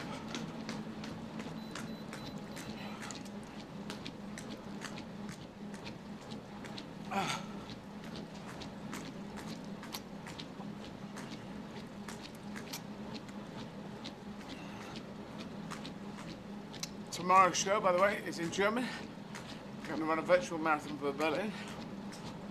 And so if you speak German in Deutschland or Österreich, German, Austria, so we'll do the show in German. Alles auf Deutsch, mein Show. Mein Show. Der Titel für mein Show ist wunderbar. Yeah, it's called Wonderful. It was actually called wunderbar in the German word. That's what I used. It's on the back of the hats, I think. On the back, if you do they still have it? Make on the make. Oh yes. Good question. I think this one does, but I don't. I think they no. I don't think the latest ones don't. I don't think. Yeah, I don't think so. So we didn't have it directly tied to the tour, I think. So I could do a couple of. Yep. We've got some. This I found is great. 11 weird traditions that only make sense to Danes. I thought this would be quite fun. So I'll do a couple. I won't do all 11. So it says, jumping into the new year.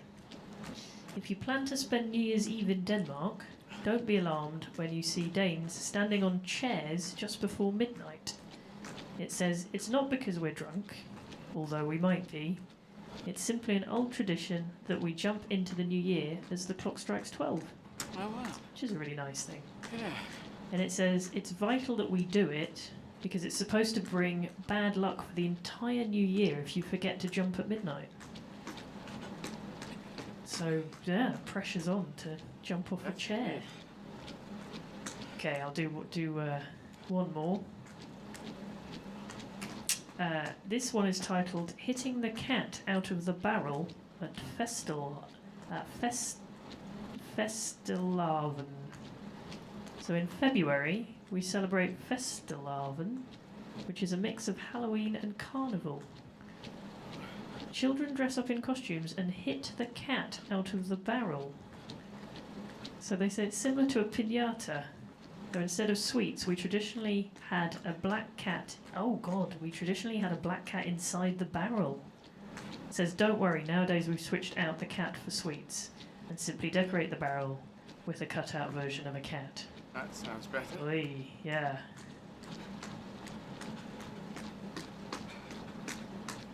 Oh.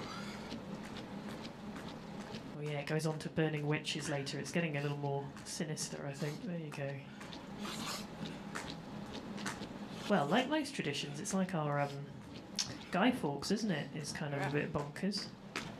Guido Fawkes. I think he was Italian. Guido doesn't sound terribly English then. Guido Fawkes, and he was a Catholic assassin slash. Well, it depends on which side you're on. Anyway, he was the guy that they said, "You go blow it up, Guido." Oh yeah. Why, hey, come si dice? Convedura, bene arrabbiata. No, mate, if you could just go and blow up the parliament, eh? Hey, perché? No, that's Spanish. Yeah, I have no Italian. I can't help. It's all food. Insalata di spinaci. Hey. So he was Italian? Poro alla griglia. Sorry? He was Italian. I didn't know he was. Guido doesn't. Yeah, no, I mean, yeah, Guido. Either Spanish or it could be Spanish or Italian. Yeah. Can you look him up? Look him up. I'll look him up. Here we go. Hang on. Guido I'll get Fawkes, out of just my exactly what Danish you look up. traditions. Here we go. Guido Fawkes wiki. So was he just the full guy? It sounds like he was just the full guy. He was the guy with the because they're all conspirating, and there's one guy down with all the gunpowder. So there must have been help to get the gunpowder to these underground caverns, and I wonder if they should still be there. They must be, yeah. No, they maybe probably break them in. Thought, well, let's not have that happen again. That's a good point, yeah. Eddie, we have Martin for you. Martin. We'll leave that cliffhanger. Yes, come back here. Hi, Martin. Hi. How are you doing? We're doing extremely well and honoured to be participating in this pit stop. Well, thank you. Well, it's not actually a pit stop. The pit stop's when I go to the loo. We're back from the pit stop, but thanks for coming and having a chat. So yeah, you may know I'm running these 31 marathons and doing 31 gigs after the marathon, so that's all a bit weird. But I asked if I could talk to people when I'm doing it, just to takes my mind off my body. So how's it going, Eddie? You must be quite exhausted, no? I am pretty exhausted, Martin. I just, every day you got to do 6 to 6.5 hours of running, and then do a stand-up gig afterwards. So I am running on fumes, as we say, and I keep sort of like at the moment I'm trying to get back into running, but I've got the speed a little bit slower because I'm just exhausted. But hopefully there's only about 2.5 hours more of running, which is once I've done it. The stopping is beautiful, Martin. It's great to stop. I know. I hate. Are you almost too tired to do your gigs at the end of the day? I have fallen asleep several times in the middle of sentences, which is very weird. It's just odd, and I wake up saying very odd things, which are not funny. And in which of your languages are you doing them, Eddie? Tonight it's in English, tomorrow it is in German, and then on the 28th, next Thursday, it will be in French. So that's pretty remarkable. I wonder, does the humour translate according to the languages, or is it all the same? It does translate. I assume you grew up mostly in the UK as a person. Yes. You've travelled widely, but I assume you grew up here. And you know how we have said, generally we grew up in my generation and probably yours, that there's a British sense of humour, there is no German sense of humour, the French only have a visual sense of humour. That is all rubbish, actually. What there is, generally, is every country has a mainstream sense of humour, and mainstream comedians in every country will talk about sports stars, people in politics, stuff on the television, supermarkets, that kind of thing. And then I'm very Monty Python influenced, so I can do my stuff anywhere. I just got to find the audience that likes Monty Python, because they're quite well known around the world, and it's a more alternative audience. This is a virtual gig you're doing tonight, is it? Yes, indeed. I just played no one in the audience, and it beams out around the world. People from over 50 countries are buying tickets, so it's quite fun in the idea of it, but I never hear laughter back. I just got to assume that there's laughter there. But I am doing old material. I'm remixing some of my older material, which is already tried and tested, so it should work. It should be working. That's what I think. Eddie, I got a question for you. Yeah. We both have an association with Yemen. Yeah. Mine is I work for Unicef and raise funds for what they're doing in Yemen. I know you were born in Yemen. Was that a military family? No, Dad worked at the BP oil refinery in Aden, in Aden. It was called Little Aden, and as you'll know, there were lots of forces people around in Aden, as it's known. You probably know it's actually called Aden, not Aden. I know that. I've yes. even been to the military cemetery there. Oh, but I went there. It was still beautifully maintained in the middle of a war. But what a tragedy that has been for that country, hasn't it? Exactly, and this is just tears me up because my parents met there. My mum was a nurse at the BP refinery hospital, which is still there. My dad was an accountant at the refinery. Little Aden, Albarika. If you probably would have heard of it or seen it. BP basically built a small town, a small installation of town, with factory with a dock and a power station, whole bloody thing beneath the cathedral mount, which is to the west of main Aden, and Crater and all that. And so do you know what Aden was called? Aden was called in those days. No. It was known as Happy Arabia. which is pretty ironic when you see what's happened to it. I know it is. We went back there in 2008 with my dad and my brother. Mum died when we were very young, unfortunately, but we went back there and we had 3 days there, and Dad showed us everything that he could. And it was in a sad situation. All the cars were very interestingly, they were just all sort of almost like gaffer tape, sellotape together, the cars, but they were still going. And we met some nice people there, but yeah, it's a tragic situation. As you all know, can you explain to the people who are listening around the world about the proxy war? Because you're someone who could really put it into context. What's actually happening in the proxy war there? Yes, I can. A war started about 7 years ago and is still continuing between rebels in the north, the Houthi rebels, and the government, which was supported by a Saudi-led coalition. Now, the war worsened and deepened. The government was eventually overthrown. The war has now spread to other parts of the country, including the port city of Al Hodeida and Aden in the south. And hundreds of thousands of children especially are threatened with starvation because the whole economy has collapsed insofar as there was one. Now, I'm not getting into politics because Unicef doesn't do politics, but the sufferers of this are the people. The bombing by the coalition has been, I would say, at best extremely approximate, and school buses have been shot up, schools have been shot up, and the people have no one to turn to really, except the aid agencies, of which Unicef is outstanding, especially through its local partners. Famine is not a word that Unicef uses lightly, but famine is occurring in Aden, in South Sudan, and other countries in the world, and it hasn't.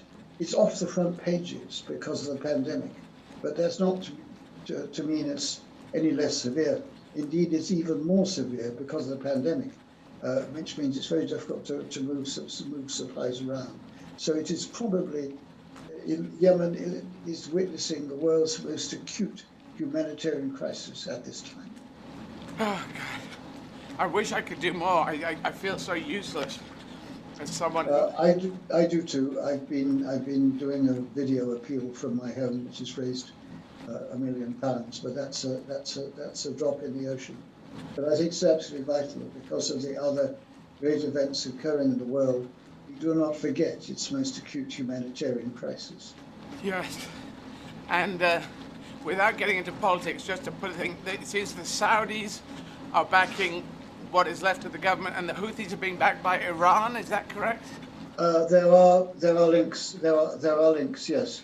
To that extent, it is a proxy war, which is being fought by people outside Yemen, and the victims of it are people inside Yemen. Good Lord. Yeah, it's just a bloody tough old time. Now, you have been a war correspondent. I take it you're now not a war correspondent, or will you still cover wars if you are the line to? Eddie, I'm 82 years old and confined by this plague, but I still take an interest. I used to, I've been a UNICEF ambassador for 20 years this coming June, and in those days they could send their ambassadors. You have been too. They don't do it anymore because the physical risks are too great. But I've done about 13 field missions for them. It's a sort of honorary role, obviously, but I'm very pleased to have done it. And after 33 years as a war correspondent and 4 years as a member of Parliament, it's the best thing that ever happened in my life. The UNICEF part of your life.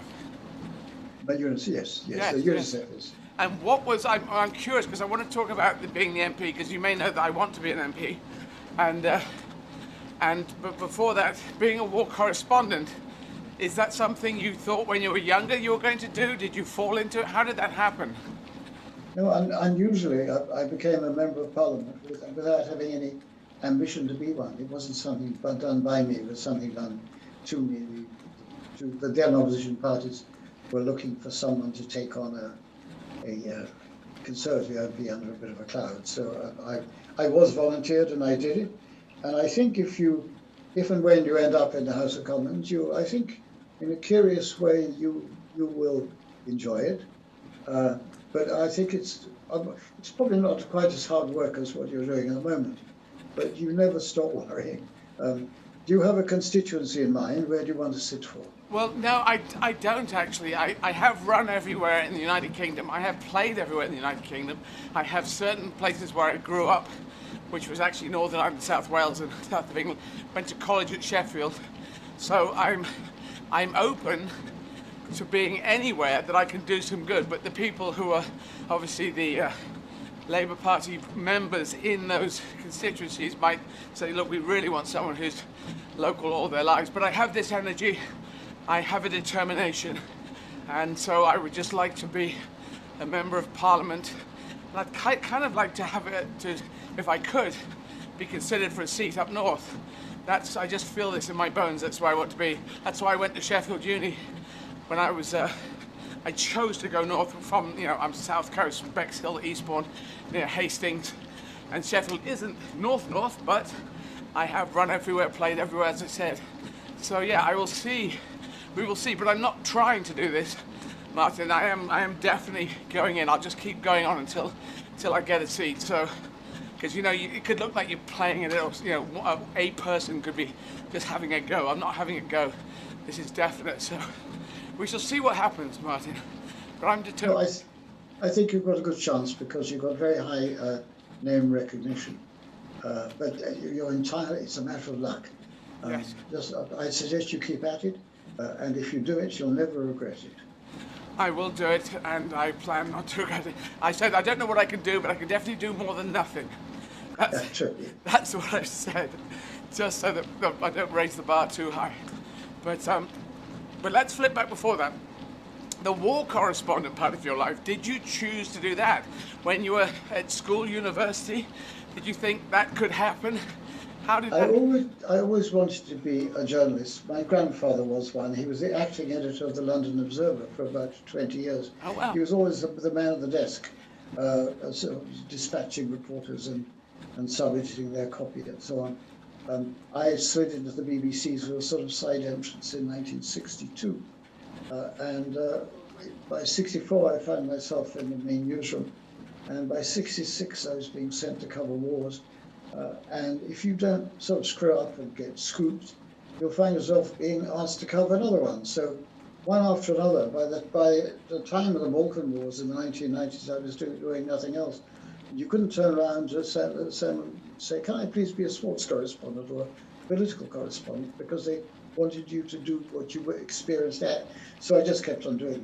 Well, hang on then, Martin. So when you first, in 66, became a war correspondent, they sent you out to cover the first war as a journalist. Did you say, I'll go, or did they say, does anyone want to go, or did they just say, Martin, you're going, you have no choice?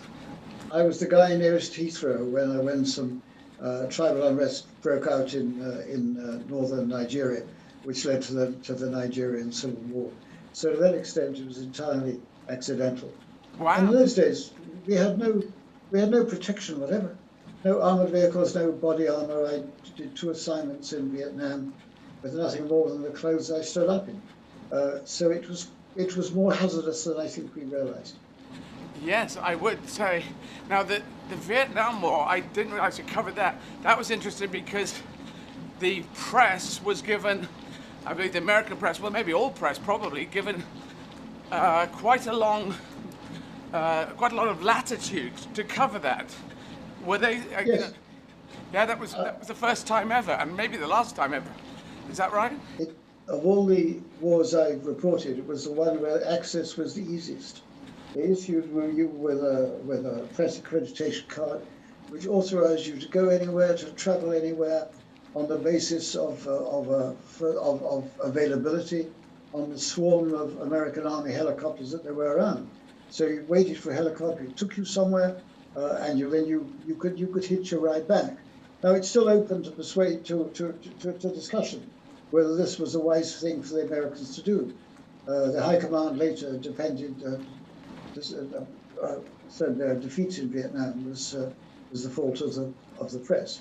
But I think it was a misconceived policy, and the more we my first assignment there, I more or less went along the official line, but the second assignment was much more about the people and what was being done to them, and the increasing indiscipline among the American troops. It was actually an American nightmare, and more to that, a Vietnamese nightmare. But it was widely reported in the way that no other war in history ever has been. Yes. And relations between the press and military and the media were predicated on that for many wars afterwards. And have you been back there since peace happened? Only once. I was lecturing on a cruise ship which docked in one of the main ports in unified Vietnam, and because I started to have a few nightmares about it, and I was conflicted with myself, and I wondered if I'd done as well as I should have done as a war reporter. I was traveling with my daughter. I sent her off on the tour, and I decided to stay on the ship. Right. Okay. So yes, it's a heavy situation. Well, because I do find out that I wanted to be in the forces. I should say this. When I was younger, I was quite seriously considering being in forces. I had the officer cadetship papers. I would have done 3 years at university on a second lieutenant's pay, and then I would have tried for the Marines or the Paras and tried to get into the SAS. That was my plan. That was a plan, and I was quite serious about it. But yeah, what happened? Well, I realized that the Second World War was very clear to me, and I would have been there. I heard about people getting to the commanders if they went to Auchnacarry up in Scotland and you went AWOL, as long as you could get up there, they'd say, yeah, well, you come and join the commanders. But the Second World War seemed a clear war against the Nazis. All other wars, before and since maybe, have been much more cloudy. And of course, if you're in the forces, you have to go to whichever war your government sends you off to. So I just thought, I want to do all this creative stuff, and if I do that, if I do the forces stuff, could be sent off to a war that I disagreed in. So that doesn't work. You can't do that in the forces. So I decided not to block that, and I went in the creative way. And so when I'm doing this is kind of me doing selection, but no one's shooting at me. It's not dangerous. It's just difficult and arduous and endurance. But yeah. Eddie, I think you were very wise. If you were as old as I am, you would have had to. It wouldn't have been a matter of choice if you went to the forces. You had to be. Yeah. And I spent 3 years in Suffolk Regiment, attempting and failing with 34,000 others to put down a colonial rebellion in what was then a British colony. And it looked like the other wars you're talking about. It was very cloudy. Yeah. I don't think we were necessarily on the right side. But it's I've sometimes said that it was those 2 years in the ranks. I wasn't an officer as you would have been. They were the best education I ever had. And why the best education you ever had? Because I'd lived a sheltered life. I come from Suffolk, a loving family. I'd never been outside the bubble of my school friends, and I'd barely been out of East Anglia. And suddenly I was being shouted at by the sergeant major, marched up and down, told I was a terrible little man, putting on a uniform, learning to strip a Bren gun, to fire a rifle, to carry a rifle, and try to make sense of a rebellion in one of the little-known quarters of the Mediterranean. It put me into contact, because I was in the ranks, with all sorts and conditions of people. And I've sometimes said it was a better education than I got later. Good as it was, 3 years at King's College, Cambridge, it was terrific. Yes, that's very interesting. Yeah, no, you're right. I just could see that from there. I didn't join a political party until I was 35, which I think is a strength, because I wanted to sum everything up. My dad was Labour Party. I joined the Labour Party at 35, but when I was 35, but I didn't want to immediately go. I wanted to work out what do I think, and make humanity great again is my slogan for this, which I'm going to keep going. I know it's a sort of bounce off where Trump was going, but that includes everyone. And my worldview is a fair chance in life should be the right of every person in the world. And I don't think that's a huge thing to ask for, a fair chance in life. Not a free life, but a fair chance. So that's how I articulate my worldview. And that's what I'm going to fight for and see where I get to. No, I think that's really good, Eddie. And if you did find a seat, I'm convinced that it would be a remarkable experience for you as it was for me, because I think what you're doing now, we've got a choice between making a difference and filling a space. And what you're doing now with this campaign of yours, very painful for you, I think, is you're making a difference and helping to make humanity great again. So thank you. Thank you very much, Martin. Great to talk to you. I will hopefully talk to you again sometime in the future. But anytime. But thank you for popping in and talking to us, and stay safe and keep doing your Unicef work. Thank you. Bless you. Cheers. Thank you, Martin. Okay. So Martin Bell, who has been an MP, was an independent MP for 4 years, and I am still looking to be an MP. Hi everyone. Waving to people outside as we go on. What are we doing? Got under 2 hours to go. When we get to 1 hour, the big clock will come up and it'll be a countdown from 1 hour. That will be good. We are going to talk to Jerry Anup Wilcox, who is the program specialist for health and emergencies at Unicef UK, at 4:30. Now we were going to look up. Can we get Sarah back on the screen, please? Yes, we were looking up Guy Fawkes. Guy Fawkes, here we go. It's got nothing to do with anything, but it's interesting history. I think we should do this. We don't have to be, because it's either Spanish, he's got to be Spanish or Italian. I think he was Italian. Okay, I'm looking up from Wikipedia. Here we go. All right, Guy Fawkes. Say Guido Fawkes? Yes, it says also known as Guido Fawkes. Yeah.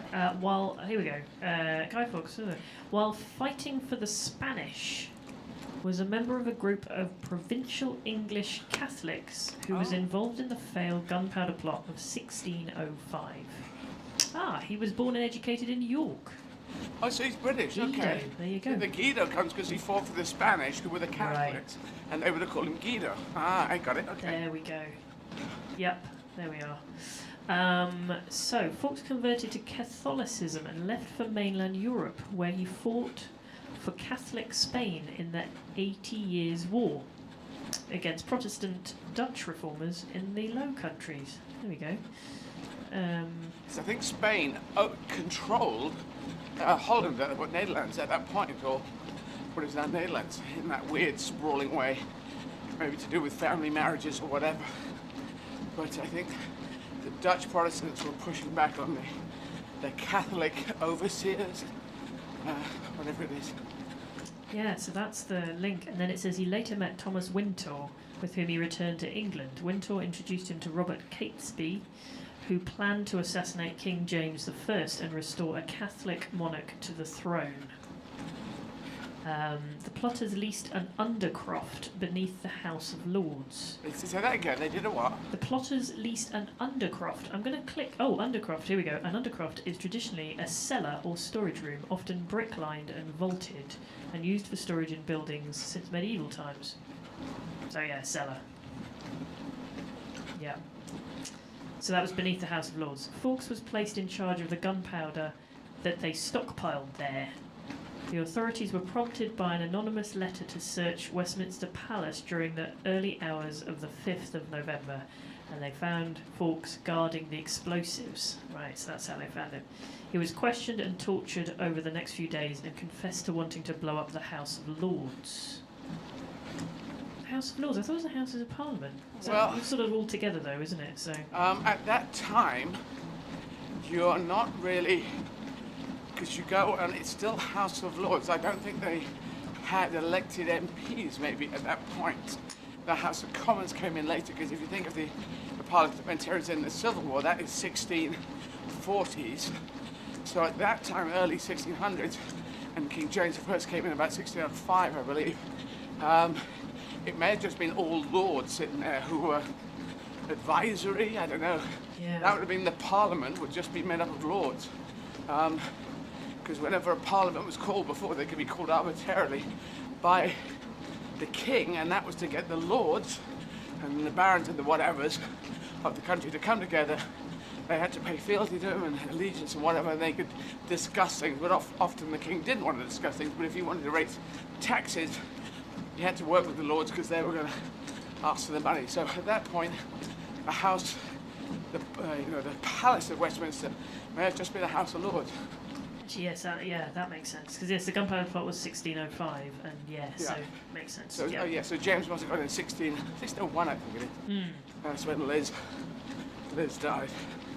Liz 1 dies. Liz 1. It's now Liz 2. So they found him. He confessed that he was going to blow up the House of Lords. Oh, wow. Immediately before his execution on the 31st of January, Fawkes fell from the scaffold where he was to be hanged and broke his neck, thus avoiding being hung, drawn and quartered. Well, there you go, there's a trick. Oh, didn't know that. So we should say why on earth we're talking about him as well.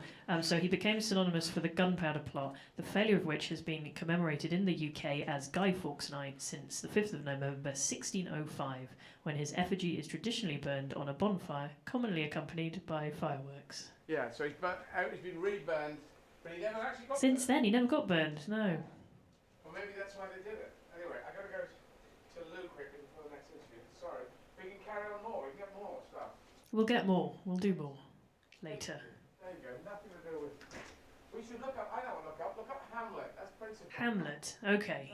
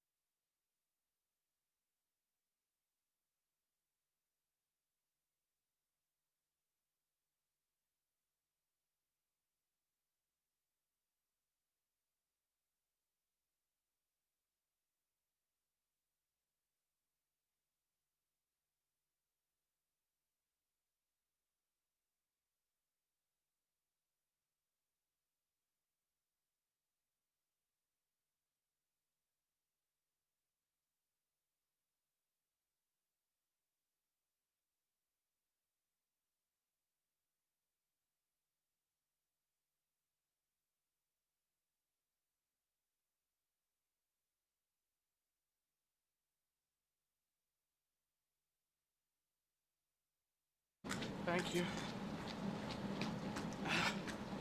So, yeah, Guido Fawkes. Oh no, Hamlet, I was going to look it up. That's dead. Yes, and I think we have our next guest, so we might have to leave another cliffhanger. Yep, I'm ready to talk. When Dave. Yes, put me through to Jerry now. Hi, Jerry. Hi, Eddie. How are you? I am okay. How are you doing? Very good. How are you feeling? Did you just have a pit stop? Oh, yeah, I just had to go to the loo. Feel a little bit better after the loo. But it's weird. If I'm running, I don't go to the loo that much outside because I can't.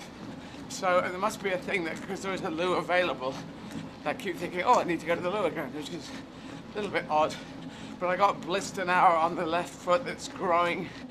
The outside of the foot of that, there's all bits and pieces coming apart of me on my legs. Left leg's all strapped up. But oh my gosh. Yeah. We'll see. Dramatic. Have you got medical aid on standby? Not really. We are in COVID safe bubble. So Sarah Johnson, the event manager for us, she can do whatever physio Tim says or Dr. Gary says, but she just has to take instructions and then carry it out by proxy. So that's all we can do. Well, what a trooper. Well done. Thank you. I just keep fighting on. So tell us about yourself. First of all, I pronounce your first name Jerry, yes? Yeah. Yep. And your last name, Anup Wilcox. Is that two parts of two different families joining up? How does that work? Yeah, my husband's Indian and he's from Tamil Nadu in South India. And in Tamil Nadu, the wife takes her husband's first name when you get married. Right. I didn't want to completely relinquish my last name, so I joined it up. And then our daughter also has Anup Wilcox as her last name. Okay, we've got a bit of a sound thing going on. I don't know quite why that is, but don't worry. It just goes clackety clack when things happen. But are you talking through a thing? Okay. I'm going to take the headphones out. Hang on. We don't. Can you hear it? Yeah, that's good. Okay. Yeah, that's fine. You don't need headphones. I think we're telling everyone, gotta have headphones, gotta have this, but you don't have to. Thank you. Yeah. So, I don't trust these ones anyway. Yeah. Anyway, no, that sounds a lot better. All right. So that's your husband. So your husband's from South India. Did you say South India? Because I think Kamala Harris's mother is from South Asia. I'm not sure if it's South India or, well, that would be South Asia. I don't know if there's a link there, but anyway, I'm throwing out links to positive people.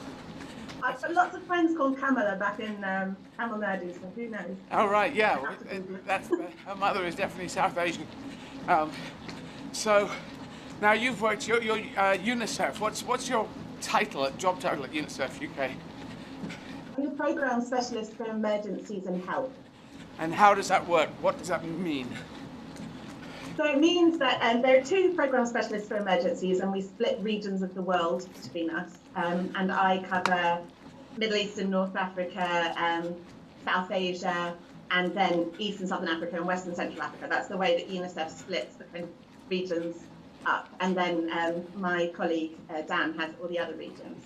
And basically what we do is we provide technical advice to all the teams in UNICEF UK, so advocacy and fundraising, media, and because we have programs backgrounds, we've been working in the field for most of our career on the ground, then we can comment on exactly what's happening on the ground. We liaise with the country officers, get the information, and then kind of translate it for the audience at UNICEF UK for whatever purpose, whether it's for a proposal or for an advocacy statement or a media piece or something. Right. And then in terms of health, I cover the whole health portfolio, so all of UNICEF's health programs at the moment, both emergencies and development. I advise on those in the same way. And you've been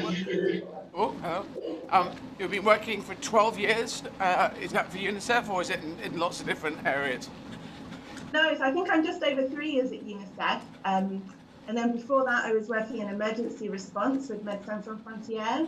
Oh, right. And then before that, I was in India for the biggest part of my career. I've been in India. That's where I met my husband, and I used to run a little NGO there that I'm still involved with.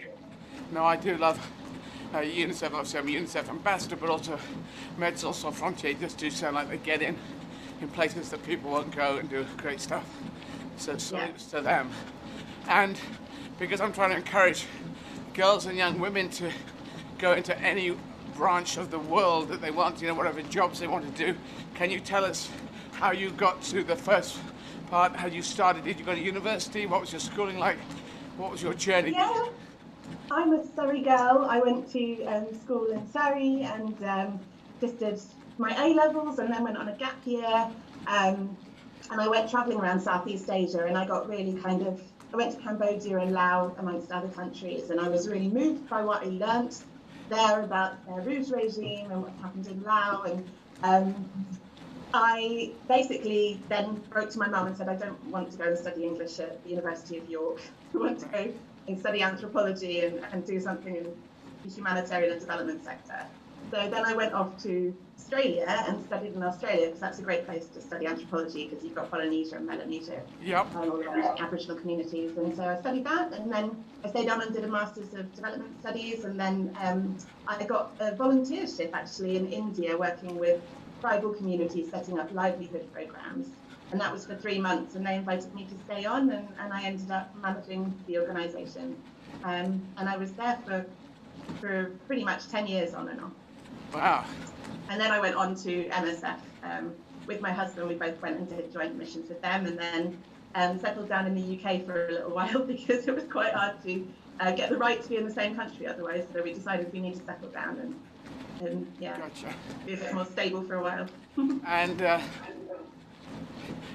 So are you pleased that you went into humanitarian aid and this sector rather than, did you have any idea that you were going to do that before? Or is it just, it's when you went on your gap year, it came to your head and then you locked it in? I definitely didn't really think of it before I went on my gap year. I think I went through phases of wanting to be an opera singer and wanting to be a vet and an air stewardess at one point. Lots of different ideas, but yeah, I mean, once I had been travelling a bit and learned a bit about the rest of the world hands-on, then that was pretty much my only dream. I didn't really change directions after that. Very good. I'm so pleased that I did it. Excellent, very good. Yeah. And tell us about how COVID's affecting it. At Unicef, your work, and also in your own personal life and wherever you are living at the moment in the UK. Yeah, I mean, last year it was a huge shock for everybody. I mean, I'm sure yourself and everybody who's watching this, when the pandemic kind of broke out. But yeah, it was really challenging for UNICEF to step up, because we already had a handful with all the emergencies that we were responding to all around the world. I mean, UNICEF's present in 190 countries, and there are so many ongoing emergencies at the moment. You yourself know all about the crisis in Yemen and increasing insecurity in the Sahel. South Sudan is still very unstable. DRC was going through the biggest measles outbreak and also had 2 Ebola outbreaks last year. And then on top of that, you had all these sudden onset situations. It was a record-breaking year for hurricanes. It was you had the Lebanon blasts and lots of attacks on schools that UNICEF was speaking out against and working around. So we had our hands full, and then COVID really, really challenged us, because we had to adapt all of our programs. You know, a lot of our staff had to isolate and couldn't be on the ground doing the things that they normally do. You know, even for example, our mental health programs all had to go online. There used to be people going around, you know, for example, in Nepal doing house visits to places in the mountains. And then all of that had to be adapted, and those people still had to have access to mental health care, because obviously, you know, mental health needs skyrocketed as a result of children being, you know, kept out of schools being closed and children being at home, sometimes in abusive situations. But then we had to figure out ways to get, you know, a lot of our work online or over the phone. So that was really challenging. And yeah, COVID created a lot of new needs as well, because of course planes were grounded. It was very hard to move supplies around. And so, you know, food insecurity was really exacerbated in certain situations. On top of that, we had to really respond to the public health needs. So we had to get PPE out to a lot of countries, had to set up kind of production systems within countries to produce PPE, make sure that people had access to treatments and diagnostics, make sure that children had access to remote education. So yeah, I mean, I could go on forever about this, but it was an epic effort by everybody in Unicef, and it was something. It was a year I was really, really proud to be part of Unicef, because I think we really stepped up. I mean, obviously there are always lessons learned to be learned, but yeah, I think there are a lot of achievements. And what about in your own personal situation? Where are you in the country? I'm in Suffolk now, and I've got to say, I was saying to David before, you know, I feel really blessed in Suffolk because I've got a garden and I've got a spare room to have as my study. I've got a 2-year-old that, you know, we've been working from home all year, and I've got a 2-year-old that I've had a lot more time with. And my husband's here. He actually lost his job as a result of COVID, but he's had a kind of reinvention and he's got a new career now. So, I mean, we've been blessed. I mean, every year I've been reading about terrible situations. Every day I've been learning about terrible situations all around the world and the challenges people are facing due to COVID. And I really got nothing to complain about for myself. And is exercise part of your world? It is this year, yeah. I mean, with Nilla, with my little one, I've got my hands full quite a lot of the time because whenever I'm not working, I'm with her, and she'll just climb on top of me if I try and do yoga and things, which can add to the challenge but can make it impossible. But this year I have decided that I'm going to do some cardio every day, and I've given up to tea and coffee and sugar, and I'm trying to get really disciplined with myself. Have you? But I don't know if I could do what you were doing. I think that's amazing. I'm not. Would it, if you do something, would it be a running type thing, or walking type thing, a cycling type thing? What would be? Well, I'm already doing workouts at home because we're not allowed to go very far, are we? I mean, we go to the forests and go for big country walks every weekend. Right. I'd love to go swimming. My plan was to do a triathlon last year, and I signed myself up for 5 at the beginning of the year, and then they all got cancelled. So I think that would be my goal, is to try and get fit enough to do a triathlon. Yes, indeed. That would be good. Now I'm running on here. I've asked you all sorts of questions about your life. Do you have anything that you wish to ask me? You don't have to, but if you do, here is your chance. Well, absolutely. I mean, I know that you've been on a lot of visits, and obviously you were born in Yemen. Yeah. I was kind of curious to ask you, what's been the most touching experience that you've had on your field visit? What's really moved you? I met a family on the border. Where was I? It was on the Ethiopian border. It was one of the biggest camps, and they'd had to bury their own child as they crossed to get to this camp. And I don't know if this is touching, but it was. It was a horrific idea that they had to get out of Somalia. Is it the Ethiopian border there? Or is it Kenyan border or Ethiopian border? I'm not sure. Both. But there's a huge a camp up there, and they'd walk to get to this camp, of course, kilometers, miles. And one child had died, and they had to bury them in the ground there and move on. And I did this thing.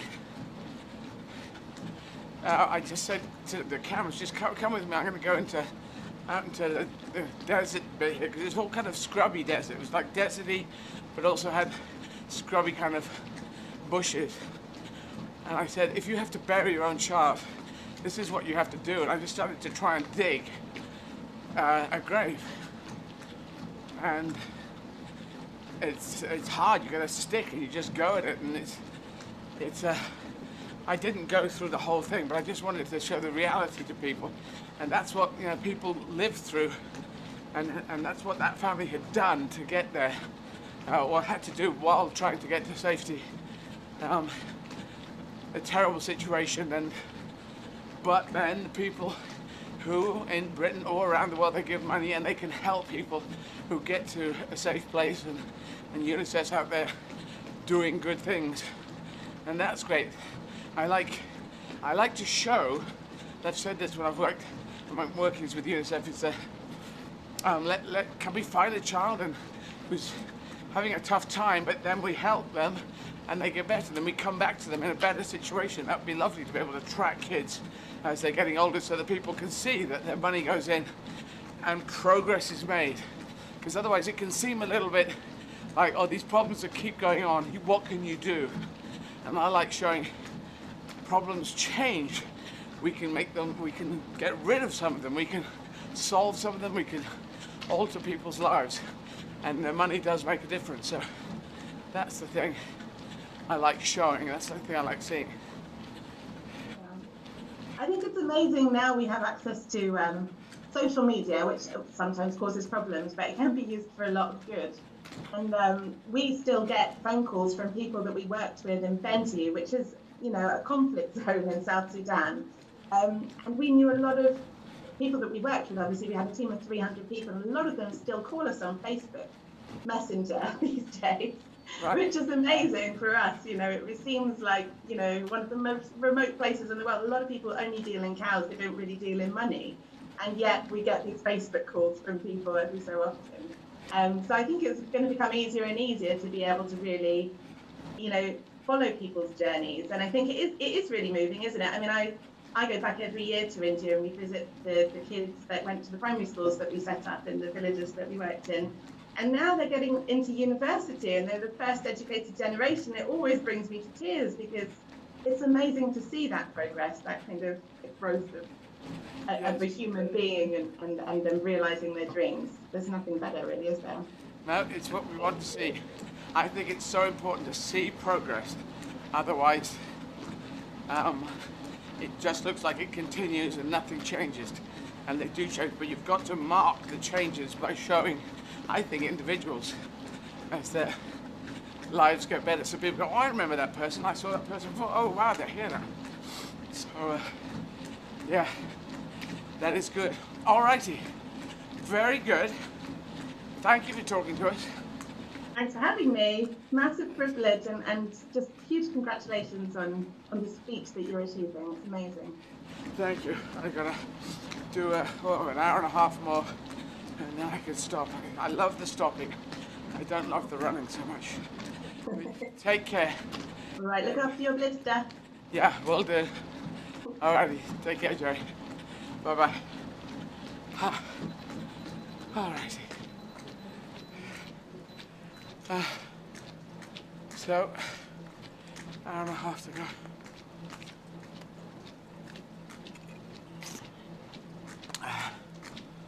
Oh.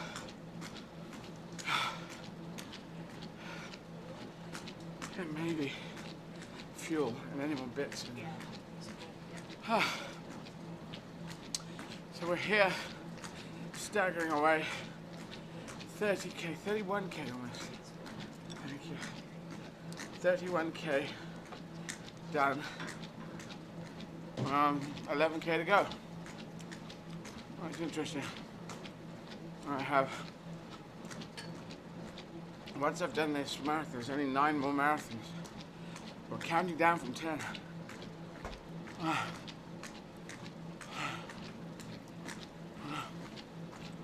But I'm fighting on. If you'd like to donate to help me and help us help the world, make humanity great again. Just go to Izzard.com. All the details are there. You can do texts from there, text numbers. If you have a UK phone, you can get the numbers there. But it's all there. You can buy hats for Make Humanity Great Again, t-shirts, and masks as well. And details, we can buy tickets for the tonight's show in English, tomorrow night's show in German, and the 28th show, which will be in French, but all the others are English. But yeah, we're all just trying to raise money from the main charities. So, I'm going to talk to Paul Halladine and Tim in about 11 minutes. So, let's talk about Hamlet. Okay. And actually, before we talk about Hamlet, I just have to say one last Denmark tradition that I found, which is brilliant. It's called Mortensaften, and it says it's the evening where we all eat geese. It says, on the 10th of November, we celebrate St. Martin's Eve, which is Mortensaften, by treating ourselves to a scrumptious dinner of a roast goose. It says originally, nowadays roast duck is more common, with potatoes and gravy. And then it says, this is the Visit Denmark website, this is visitdenmark.com. They say, why do we do this, you might ask? It all has to do with some French bloke, brackets Martin, who hid in a flock of geese to avoid being named bishop. But the geese betrayed him by flying away, and Martin got his revenge by claiming that every family should feast on a goose on St. Martin's Eve. And then they also say in brackets, he probably could have used some anger management. So, thank you, visitdenmark.com. That's great. I assume he then had to be bishop, but then his revenge was he could then declare everyone had to eat the geese. So I think it's worse, but I don't want to be bishop. Fuck, I'll hang in these geese. Yeah, good idea, Martin. Yeah, geese will never, they'll never give me away. But yeah, they flew away. You think, yeah. What did he think they would do? Do you think they were stoned? These geese are stone geese. It's just a bit bonkers, isn't it? Yeah, it's brilliant. Martin didn't want to be bishop, so there we go. Anyway, I just saw that. I thought that's brilliant. Okay, Hamlet. Hamlet. I'm talking about Hamlet. The truth behind Hamlet's what I'm really after. Oh, okay. Well, so it's Elsinore, and it's a Danish castle, and the Prince of Denmark, and all that stuff. What's it based on? Oh, what is Hamlet? What's it based on? Yeah. Okay. Because he's the Prince of Denmark, Hamlet, and it looks like, and Shakespeare had a son called Hamnet. And the one, why'd you call your son Hamlet? Why don't you call him Bacon Container, Bacon Safety Net, Hamnet? It just doesn't kind of make sense. But then your hero's not Hamlet. It's just be like, oh, God, Hamlet's a stupid name. I'll call him Hamlet. That'll take the curse off it. Unfortunately, Hamlet died when he was young, but what? I don't understand it. You know, Jeff, Susie, Kelly, Hamnet, bacon bag, a net of ham. It just bacon bag. Ham net, bacon bag. Pork container. Just come on, my kids. Dad, why have you given us the awfulest names in the world? I'm Shakespeare. Nothing I do is wrong. He was from Birmingham, wasn't he? Because that's where did he live? Stratford upon Avon. It's Birmingham way. He would have been Shakespeare. That's what I always thought. He would be in Birmingham. He would have had a Birmingham accent. Hello, got this play called Hamnet. I'm thinking of bacon bag or Hamnet. Which do you think? Hamlet's better. I like bacon bag. I am Prince Bacon Bag. Bacon. What's a net? What are the words for net? I'm now going to do a thesaurus on net. Net. Or Hamlet. It sort of sounds like some early internet. You're going to look up the background. I've forgotten what I was looking up. What am I looking up? Fucking Hamlet. Okay. Background. Prince Hamlet. I found Prince Hamlet. Yeah, well, the story behind the play of Hamlet, the history. Okay. This says this article is about Prince Hamlet in William Shakespeare's play. I don't want that though, do I? I want the history. Hang on. Yeah. Hang on. The history of Hamlet. Lattice, net. He sounds like J.R.R. Tolkien. Fabric. Lace work. Right. What is the story behind Hamlet? That's what we want, isn't it? Yeah. Hang on. Oh, this is from shakespeare.org.uk. Let's look at that. So instead of Hamnet, you can have bacon lattice. Not lettuce, but a lattice work. Bacon lace. It does sound like something in Greg's. Bacon curtains. Bacon curtains. Yeah.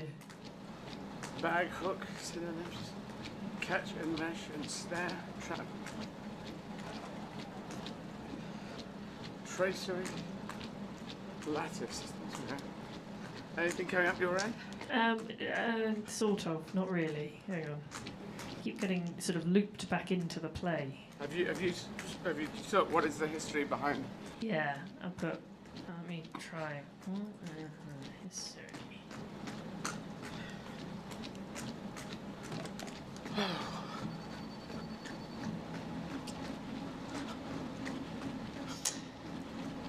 The story. Okay. Hamlet origins. The legend of Amleth. Does that sound right? Yeah. Okay. It's okay. Here we go. Let's click on that. Right, the Legend of Amleth. Wow, which isn't. Okay. Shakespeare's Hamlet has become a story for the ages. Blah blah blah blah. Right. The history of Hamlet originally appeared in an ancient Scandinavian folktale, which was passed down by word of mouth for generations. Does this sound right? I don't know, I'm asking. Okay. The first known physical copy of the story, however, was written in the 12th century. Danish historian Saxo Grammaticus transcribed the tale of the prince known as Amleth. Okay. Blah, blah, blah. Right, the original story goes like this. King Rorik of Denmark appoints the two brothers, Wendel and Fengo, as rulers of Jutland. Jutland, yes, sorry. Also known as the Cimbrian Peninsula of Denmark/Germany. Horwendil slays the king of Norway, marries King Rorik's daughter Gerutha, and they have a son named Amleth. Consumed by envy of his brother, Fengo murders Horwendil and marries his wife Gerutha. Amleth then feigns madness, clothing himself in rags and spouting nonsense to shield himself from his uncle's violence. They say, in fact, the name Amleth comes from the Icelandic Amloi, which I'm probably saying wrong. There's a lot of things going on over O's, meaning fool or simpleton. However, Amleth's behaviour is met with suspicion, and the king attempts to trap him into admitting he has plans for revenge. First, a beautiful woman is used to lure him into betraying himself, but she proves loyal to Amleth. Then a spy is planted to eavesdrop on Amleth's conversation with his mother, in which she repents and he confesses his plans for revenge. Amleth discovers the spy, kills him in a mad frenzy, throws his mutilated body in a sewer, and leaves it to be eaten by pigs. Okay. But only pigs. Only pigs. Nothing else. Fengo then deports Amleth to England with two escorts carrying a letter directing the king there to execute him. Amleth switches the letter with another one, which orders the death of the escorts and asks for the hand of the English princess in marriage. Returning to Denmark, Amleth arrives disguised in the midst of his own funeral, burns down the hall, and hunts down his sleeping uncle. Because Amleth had wounded himself on his sword, attendants had made it harmless by nailing it to the scabbard, the sheath used to hold it. Amleth swaps this useless sword with Fengo's, succeeds in killing his uncle, and next day is hailed as the king. There we are. Hey, yeah. Yeah. It doesn't mention the castle at Elsinore. No. Just there's a little bit now saying how it's got similarities and. No.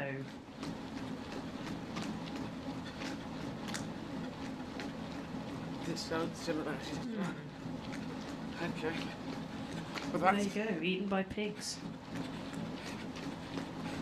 So his name actually means idiot, does it? Yeah. That's a good name for a kid. Fool or simpleton. Son, we're going to call you idiot, just in case you ever get into trouble.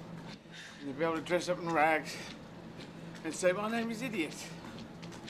It's not great, is it? Got a suit.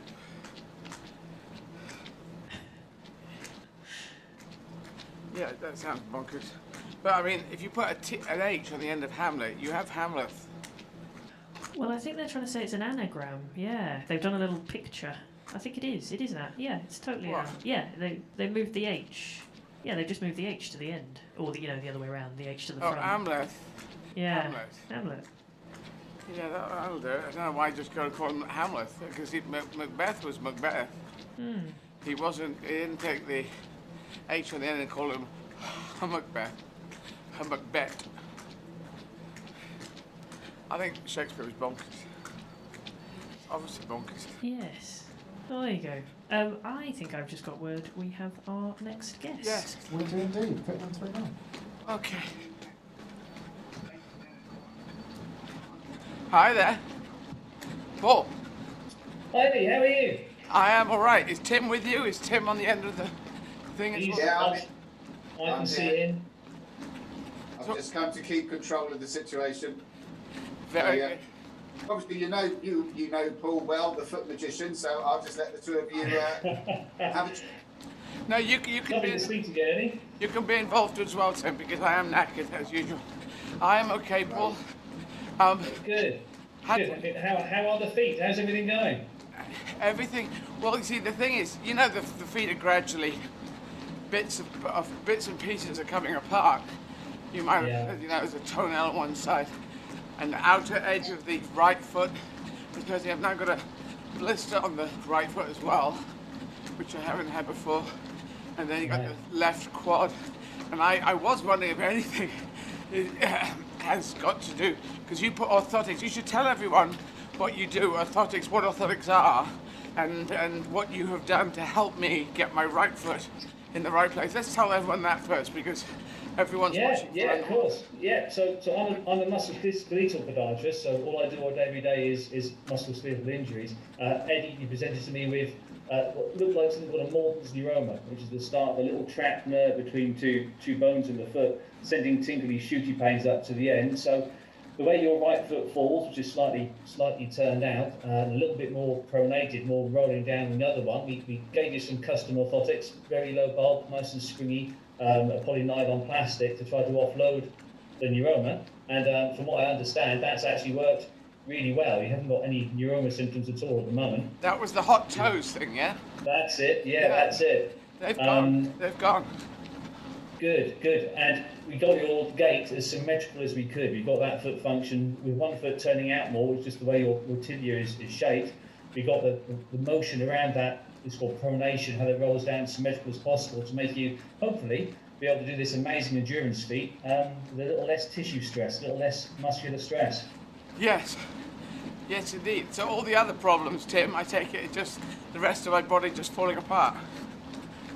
Well, yeah, I mean, obviously, we have the issue that ordinarily you wouldn't run 31 marathons in 31 days as an ordinary individual. So the tissues aren't used to that, even though you have done a lot of training compared with normal or what we've done in previous challenges. But I think an interesting question to ask you, Paul, is, what's essentially the difference between running on the road and running on a treadmill?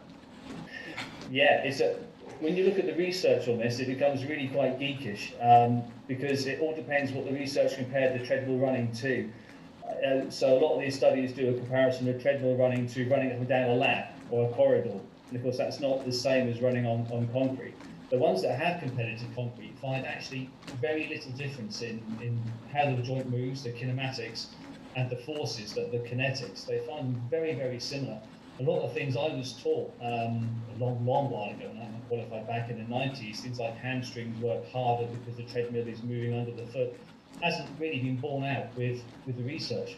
It tends to be a very similar movement. There's a few main differences. When your foot hits the floor on a treadmill, you tend to be slightly more flexed in the knee, and your motion at the ankle is slightly different. But if you look at the amount of difference, it's very, very minor, rather than a huge difference. There's other things that are different. Oxygen consumption is now thought to be mostly the same, which before we used to think was a little bit less. But again, the study's a little bit conflicting there. But endurance running, as Eddie's doing, it tends to be harder on a treadmill, and they're not sure if that's psychological, if that's comfort, or if that's because you have a lack of air hitting you and you're having to actually thermoregulate yourself harder, so you're less comfortable and it's harder. But generally the research is a little bit conflicting. but it's not as different as we once thought it would be. Yeah, I would agree with. Psychologically, it's really harder on this. It's much easier if I'm talking, even if I'm out of breath when talking. It's still better to get my head out of my legs and doing this because it's got no other stimulus, and there is no wind, which is weird. So You've got no fan set up in there, Eddie. You've got no cooling system. I do, but sometimes I have it on, sometimes I don't. But it doesn't seem to. I don't know. I sometimes have it. I haven't quite worked out what's my favourite way of having the situation here. Sometimes it's colder out there. Sometimes the wind's blowing into the open doors, but it comes from the side, so it's really odd. So I keep mixing it up, and it's. I have no great conclusions. After today, I've only got 9 left to do, so I'm just living with it now. I'd say your favourite way of doing it, Ed, is when the machine's switched off with a glass of wine. Yes. There's no research on that, I've read. I'm happy to stop. Well, I don't do glasses of wine. I do little bits of wine, and mainly it's fizzy water. Wine is my fizzy water injection device. There you go. That's how I'm getting hydration into it as well. I have it at the end, but yeah, it is mind-numbingly boring on a treadmill. Because I found even when I was watching videos, well, it's also, I'm going to the loo a lot. This is interesting because I can go, it's there. You know, I have to go and I have to mask up and it's a few steps. But if I was out running, there'd be maybe a couple of places where I could go to the loo. And so I would control maybe the muscles around the bladder or whatever it is better, stronger. And I'm often feeling I need to go to the loo. And there's also this is an interesting thing. I don't know if I told you this, Paul, but before I used to do these, what I call holistic marathons. And I would run when I wanted to run, I'd walk when I wanted to walk. I would talk to cats, dogs, animals, people, anyone, take photographs, tweet them out. Holistic, it kind of, at one with the space. And more recently, kind of by necessity, I've had to get into this timetable, gotta finish, gotta keep going. Keep checking your speed. And I don't like those so much. It's much more, that's what the elites have to do. Totally understand that, but I like this holistic approach, this kind of run as I would, like a child or something, a child of the space. So once I finish these, I can get back to that when I'm training and not worry. How about music, Eddie? Do you listen to music at all? No, I don't. I thought I would. Before my first one in 2009, I had these kind of powerful tracks lined up, to have my mind like I was in a film. And then I just thought, no, actually going around the UK, A roads and B roads, for safety, I couldn't listen to anything because the traffic, they'd hit you, So you have to be really careful. But I prefer audiobooks or podcasts. Spoken word is better to get my mind out of the body, really, I find. And with your... Sorry, go on, Tim. Have you ever looked after anybody who's done challenges as extreme as this in terms of running, or? No, I treat a few UK standard ultramarathon runners, but that's still nothing like this. The old 100 miler is obviously done an event and you rest. Obviously what Eddie's doing is this repetitive, recurrent endurance, which is I watched Eddie do this final sprint yesterday in absolute awe of how anyone can do that. It's amazing. I'm thoroughly enjoying watching every second of it I can get to see. Well, that end bit was this. I always have something in the tank because I know there's tomorrow and tomorrow and tomorrow and tomorrow. I'm basically in a Shakespeare play, but because we had to stop for 20 minutes because we lost the Bluetooth sync up, trying to get the machines working again, and I had to finish by 6:30 to be ready for a 7 o'clock show. So I just wanted to get it done. So I just thought, let's turn it up and see what I can do. I got up normally at 7.5 kph, kilometers per hour. I took it up to 14 at one point, but I think the air going to my lungs was saying there's not enough air coming in. Let's take it down. So I took it down back to 10, but I did a lot of it for 10 that last hour. And did that, when you run faster, obviously muscles differently in different angles and different directions. Did the hurt decrease or did it increase? How did it feel, stressing the muscles differently? It is interesting. We'll try it now. I feel tired now, but there is a weird thing. If you go faster, you can feel like it can feel more relaxing in a way. This is 9. It's gone from 7.5 to 9. I've been told by Martin Yelling, my erstwhile trainer, who works with Tim, that I have a good running gait if I'm actually running, and if I'm going slower, it's a bit less good. But I do seem to run. Have you heard him say that, Tim? I don't know. Maybe he just said it to me. No, Yeah. But if I actually we can see that from the video last night of you sprinting. It looked awesome. It's a good day when you're running fast, but it's hard to maintain that. That's the difficulty. Yeah, I can. Yeah, I can't quite work out what the thing is, but I do know when I ran the double marathon in South Africa, the last hour, the 10th hour, I went up to 10 kph from 7.5, and I just had to get it finished by a certain cutoff time. So that's what I did. You do what you have to do. So, Paul, we've been using these little sessions. I've been talking a little bit about icing and taping. So, just to be a bit of devil's advocate with all the treadmill analysis that goes on in running shops and all the different shoes that we've got available to us from the different manufacturers. Yeah. It's not just about stopping pronation. Is that not what it's all about? No, and it's very difficult. And stopping pronation is one of the things which the running shoe shops may say, but I hope they're not actually thinking that. The thing to do with anyone is link the gait style to the injury. So if somebody comes in and they show a little bit of rear foot which is rolling down a bit too far, then there's no need to interrupt that or interfere with that. There's no definite research saying pronation will cause you a definite injury. I mean, if you look at what is the most common understanding of what will cause injury, it's a previous injury and it's fatigue.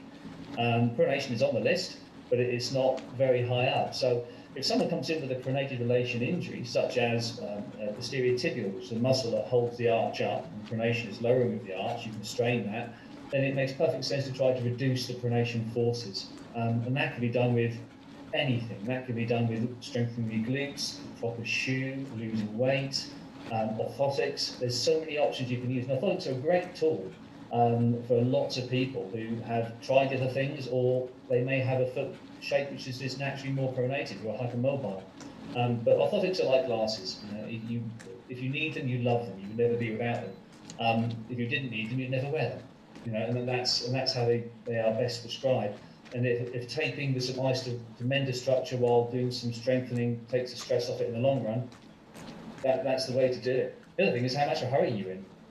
Sometimes you want to reduce pronation if you've got an athlete come in who wants to do or carry on playing football or carry on running.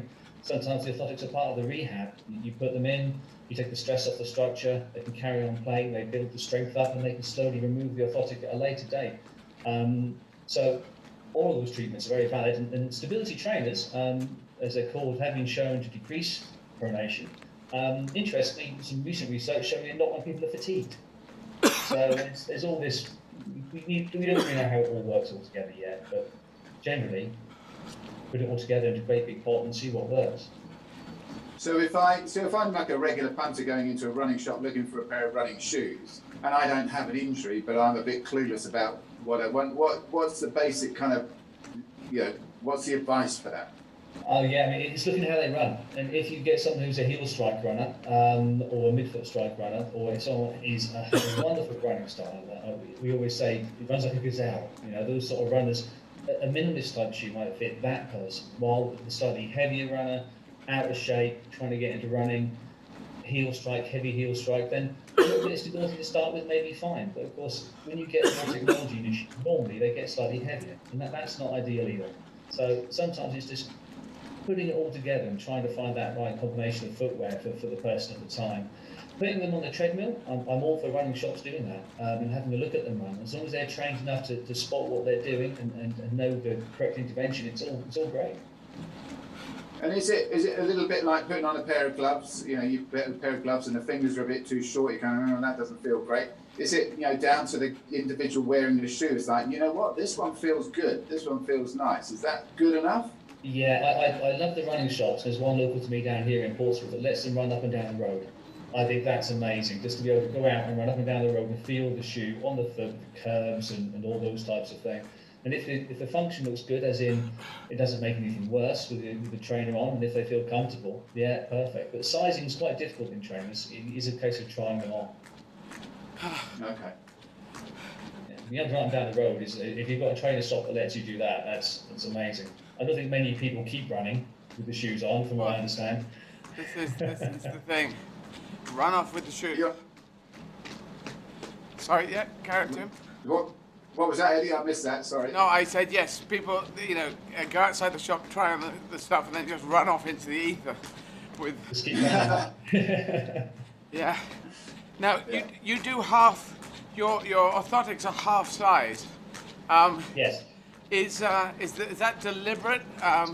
Because I did find them. I took out the base of it, but to try and get them to stay at the back, I've had to gaffer them back. I mean, they're great and they're making things work, but you didn't. Yeah, I mean, it all depends what the people need. We make our own orthotics, so we actually can make full length, half length, whatever is needed. But when you have a full length top cover to an orthotic, that takes up quite a lot of room.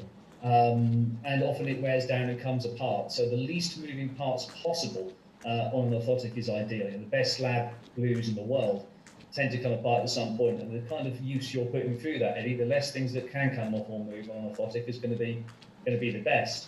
The other thing is, when you have a 3/4 length orthotic, so it stops before you get to the metatarsal heads of the foot, there's more room at the forefoot. And when you have that neuroma, that trapped nerve, giving the foot more room is important. Anything which squishes that foot together theoretically will push on that nerve and cause the symptom more. But putting them underneath the liner, right, yeah, because the low back orthotics is ideal. Yeah, if you've done that, that's the way to wear them. Very good. That's what I'm doing now. And Paul, what about like shoe size? So if I'm a size 6 regular shoe, should I go for one size bigger on a running shoe, or? Yeah, normally it's one size up in trainers, but this is where the, at the moment, I don't know how you are with your working team, but we're having a nightmare because we recommend everyone tries running trainers on and there's no shops open. And so there's a lot of mail order purchasing at the moment due to COVID, and we're having a lot of people coming in, buying one size up and finding there's a bit too much movement in there. The other thing, when you don't get them fitted by the actual store, they don't put the loop lacing. There's 2 little extra holes on the top of the trainer where you loop across to hold the foot back in the shoe, especially endurance runners, but they normally know this by then, to stop the toe butting on the end of the shoe. So one size up is the old-fashioned thing to say, but ideally try them on. Yeah, that's comfortable. Yeah, but no one can at the moment. No. Hey ho. Alrighty. Well, very good. So Paul, there's another side to your life. Which side is this, Tim? Which side, Tim? Have we lost? Explain, Paul. Yeah, I have a lot of hobbies. I played sports all my life. A few years ago, I had a bit of a nasty hip injury, and I switched. I was doing triathlon at the time, and I switched to bodybuilding, which is something which people like to talk about sometimes, and it's one of the most interesting sports I've ever done. I've done a few. I sent some pictures to Tim, and the fear he might use them, and I'm not sure if he is or not. But I've got them upstairs. I don't know whether the powers that be in the comms room are able to actually flash up the photos that we sent. So let's hope. Well, I don't mind if they don't. It's a wonderful thing to do, and I could totally recommend anyone who can't run as far as I used to looks at it. But it's a different thing. There we go. Is that 10? Oh yeah, well, that's me after my last competition. Yeah, I was like my colour there. I was Canadian oak. There you go. Is that a 10-pack?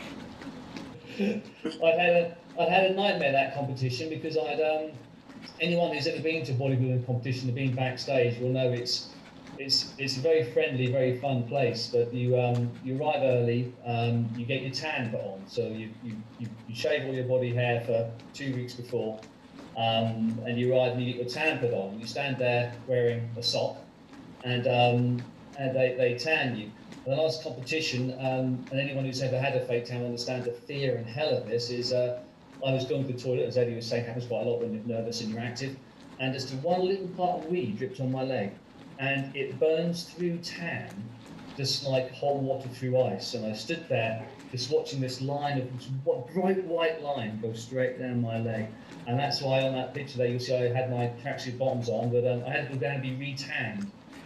And fortunately, by the time I got to be re-tanned, all the men were done and all the ladies were in there starting to get their tan. And I had to stand in the queue with them and explain that I'm really sorry, I've managed to wee on my leg, and would you mind tanning my leg again? So it's one of those sports where it's a crazy thing to do, and everyone's very friendly. It's a lovely sport, but yeah. How does it? You said you're Canadian oak. Is there like a Dulux colour chart that you point you get a chart to pick from. No, it's not quite like that. They kind of give you the options sometimes in advance, but I just went with whatever they recommended. It's a very weird experience. You there's little tanning tents, stand-up tanning tents, and so you just take everything off and just put on a sock, and stand there, and they spray you. Then they glaze you. Yeah. And it's a particular form of bodybuilding, though, isn't it? Isn't it like, what do you call it, drug-free or? Yeah, it's drug-free. Yeah, so we're tested. So, well, not everyone is tested. It all depends if you win or it's random. So you get tested. So you can't cheat. You have to be drug-free for 7 years to compete in the federation I compete in. Okay. And have you got any competitions coming up? Are you still competing? I suppose there's nothing going on, is there? There's none. I was going to compete last year, but I'm back at uni doing a PhD, and unfortunately, middle of the year got busy, so I tried to compete at the start of the year, but they were cancelled due to lockdown. And this year, they're going to be at the end of the year, where hopefully, fingers crossed, I'll be doing my Viva. So this year I might have a year off this year, and I might wait till I go into the Grandmasters at 50. Yeah, I'm not sure yet. Excellent. I'd have to shave the beard because I think it goes green. I'm not sure, but I think it goes green with the spray. I've never had a beard before when I've competed. Awesome. And then tell me a little bit. We've been talking a lot with Eddie about the nutrition and what you need to do for endurance. What diet plan do you have when you're doing that heavy duty weights? As much protein as possible, really. It's the balancing out, really. You can try to get maybe 1.5 to 2 grams of protein per kilogram of body weight, and that helps you repair. It's as I'm sure Eddie's with Dom's will know that the more protein, the less you hurt. So you just get into the diet of eating as much protein as possible. The main thing with the diet really is the lead up to the competitions, where you have to lose.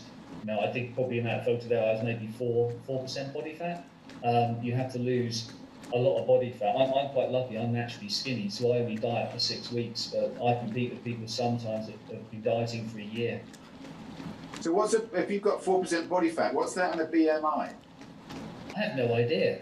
I think the BMIs are quite, if I go to my doctor now, and I was actually weighed a few weeks ago, I'm actually almost in the obese stage of the BMI, but I'm still about 7-8% body fat, because muscle's heavy, isn't it?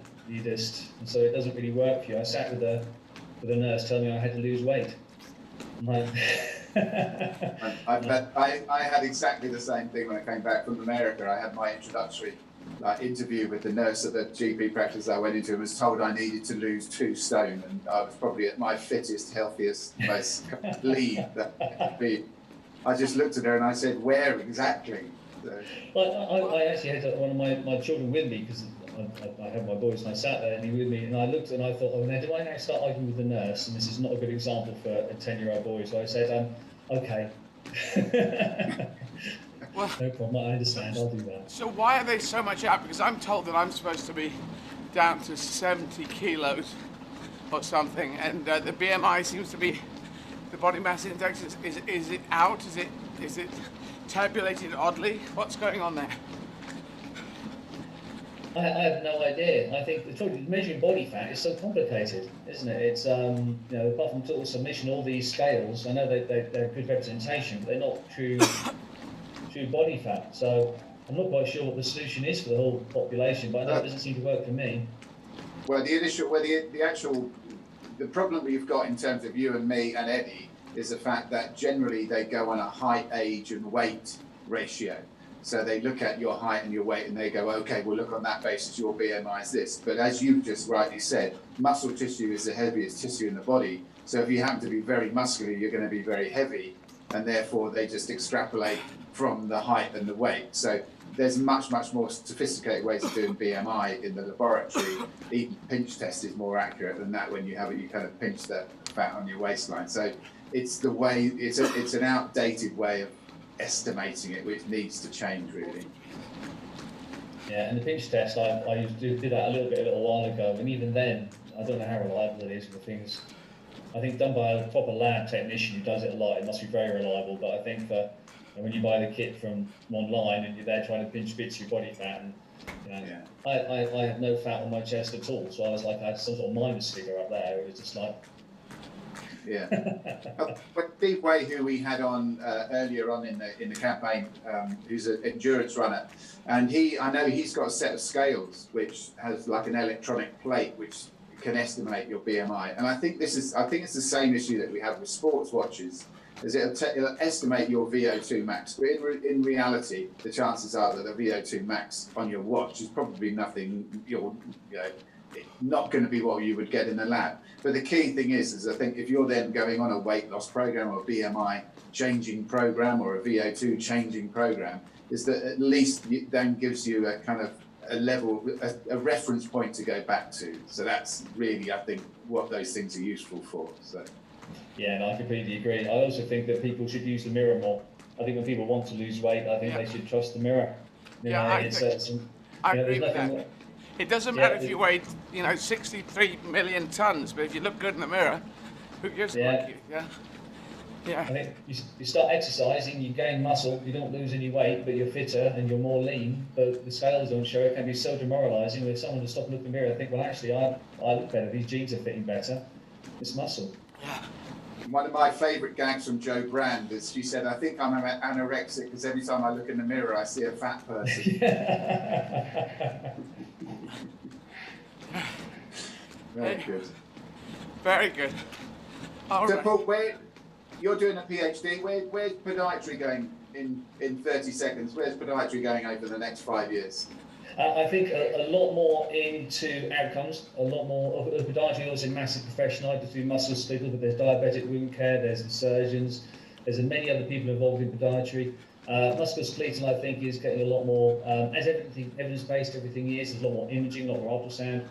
My PhD is in gait analysis, so I'm looking at designing a method or a tool to reliably observe gait and record it. I think that's the way it's going to go. I think we need many more measurements and tools and systems to get the best of patients, really. I think it's the evidence-based drive is hitting us all, and so it should. I think it's going to be great. Awesome. Well, thank you for all the assistance you've given me over the years for all my clients, but most importantly today, thanks for helping out with Eddie, because it's clearly working. Thank you, Eddie, for letting me be a little part of this amazing thing you're doing. Carry on, you're doing absolutely amazingly. Thank you, Paul. Thanks for the orthotics and getting my right foot in a better position. No problem at all. All right, take care. All right, take care. Okay, Tim, if you stay with us a second. No, thank you for that. Oh, well, Tim might be. I might need Tim back at about 6 o'clock, depending on where I'm. John wants to stay around. Okay, sir? Yeah, no problem. Okay. So we're going to talk to John Ronson, author and journalist. I didn't know John was Welsh American. But he's Welsh American. Journalist, that sounds quite amazing. Welsh American. And author and filmmaker. Became American citizen in 2020. Wow, lives in upstate New York. There you go. His book, The Man Who Stared at Goats, was adapted into film, starring George Clooney and Ewan McGregor.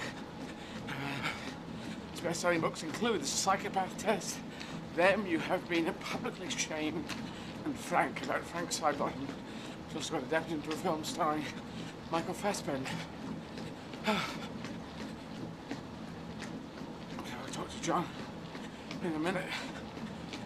So, got 55 minutes to go. Just gonna hang in there. I think the blister has exploded. The one under your foot?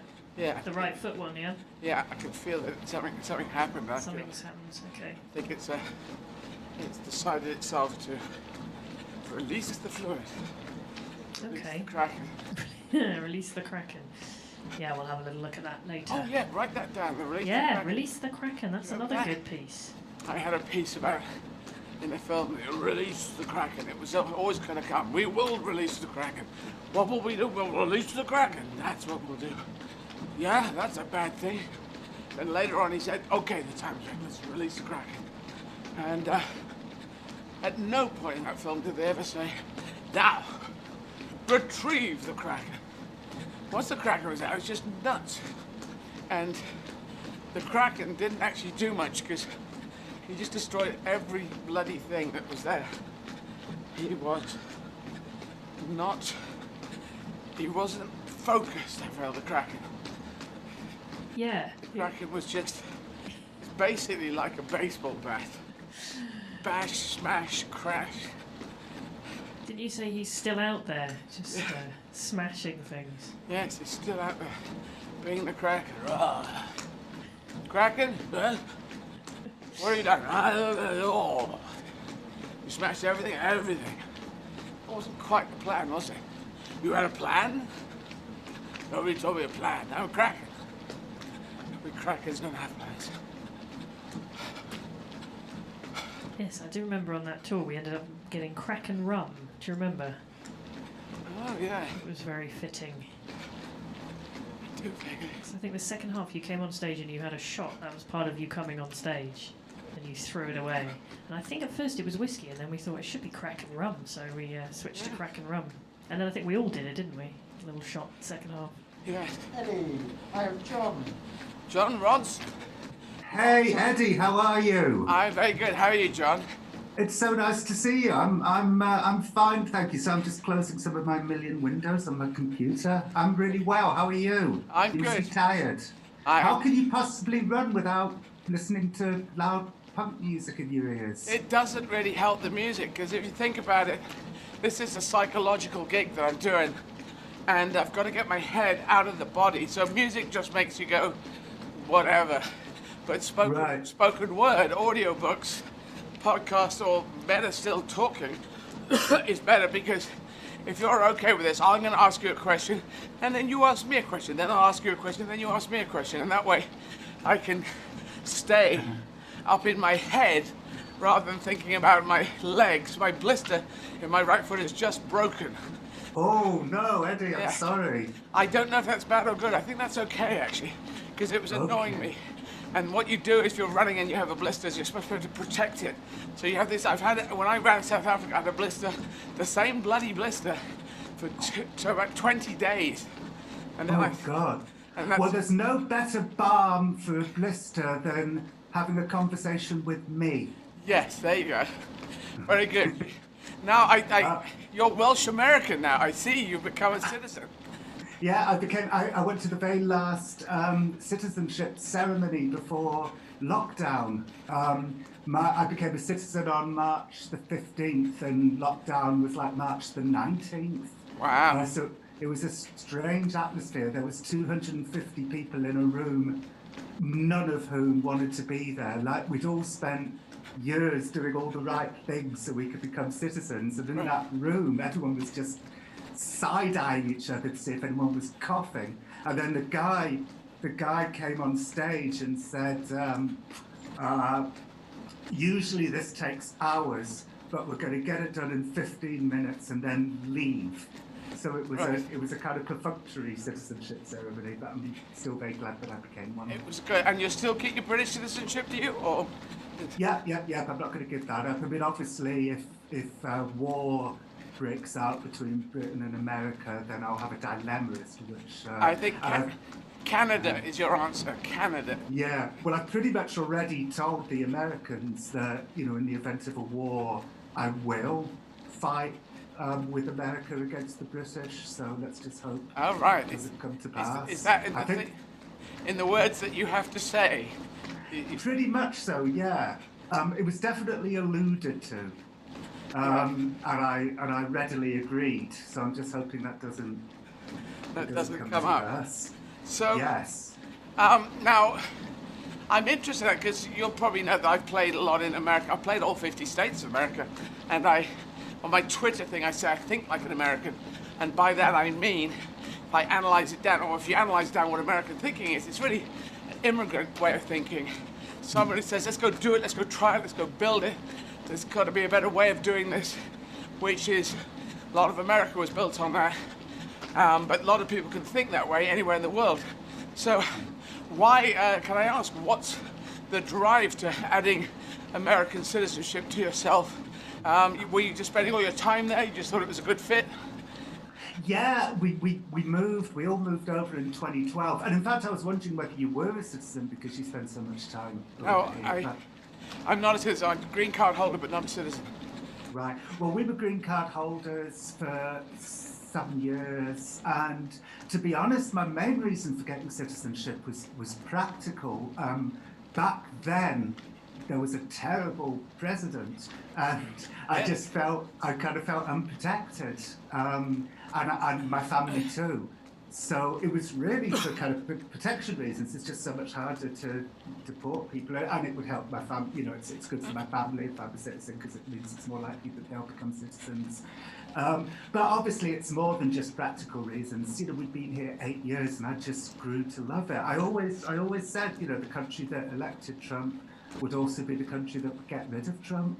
And yeah, and so it came to pass. And I found the inauguration just, you know, the last few days have just been so moving and just speaking to things that I care about. And I feel like we made the right decision. Well, maybe you'll want to. I've got a hat that I'm wearing. It's got our slogan on, "Make Humanity Great Again."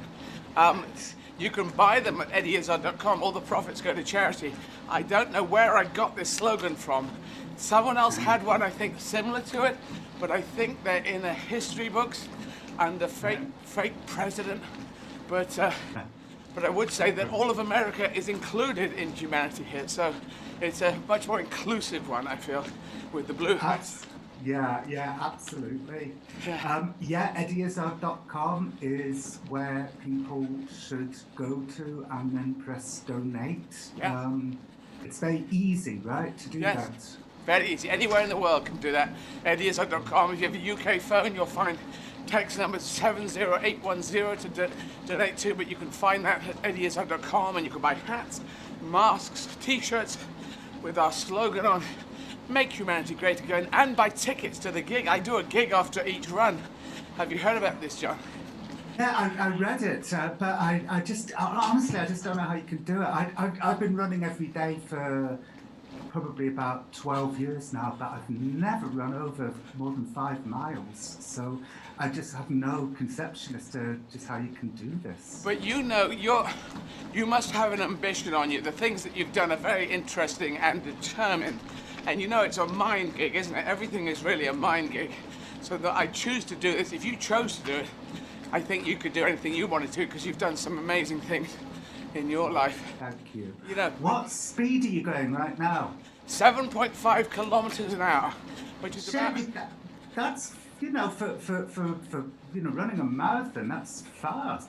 Well, it's fast for me, but it's, you know, the world record is 2 hours, and I'm 3 times as slow as that. So, so I do about a 6-hour marathon. If I didn't go to the loo at 7.5, I would get it done in 6 hours, maybe under that. Anyway, so they're running twice or 3 times as fast as me, which is insane. But then they get it done in 2 hours. Yeah, and they don't do another marathon the next day. Exactly. They're lazy. They're lazy elite runners. I've noticed the 2 things that make me run faster, like if I'm flagging, the 2 things that perk me up are A, loud punk music, which you've said that you're not going to go for. The other one is remembering past slights. Oh. If something that somebody, you know, if someone said something mean to me 10 years ago and it pops into my head during a run, I speed up dramatically. Oh, wow. Yeah, when it's obviously like a little rush of rage, just gets the adrenaline going. That and high energy music. So clearly that's something that you don't do. You No, don't. not the slides, because I tend to, I think mostly I try and, water off a duck's back. I try to body swerve the slides. I'm sure, I recently had a pronouns sort of moment, which you might have heard about, but some people were very supportive, a lot of people were very supportive, some people were very negative on. But I just body swerve around the negative things. And I just say, it was a request. I was asked on a program. I mentioned it in the program, and then it went viral around the world. So, no big deal. I don't really mind. Call me Eddie, call me mate, call me Mush. I think Mush is a great one from our old. I think your age might be similar to mine. Mush. All right, Mush. Yes. I remember Mush. Yeah. Can I recount my early memories of you? Because we used to know each other pretty well, but quite a long time ago. Yeah, absolutely. Do tell. Okay. It's funny, now we're getting older. It's funny what remains in your memory. Yeah. I have two kind of pretty random, pretty arbitrary, but very strong memories of you. Yeah. One I really know what. Well, both I kind of understand why they've become memories. So one was. At a Rolling Stones concert. Now, I can't remember if I went with you to the concert or whether I just met you there and we decided to sit together. That part I don't remember. Was it Wembley or America, wasn't it?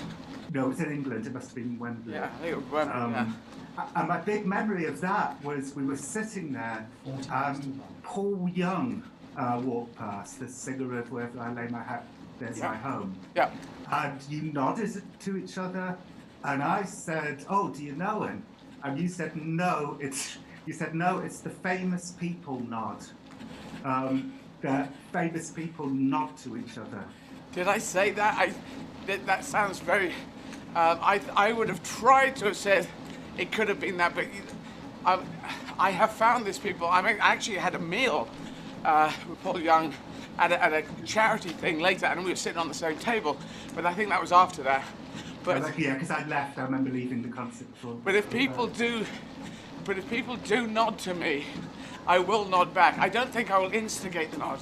I might look at them and see if a nod is coming, because I will always assume I'm on the bottom rung of the celebrity thing. I did go up. There's a very famous actor I love, and I went up to him at one of those Hollywood things, and I just said, "I love your stuff." And he went, "Thanks," and that was it. So okay, end of story. Whereas I went up to Peter O'Toole at a benefit gig, and I said, "Don't interrupt, but I just think, love your work, Peter O'Toole. Just great to be here. I'm off. Goodbye." And he said, "No, stay, come." So then I was hanging out with Peter O'Toole. So that was kind of beautiful. And that's really nice. Have you ever had any unsuccessful nod experiences where you nodded at someone and it just, I don't know, they looked baffled or something? Well, I've talked to some people who obviously didn't know me, and why should they necessarily? And they just sort of, and they could be quite shy as well, and they might just go, "Yeah, and then that's the end of that." But that's okay. I tend to think if people do know of my work, I'm quite happy with my work, and they probably, if they knew about it, they go, "Oh, you do that thing." And there is a photograph of me. Robin Williams, I did a film with him called The Secret Agent. It's from a Joseph Conrad book. And I did walk up to him. He was in his costume, playing a very dark character, the professor. And I was playing a Russian diplomat. And I walked up to him and I said, "Mr. Robin Williams." And he said, "Mr. Eddie Izzard." And I thought, God, how do you know my name? And then I reached into my bag, "I've got a video. Could you watch this VHS, please?" Those were the days. And he immediately went and watched it, actually, and referred to it later in the day, and then was very nice and became a producer for me when I played San Francisco and Los Angeles.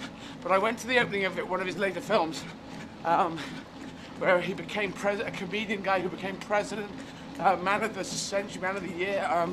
Can't remember the title of it, but he was, of course, there. Billy Crystal was there, and Gary Shandling was there. Gary Shandling, who is not so known in Britain, but amazing comedy stylings of Gary Shandling. So Gary came to one of my stand-ups, and I'd met Billy before. So I was suddenly standing there with three of them, going, this is a great... I used to break into a building at school to watch Billy Crystal in So. And I'm just standing there with those three, and a photograph happened. So there's an official out there photograph of me as the idiot standing on the end next to those three, which is beautiful. Okay. Well, my other early memory of you was we ran a film club together. I can't remember sort of how that ended up happening, but I have a shameful memory of that, which is it was all going really well. You chose a film, then I chose a film, and you know we'd get, I don't know, maybe 150 people coming each time, and it was a nice room with sofas and everything. So it was a very cool film club that we were doing. But then I chose a film that I had never seen, and I think if you're going to curate a film club, watch all the films first. Yeah. Because I chose this film, which I knew was beloved in art cinema circles, and I thought, okay, that'll do. And it's this film called In the Realm of the Senses. And it turns out to be unbelievably sexually explicit. It was basically a porn film. Wow. Do you have any memory of this, Eddie? I don't. Was it in Darblay Street? Was it the one? I think. Yeah, it was somewhere near that. I'll tell you where, it was near that big roundabout down by Old Street. And, Oh, that one. Yes, I remember that club. Yeah. And Yeah. Sarah Townsend, my ex, she was running things down there, and yeah. So, but I don't remember. I don't remember seeing that film that time. I missed the sexually explicit one. It was so embarrassing. Everyone, you know, I was like sitting there through it, and the people in the room were like, you know, were like sort of letting out shocked groans at what they were watching. I felt so embarrassed. Oh well, it doesn't matter. But I want to talk about your filmmaking. So, as a film, have you? I know you've written books that have been turned into films. Have you directed films? Have you produced? I've never directed, but I've co-written two films that got made. One was a film called so a couple of my books have been turned into movies, but I had nothing to do with the thing. Actually, one, Wednesday it goes. But then I co-wrote a movie called Frank. Frank, starring Michael Fassbender, played the man who wears big fake heads that he never takes off. But it was inspired by my years playing in Frank Sidebottom's band. And then a second movie was a movie Okja. I think just there, and that was that I co-wrote that with Bong Joon-ho. Who directed it, and it's on Netflix now. And it was the film director Bong made before he made Parasite. And in fact, the director of Frank got nominated for an Oscar for his next film, which was Room. So I guess right now my screenwriting legacy is that I write the films that the directors make. And it's the film before the film that wins all the Oscars. Yes. So you've just got to suddenly dial that up a bit, and then you could be right in the line for it. And And when George, because I know George and you and George Clooney and Ewan McGregor, interestingly, and when they were doing that film, were you there? When they were you allowed to be? Quite often writers are held back, but were you welcomed in? And I understand why. It's weird to have the writer there. Because you're not supposed to be there, like you've done your job. But with the Mediterranean Goats, no, I was, I did visit, but of my own volition. Not that anyone was, wanting to, prevent me from going. But I was sitting in London. It was the first time I'd ever. The movie took, like most movies, it was like 5 years or even longer between the rights being sold and the movie getting made. So. I was sitting in London looking at paparazzi shots of George Clooney at the hotel the day before shooting was supposed to start. And I thought, I can't not experience this. So I called up the screenwriter Peter Strawn, who I wrote with Frank with, and I said, we've got to go and visit the set. So we flew to Puerto Rico. And on the first night at the hotel, I remember somebody, it might have been Ewan McGregor or it might have been somebody else, said to me, the most exciting day of your life is your first day on a Hollywood movie set, and the most boring day of your life is your second day on a Hollywood movie set. And that's as it turns out. It's arduous. The funny thing about movie sets, obviously you can vouch, is that there's some people on the set who are working insanely hard, like the camera people and the lighting people. You've never seen anyone work so hard, but everybody else just sort of sits there for hours and hours at a time. So it's just actors throwing, throwing elastic bands at each other, and just a lot of arduous boredom. I find I can do it because I broke into Pinewood when I was 15, and Spielberg broke into Universal when he was 17. His career took off like a crazy thing. The next day, I think, by legend, mine took off about 15 years later. So it didn't quite work, but it is still a beautiful thing. I just walked in there. I walked in the front gate, and I was in, and I was thinking, how do I get into a film? I wanted someone to discover me, to walk out. I wanted someone to walk out of a. I didn't even know they had sound stages, but I suppose. So you literally just walked into Pinewood, and this was before, like. Okay. Let me tell you the full story. I'm kind of proud of it, even though it's breaking in. You could say that isn't actually illegal because it's trespassing, and that's not actually illegal. So, at 12, about the age of 12, I'd wanted to act from the age of 7. Age of 12, I thought, these people in the films, these are real people. You could be in a film. This is gorgeous. I've got to do this. So I really was very focused, very military about getting into things. So how do I do it? I'm 12, living in Bexhill-on-Sea, near Hastings. What do I do? I don't know. Do I know anyone? No. Does my family know? No. And so I thought, I'll watch films, and when they finish, they got all those details, the titles and credits. And I sat there with a pad, writing out things. Best boy, what's the best? I don't know what best boy. Gaffer, I'm not sure what that does. And I wasn't really getting much out of it, but at the end of the film Battle of Britain, they have a huge single card title, which is rare for a studio, and it says filmed on location, and also at Pinewood Studios, Iverheath, Bucks. And I wrote all that down. I thought, that's a studio. So studios is where you make them. I'm about 14 at this point, 14, 15. Okay, they make them there. Iverheath, Bucks, is that an address? That sounds a bit weird. And I went to W.H. Smith's, the bookshop, and I went through all the maps. Said, do you have a map of the UK with alphabetical listing? There's no internet at this point. So this is 75, what would it be? It'll be 77, this would have been. And yeah, they got a map. And you go through the things up to the I's, the IV. Iverheath, Bucks, it exists. Okay, it's a place. And you did the cross grid reference. And then I chose a day. I took a train from Bexhill to London, Victoria. I took a tube up to Uxbridge Station, bus down to Iverheath, got off at I said, I need to go to the Pinewood Studios. They said, well, we'll drop you at the nearest roundabout. I got out and said, mate, is the Pinewood Studios? He said, it's half a mile down the country lane. So I went down this lane, went up to the old gable entrance. You may know it at Pinewood, the old entrance, which has got this gabled thing. And I went up and I said, I hadn't got this bit worked out. I said, look, I'm going to be I need to be in films. I want to be in films. I'm going to be an actor. I'm going to act in films. Can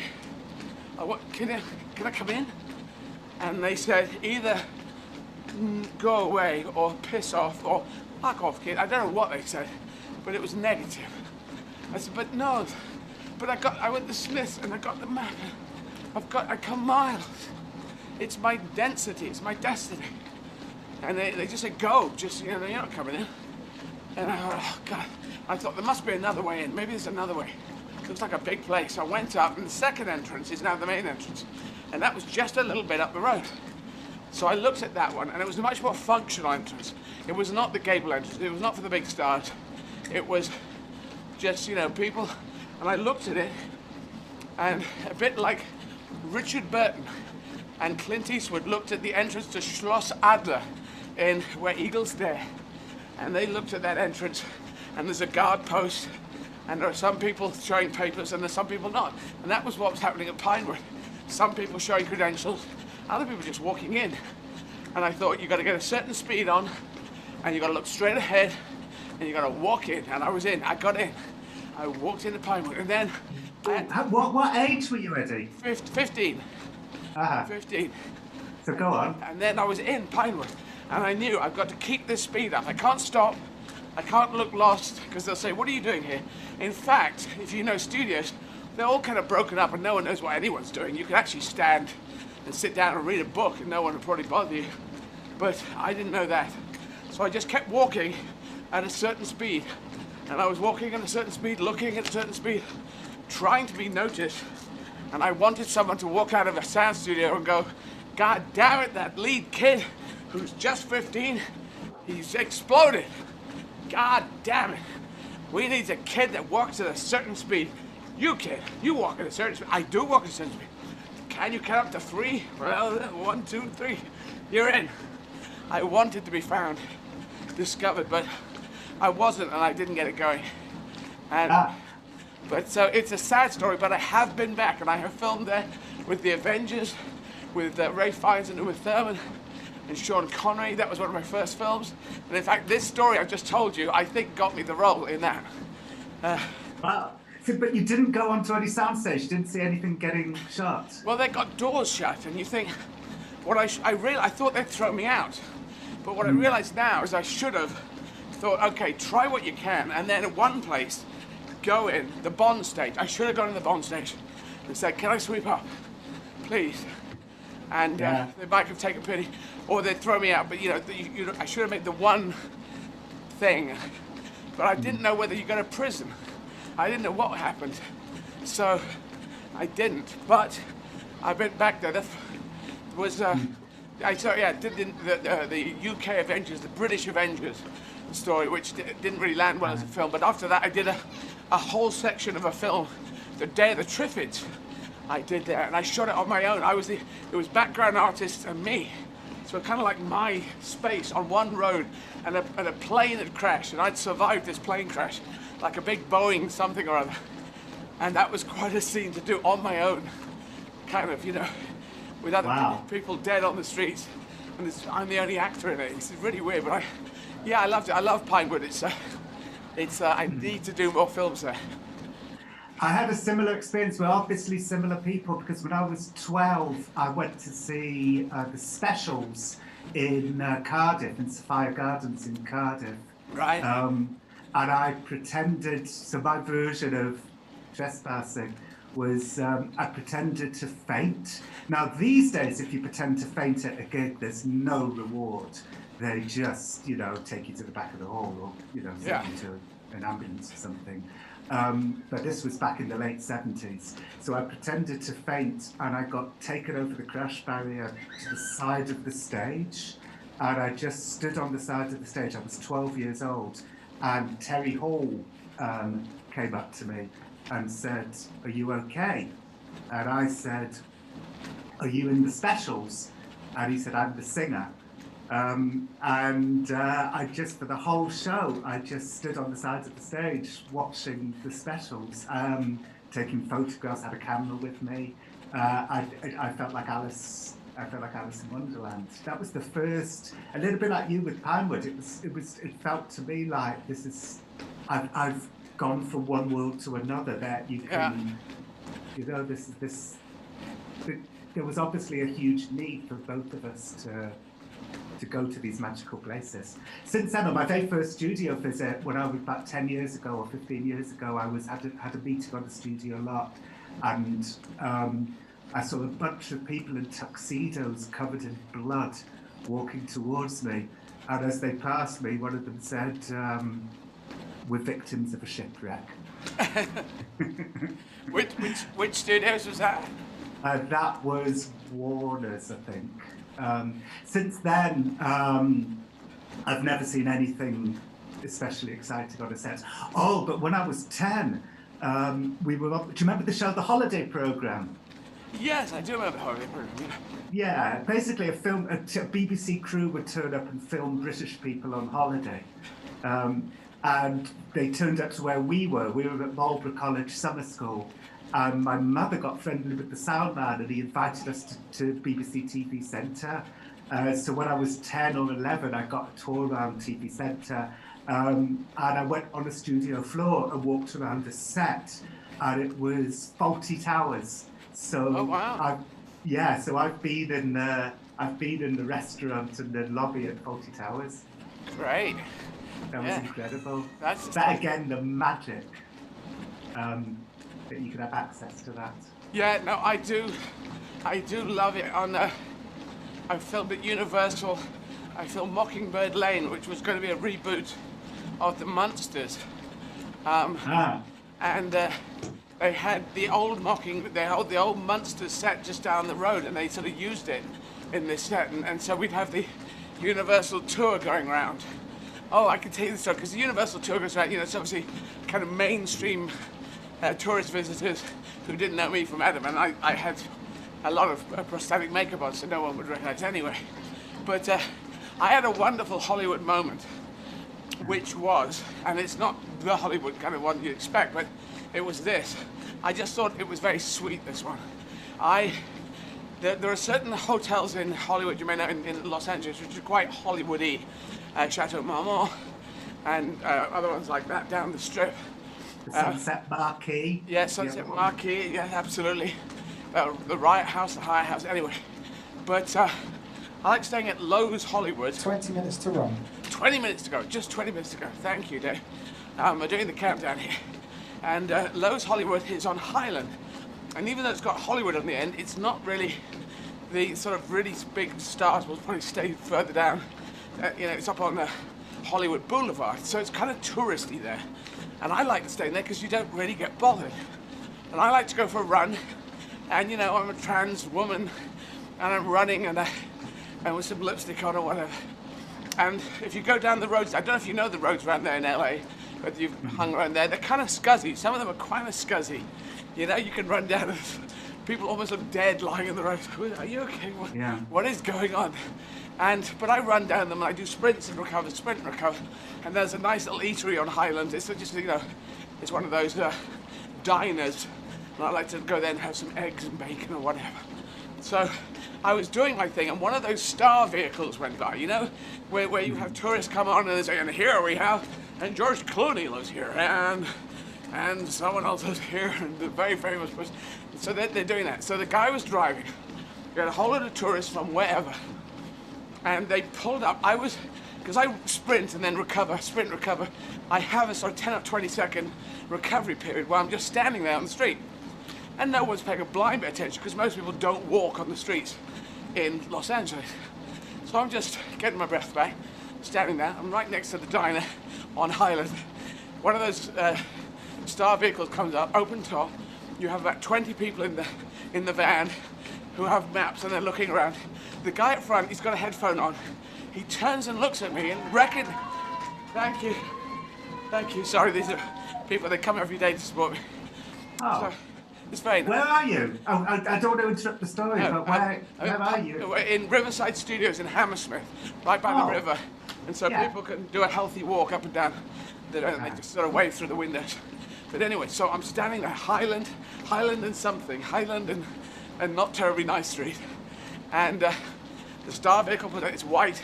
It's just like a minibus with the top ripped off, and everyone's sitting there. The guy at the front recognizes me, and I can't hear what he's saying, but he points at me and says, and over here, we already have a transgender comedian and actor whose name is Eddie Izzard. And the whole bus looked at me with the deadest eyes of, what? What have you just said? Except for one woman right at the back of the bus who knew me, obviously, and she just went, hi. And she just waved her hand. And I waved my hand, because I felt fine, I know what I'm doing. I'm very happy with what I'm doing. And then they drove off, and I thought, that's my Hollywood moment. That is it. To be recognized by the driver and one woman at the back, and everyone else think, what? He's a toilet cleaner, she's a toilet, what did you say? They do what? What are they doing here? It was just such disbelief in their eyes. We don't need to see that person. So I loved that moment. That was fun.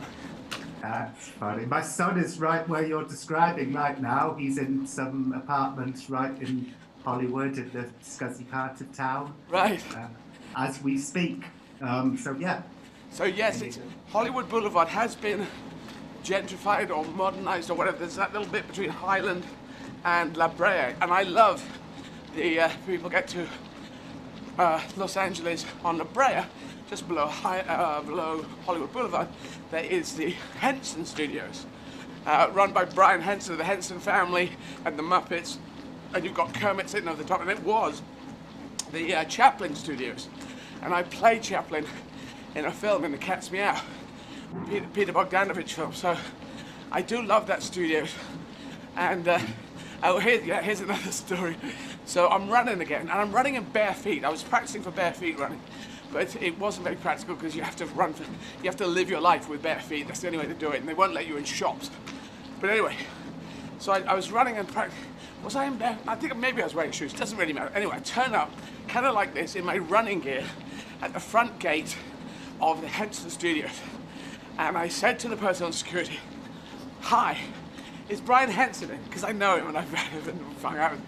So, and they looked at me and said, "Well, who wants to know? Because you should come in a car, you know." And I said, "My name is Eddie Izzard. I know him. We're friends, and just tell him I'm here at the gate." And they went back and they obviously said, "There's an idiot down here. Shall I kill him or what?" But anyway, the password to the message came back, "No, he's not in. He's not in." There you go. So I thought, oh, damn it, I'll get my phone. And I called him on the mobile. "Brian, are you around?" "Yeah, I'm in my office. I'm at the front gate. I can't get in." "Okay." And then they let me in. So that was a nice moment of, you can't come in. You can come in. And then I was in it. That's nice. Yeah. Can we talk about running etiquette? Yeah. Okay, so when I'm running, if a car, like I'm living in upstate New York at the moment, so there's country lanes everywhere. So if I'm running along a country lane and a car gives me like a wide berth, like is thoughtful enough to give me a wide berth, I always like smile and maybe give a little wave, and they smile a wave back.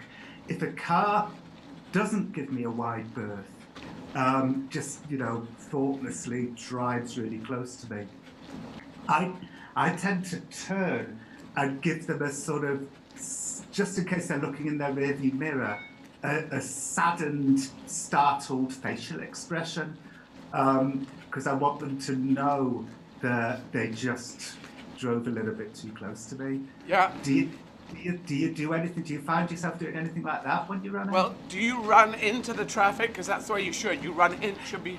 Yes, I run towards the traffic. Yeah, for people listening, that is the highway code in Britain and should be for the world, so that the traffic can see you and you can see the traffic.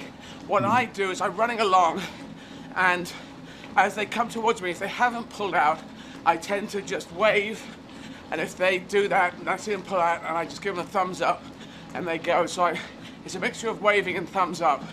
If they don't, I don't think I have a thing, but I know a great story about a hitchhiker and I used to do a lot of hitchhiking when I was younger, in my early 20s.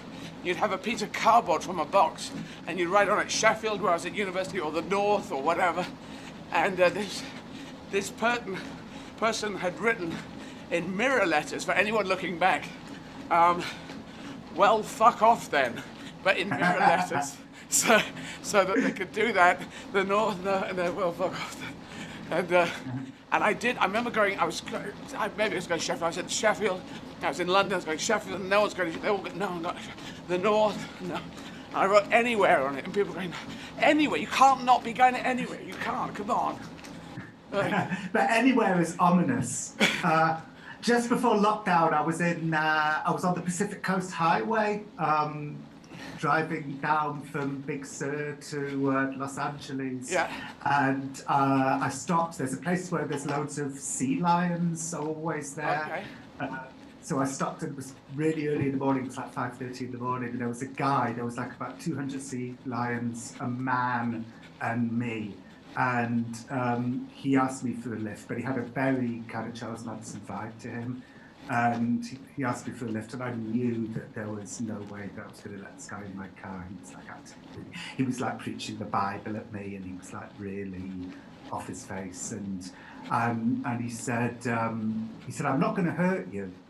And I thought that's the worst thing that a hitchhiker should say to somebody. That's never comforting. I'm not going to hurt you is never something that someone should say. It implies the question. It implies that you said, are you going to hurt me? Yeah, or I know that you think I'm going to hurt you. Yeah. So if you were a hitchhiker, A, did you ever have any sketchy experiences? And B, did you then, when you became a driver, did you pick up hitchhikers? Sometimes, but I don't tend to do the long journeys. I tend to do trains and things more. But I had an interesting experience where I got in, I was going up from Newcastle, or coming down from Newcastle to Edinburgh, and there was a guy with a broad Scotch accent. It's very broad, you know, talking like that. And I was trying to keep in touch with him as I was chatting, and the engine noise is, and you say, yeah, I think I've done that. And then a guy got in who was a Geordie, going like, and the Geordie accent and the Scottish accent were quite close. They were sitting either side going, yeah, he like was, and at one point they said, what do you think? And I had to do that answer, the international, yes, no, maybe. I got 4 of them. That's the only way I could get out of that. God. Speaking of that, I was a judge at the Perrier Award. Sorry, we're going to say 10 minutes to go, just 10 minutes, and then I finished my 20-second marathon. So we have to announce it every 5 minutes, and then they do it announce. So we might have interruptions. But anyway, yes, tell us. Okay, I don't know what you think my role should be in the next nine and a half minutes. Can you see the clock? Can you see it counting down? Yeah. So do you want me to stick around till the end, till you stop running? Yeah, that would be fun if you want to. Yeah, that's a great honour. All you got to know is that they'll say 5 minutes. Dave's going to say 5 minutes. Dave's going to say 4. So just watch it. When it clicks over the numbers, he's going to go 5. Then he's going to say 4 minutes, 3 minutes, 2 minutes, and then they're going to count down every 10 seconds, and then I win. And then we beat. And we should say to donate. This is the time to donate. Go to eddyizzard.com. Yeah, and you can donate from anywhere in the world. You can buy hats with Make Humanity Great Again, or masks, or anything. You can buy tickets for the show at 7 p.m. London time, and everything. So, anyway, that's the donation. Are you doing the show? Are you doing the show from the Riverside Studios as well? Yes, indeed.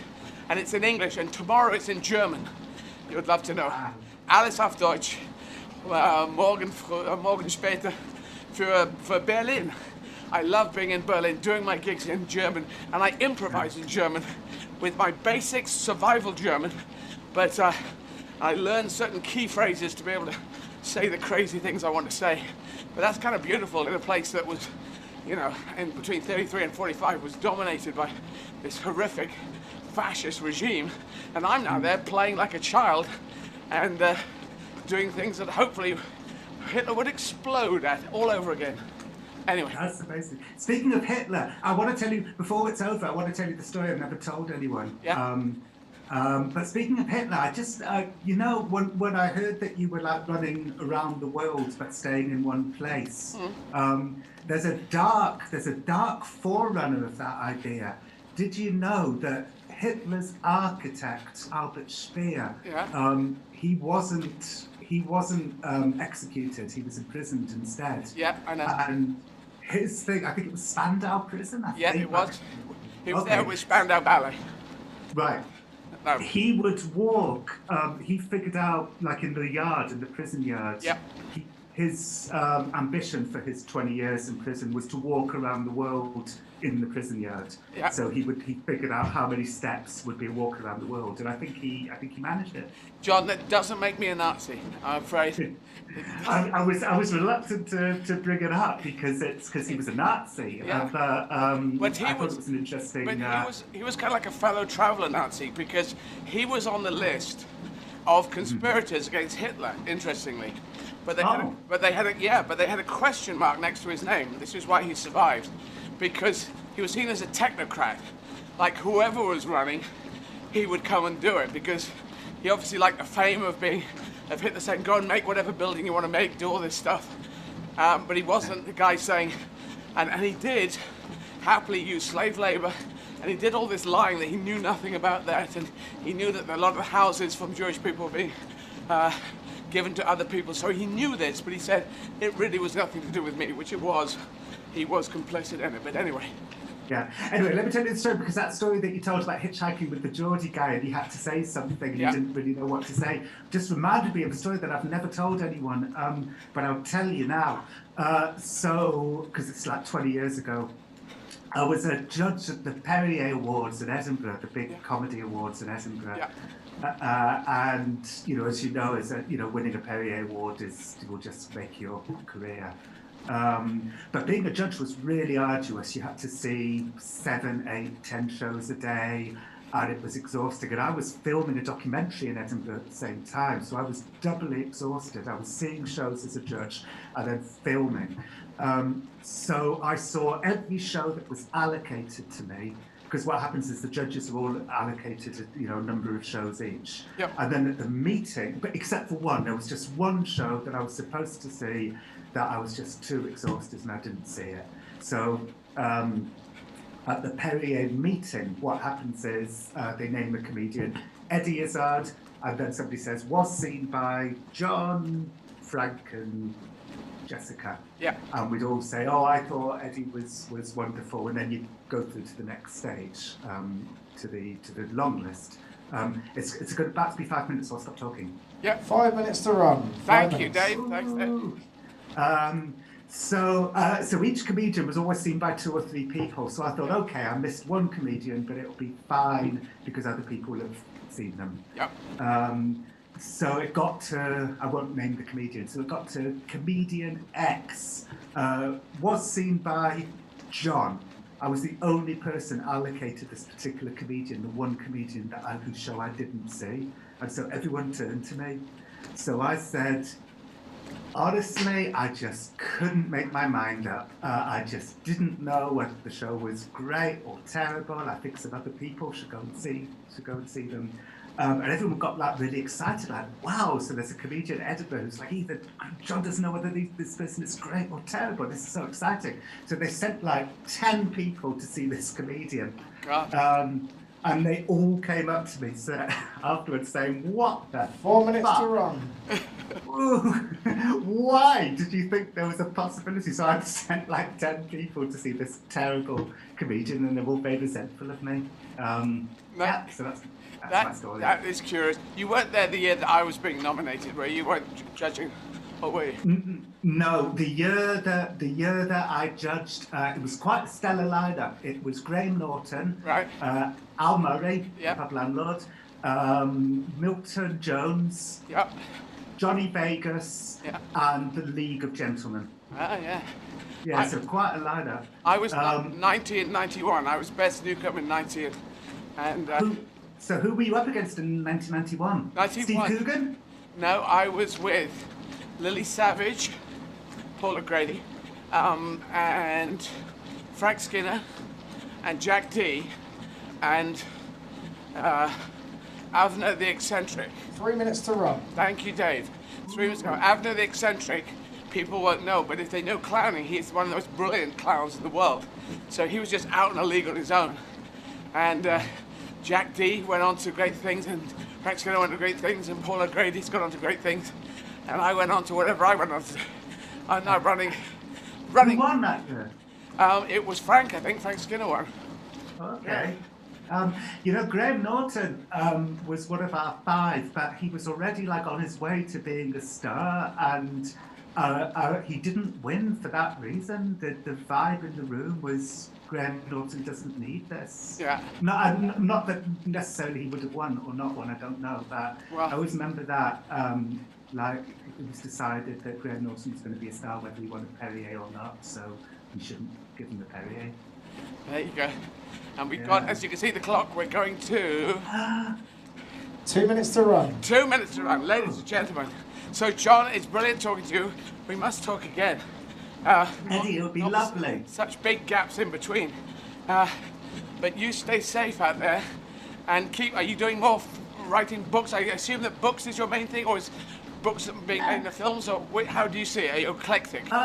It's I like to keep my fingers in lots of different pies because I can't stand being controlled by any individual person. Yeah. So right now I'm writing a book and I'm working on a radio thing and I'm thinking about a screenplay and that's kind of Excellent. Well, I'm looking for a seat in Parliament. I'm trying to get into Parliament for the Labour Party. So I'm waiting for a by-election or the next general election. I'll be going there. Oh, wow. Yeah. That's very exciting. And as I have just about 1 minute to run, I got to get these finished and I do my gig in English in about 40 minutes. 60 seconds to run. 60 seconds to run. Here we go. Yeah, so people want to donate. Can you tell them where to donate? What's the website? It's eddyizzard.com and you'll see a button that says donate. Yep. And it's very easy. And I believe the charities, if I can just think off the top of my head. Don't worry, I'll do the charities. It's Covenant House, it's Care International, it's Fair Share, Like to combating neglected tropical diseases and walking with the wounded. They're the 5 we're highlighting. There could be more, but please give your money and buy tickets for the 7 o'clock show. 20 seconds. And we'll be seeing people. Thank you, John. Thanks for being with us. Pleasure. Take care, stay safe, and keep writing books that tend to things. And next time I'm going to talk to you about Kubrick. I want to talk about Kubrick, but anyway. 5, 4, here we go. Next time. Next time. 2. Good luck. 1. Thank you. This is it. Woo. That's it. Thanks, everybody. Thanks, everyone. I'm going to log off. Thank you, John. You take care. Thank you, everyone. And I hit the 0 button, and we've done it. Thank you, everyone on Talon Swift. I have finished the 22nd marathon in Copenhagen. Thank you, everyone in Copenhagen, Denmark. I will be back tomorrow. I'll be on stage in 40 minutes, and you can buy tickets at eddyizzard.com for the weirdest comedy show that you might have seen, because it's quite weird. But I get there. Tomorrow the show will be in German. There you go. So if you speak German, come and see that, because it's my teacher said, Sigrid said it was fucking great today, my rehearsal. So there you go. All right, bye.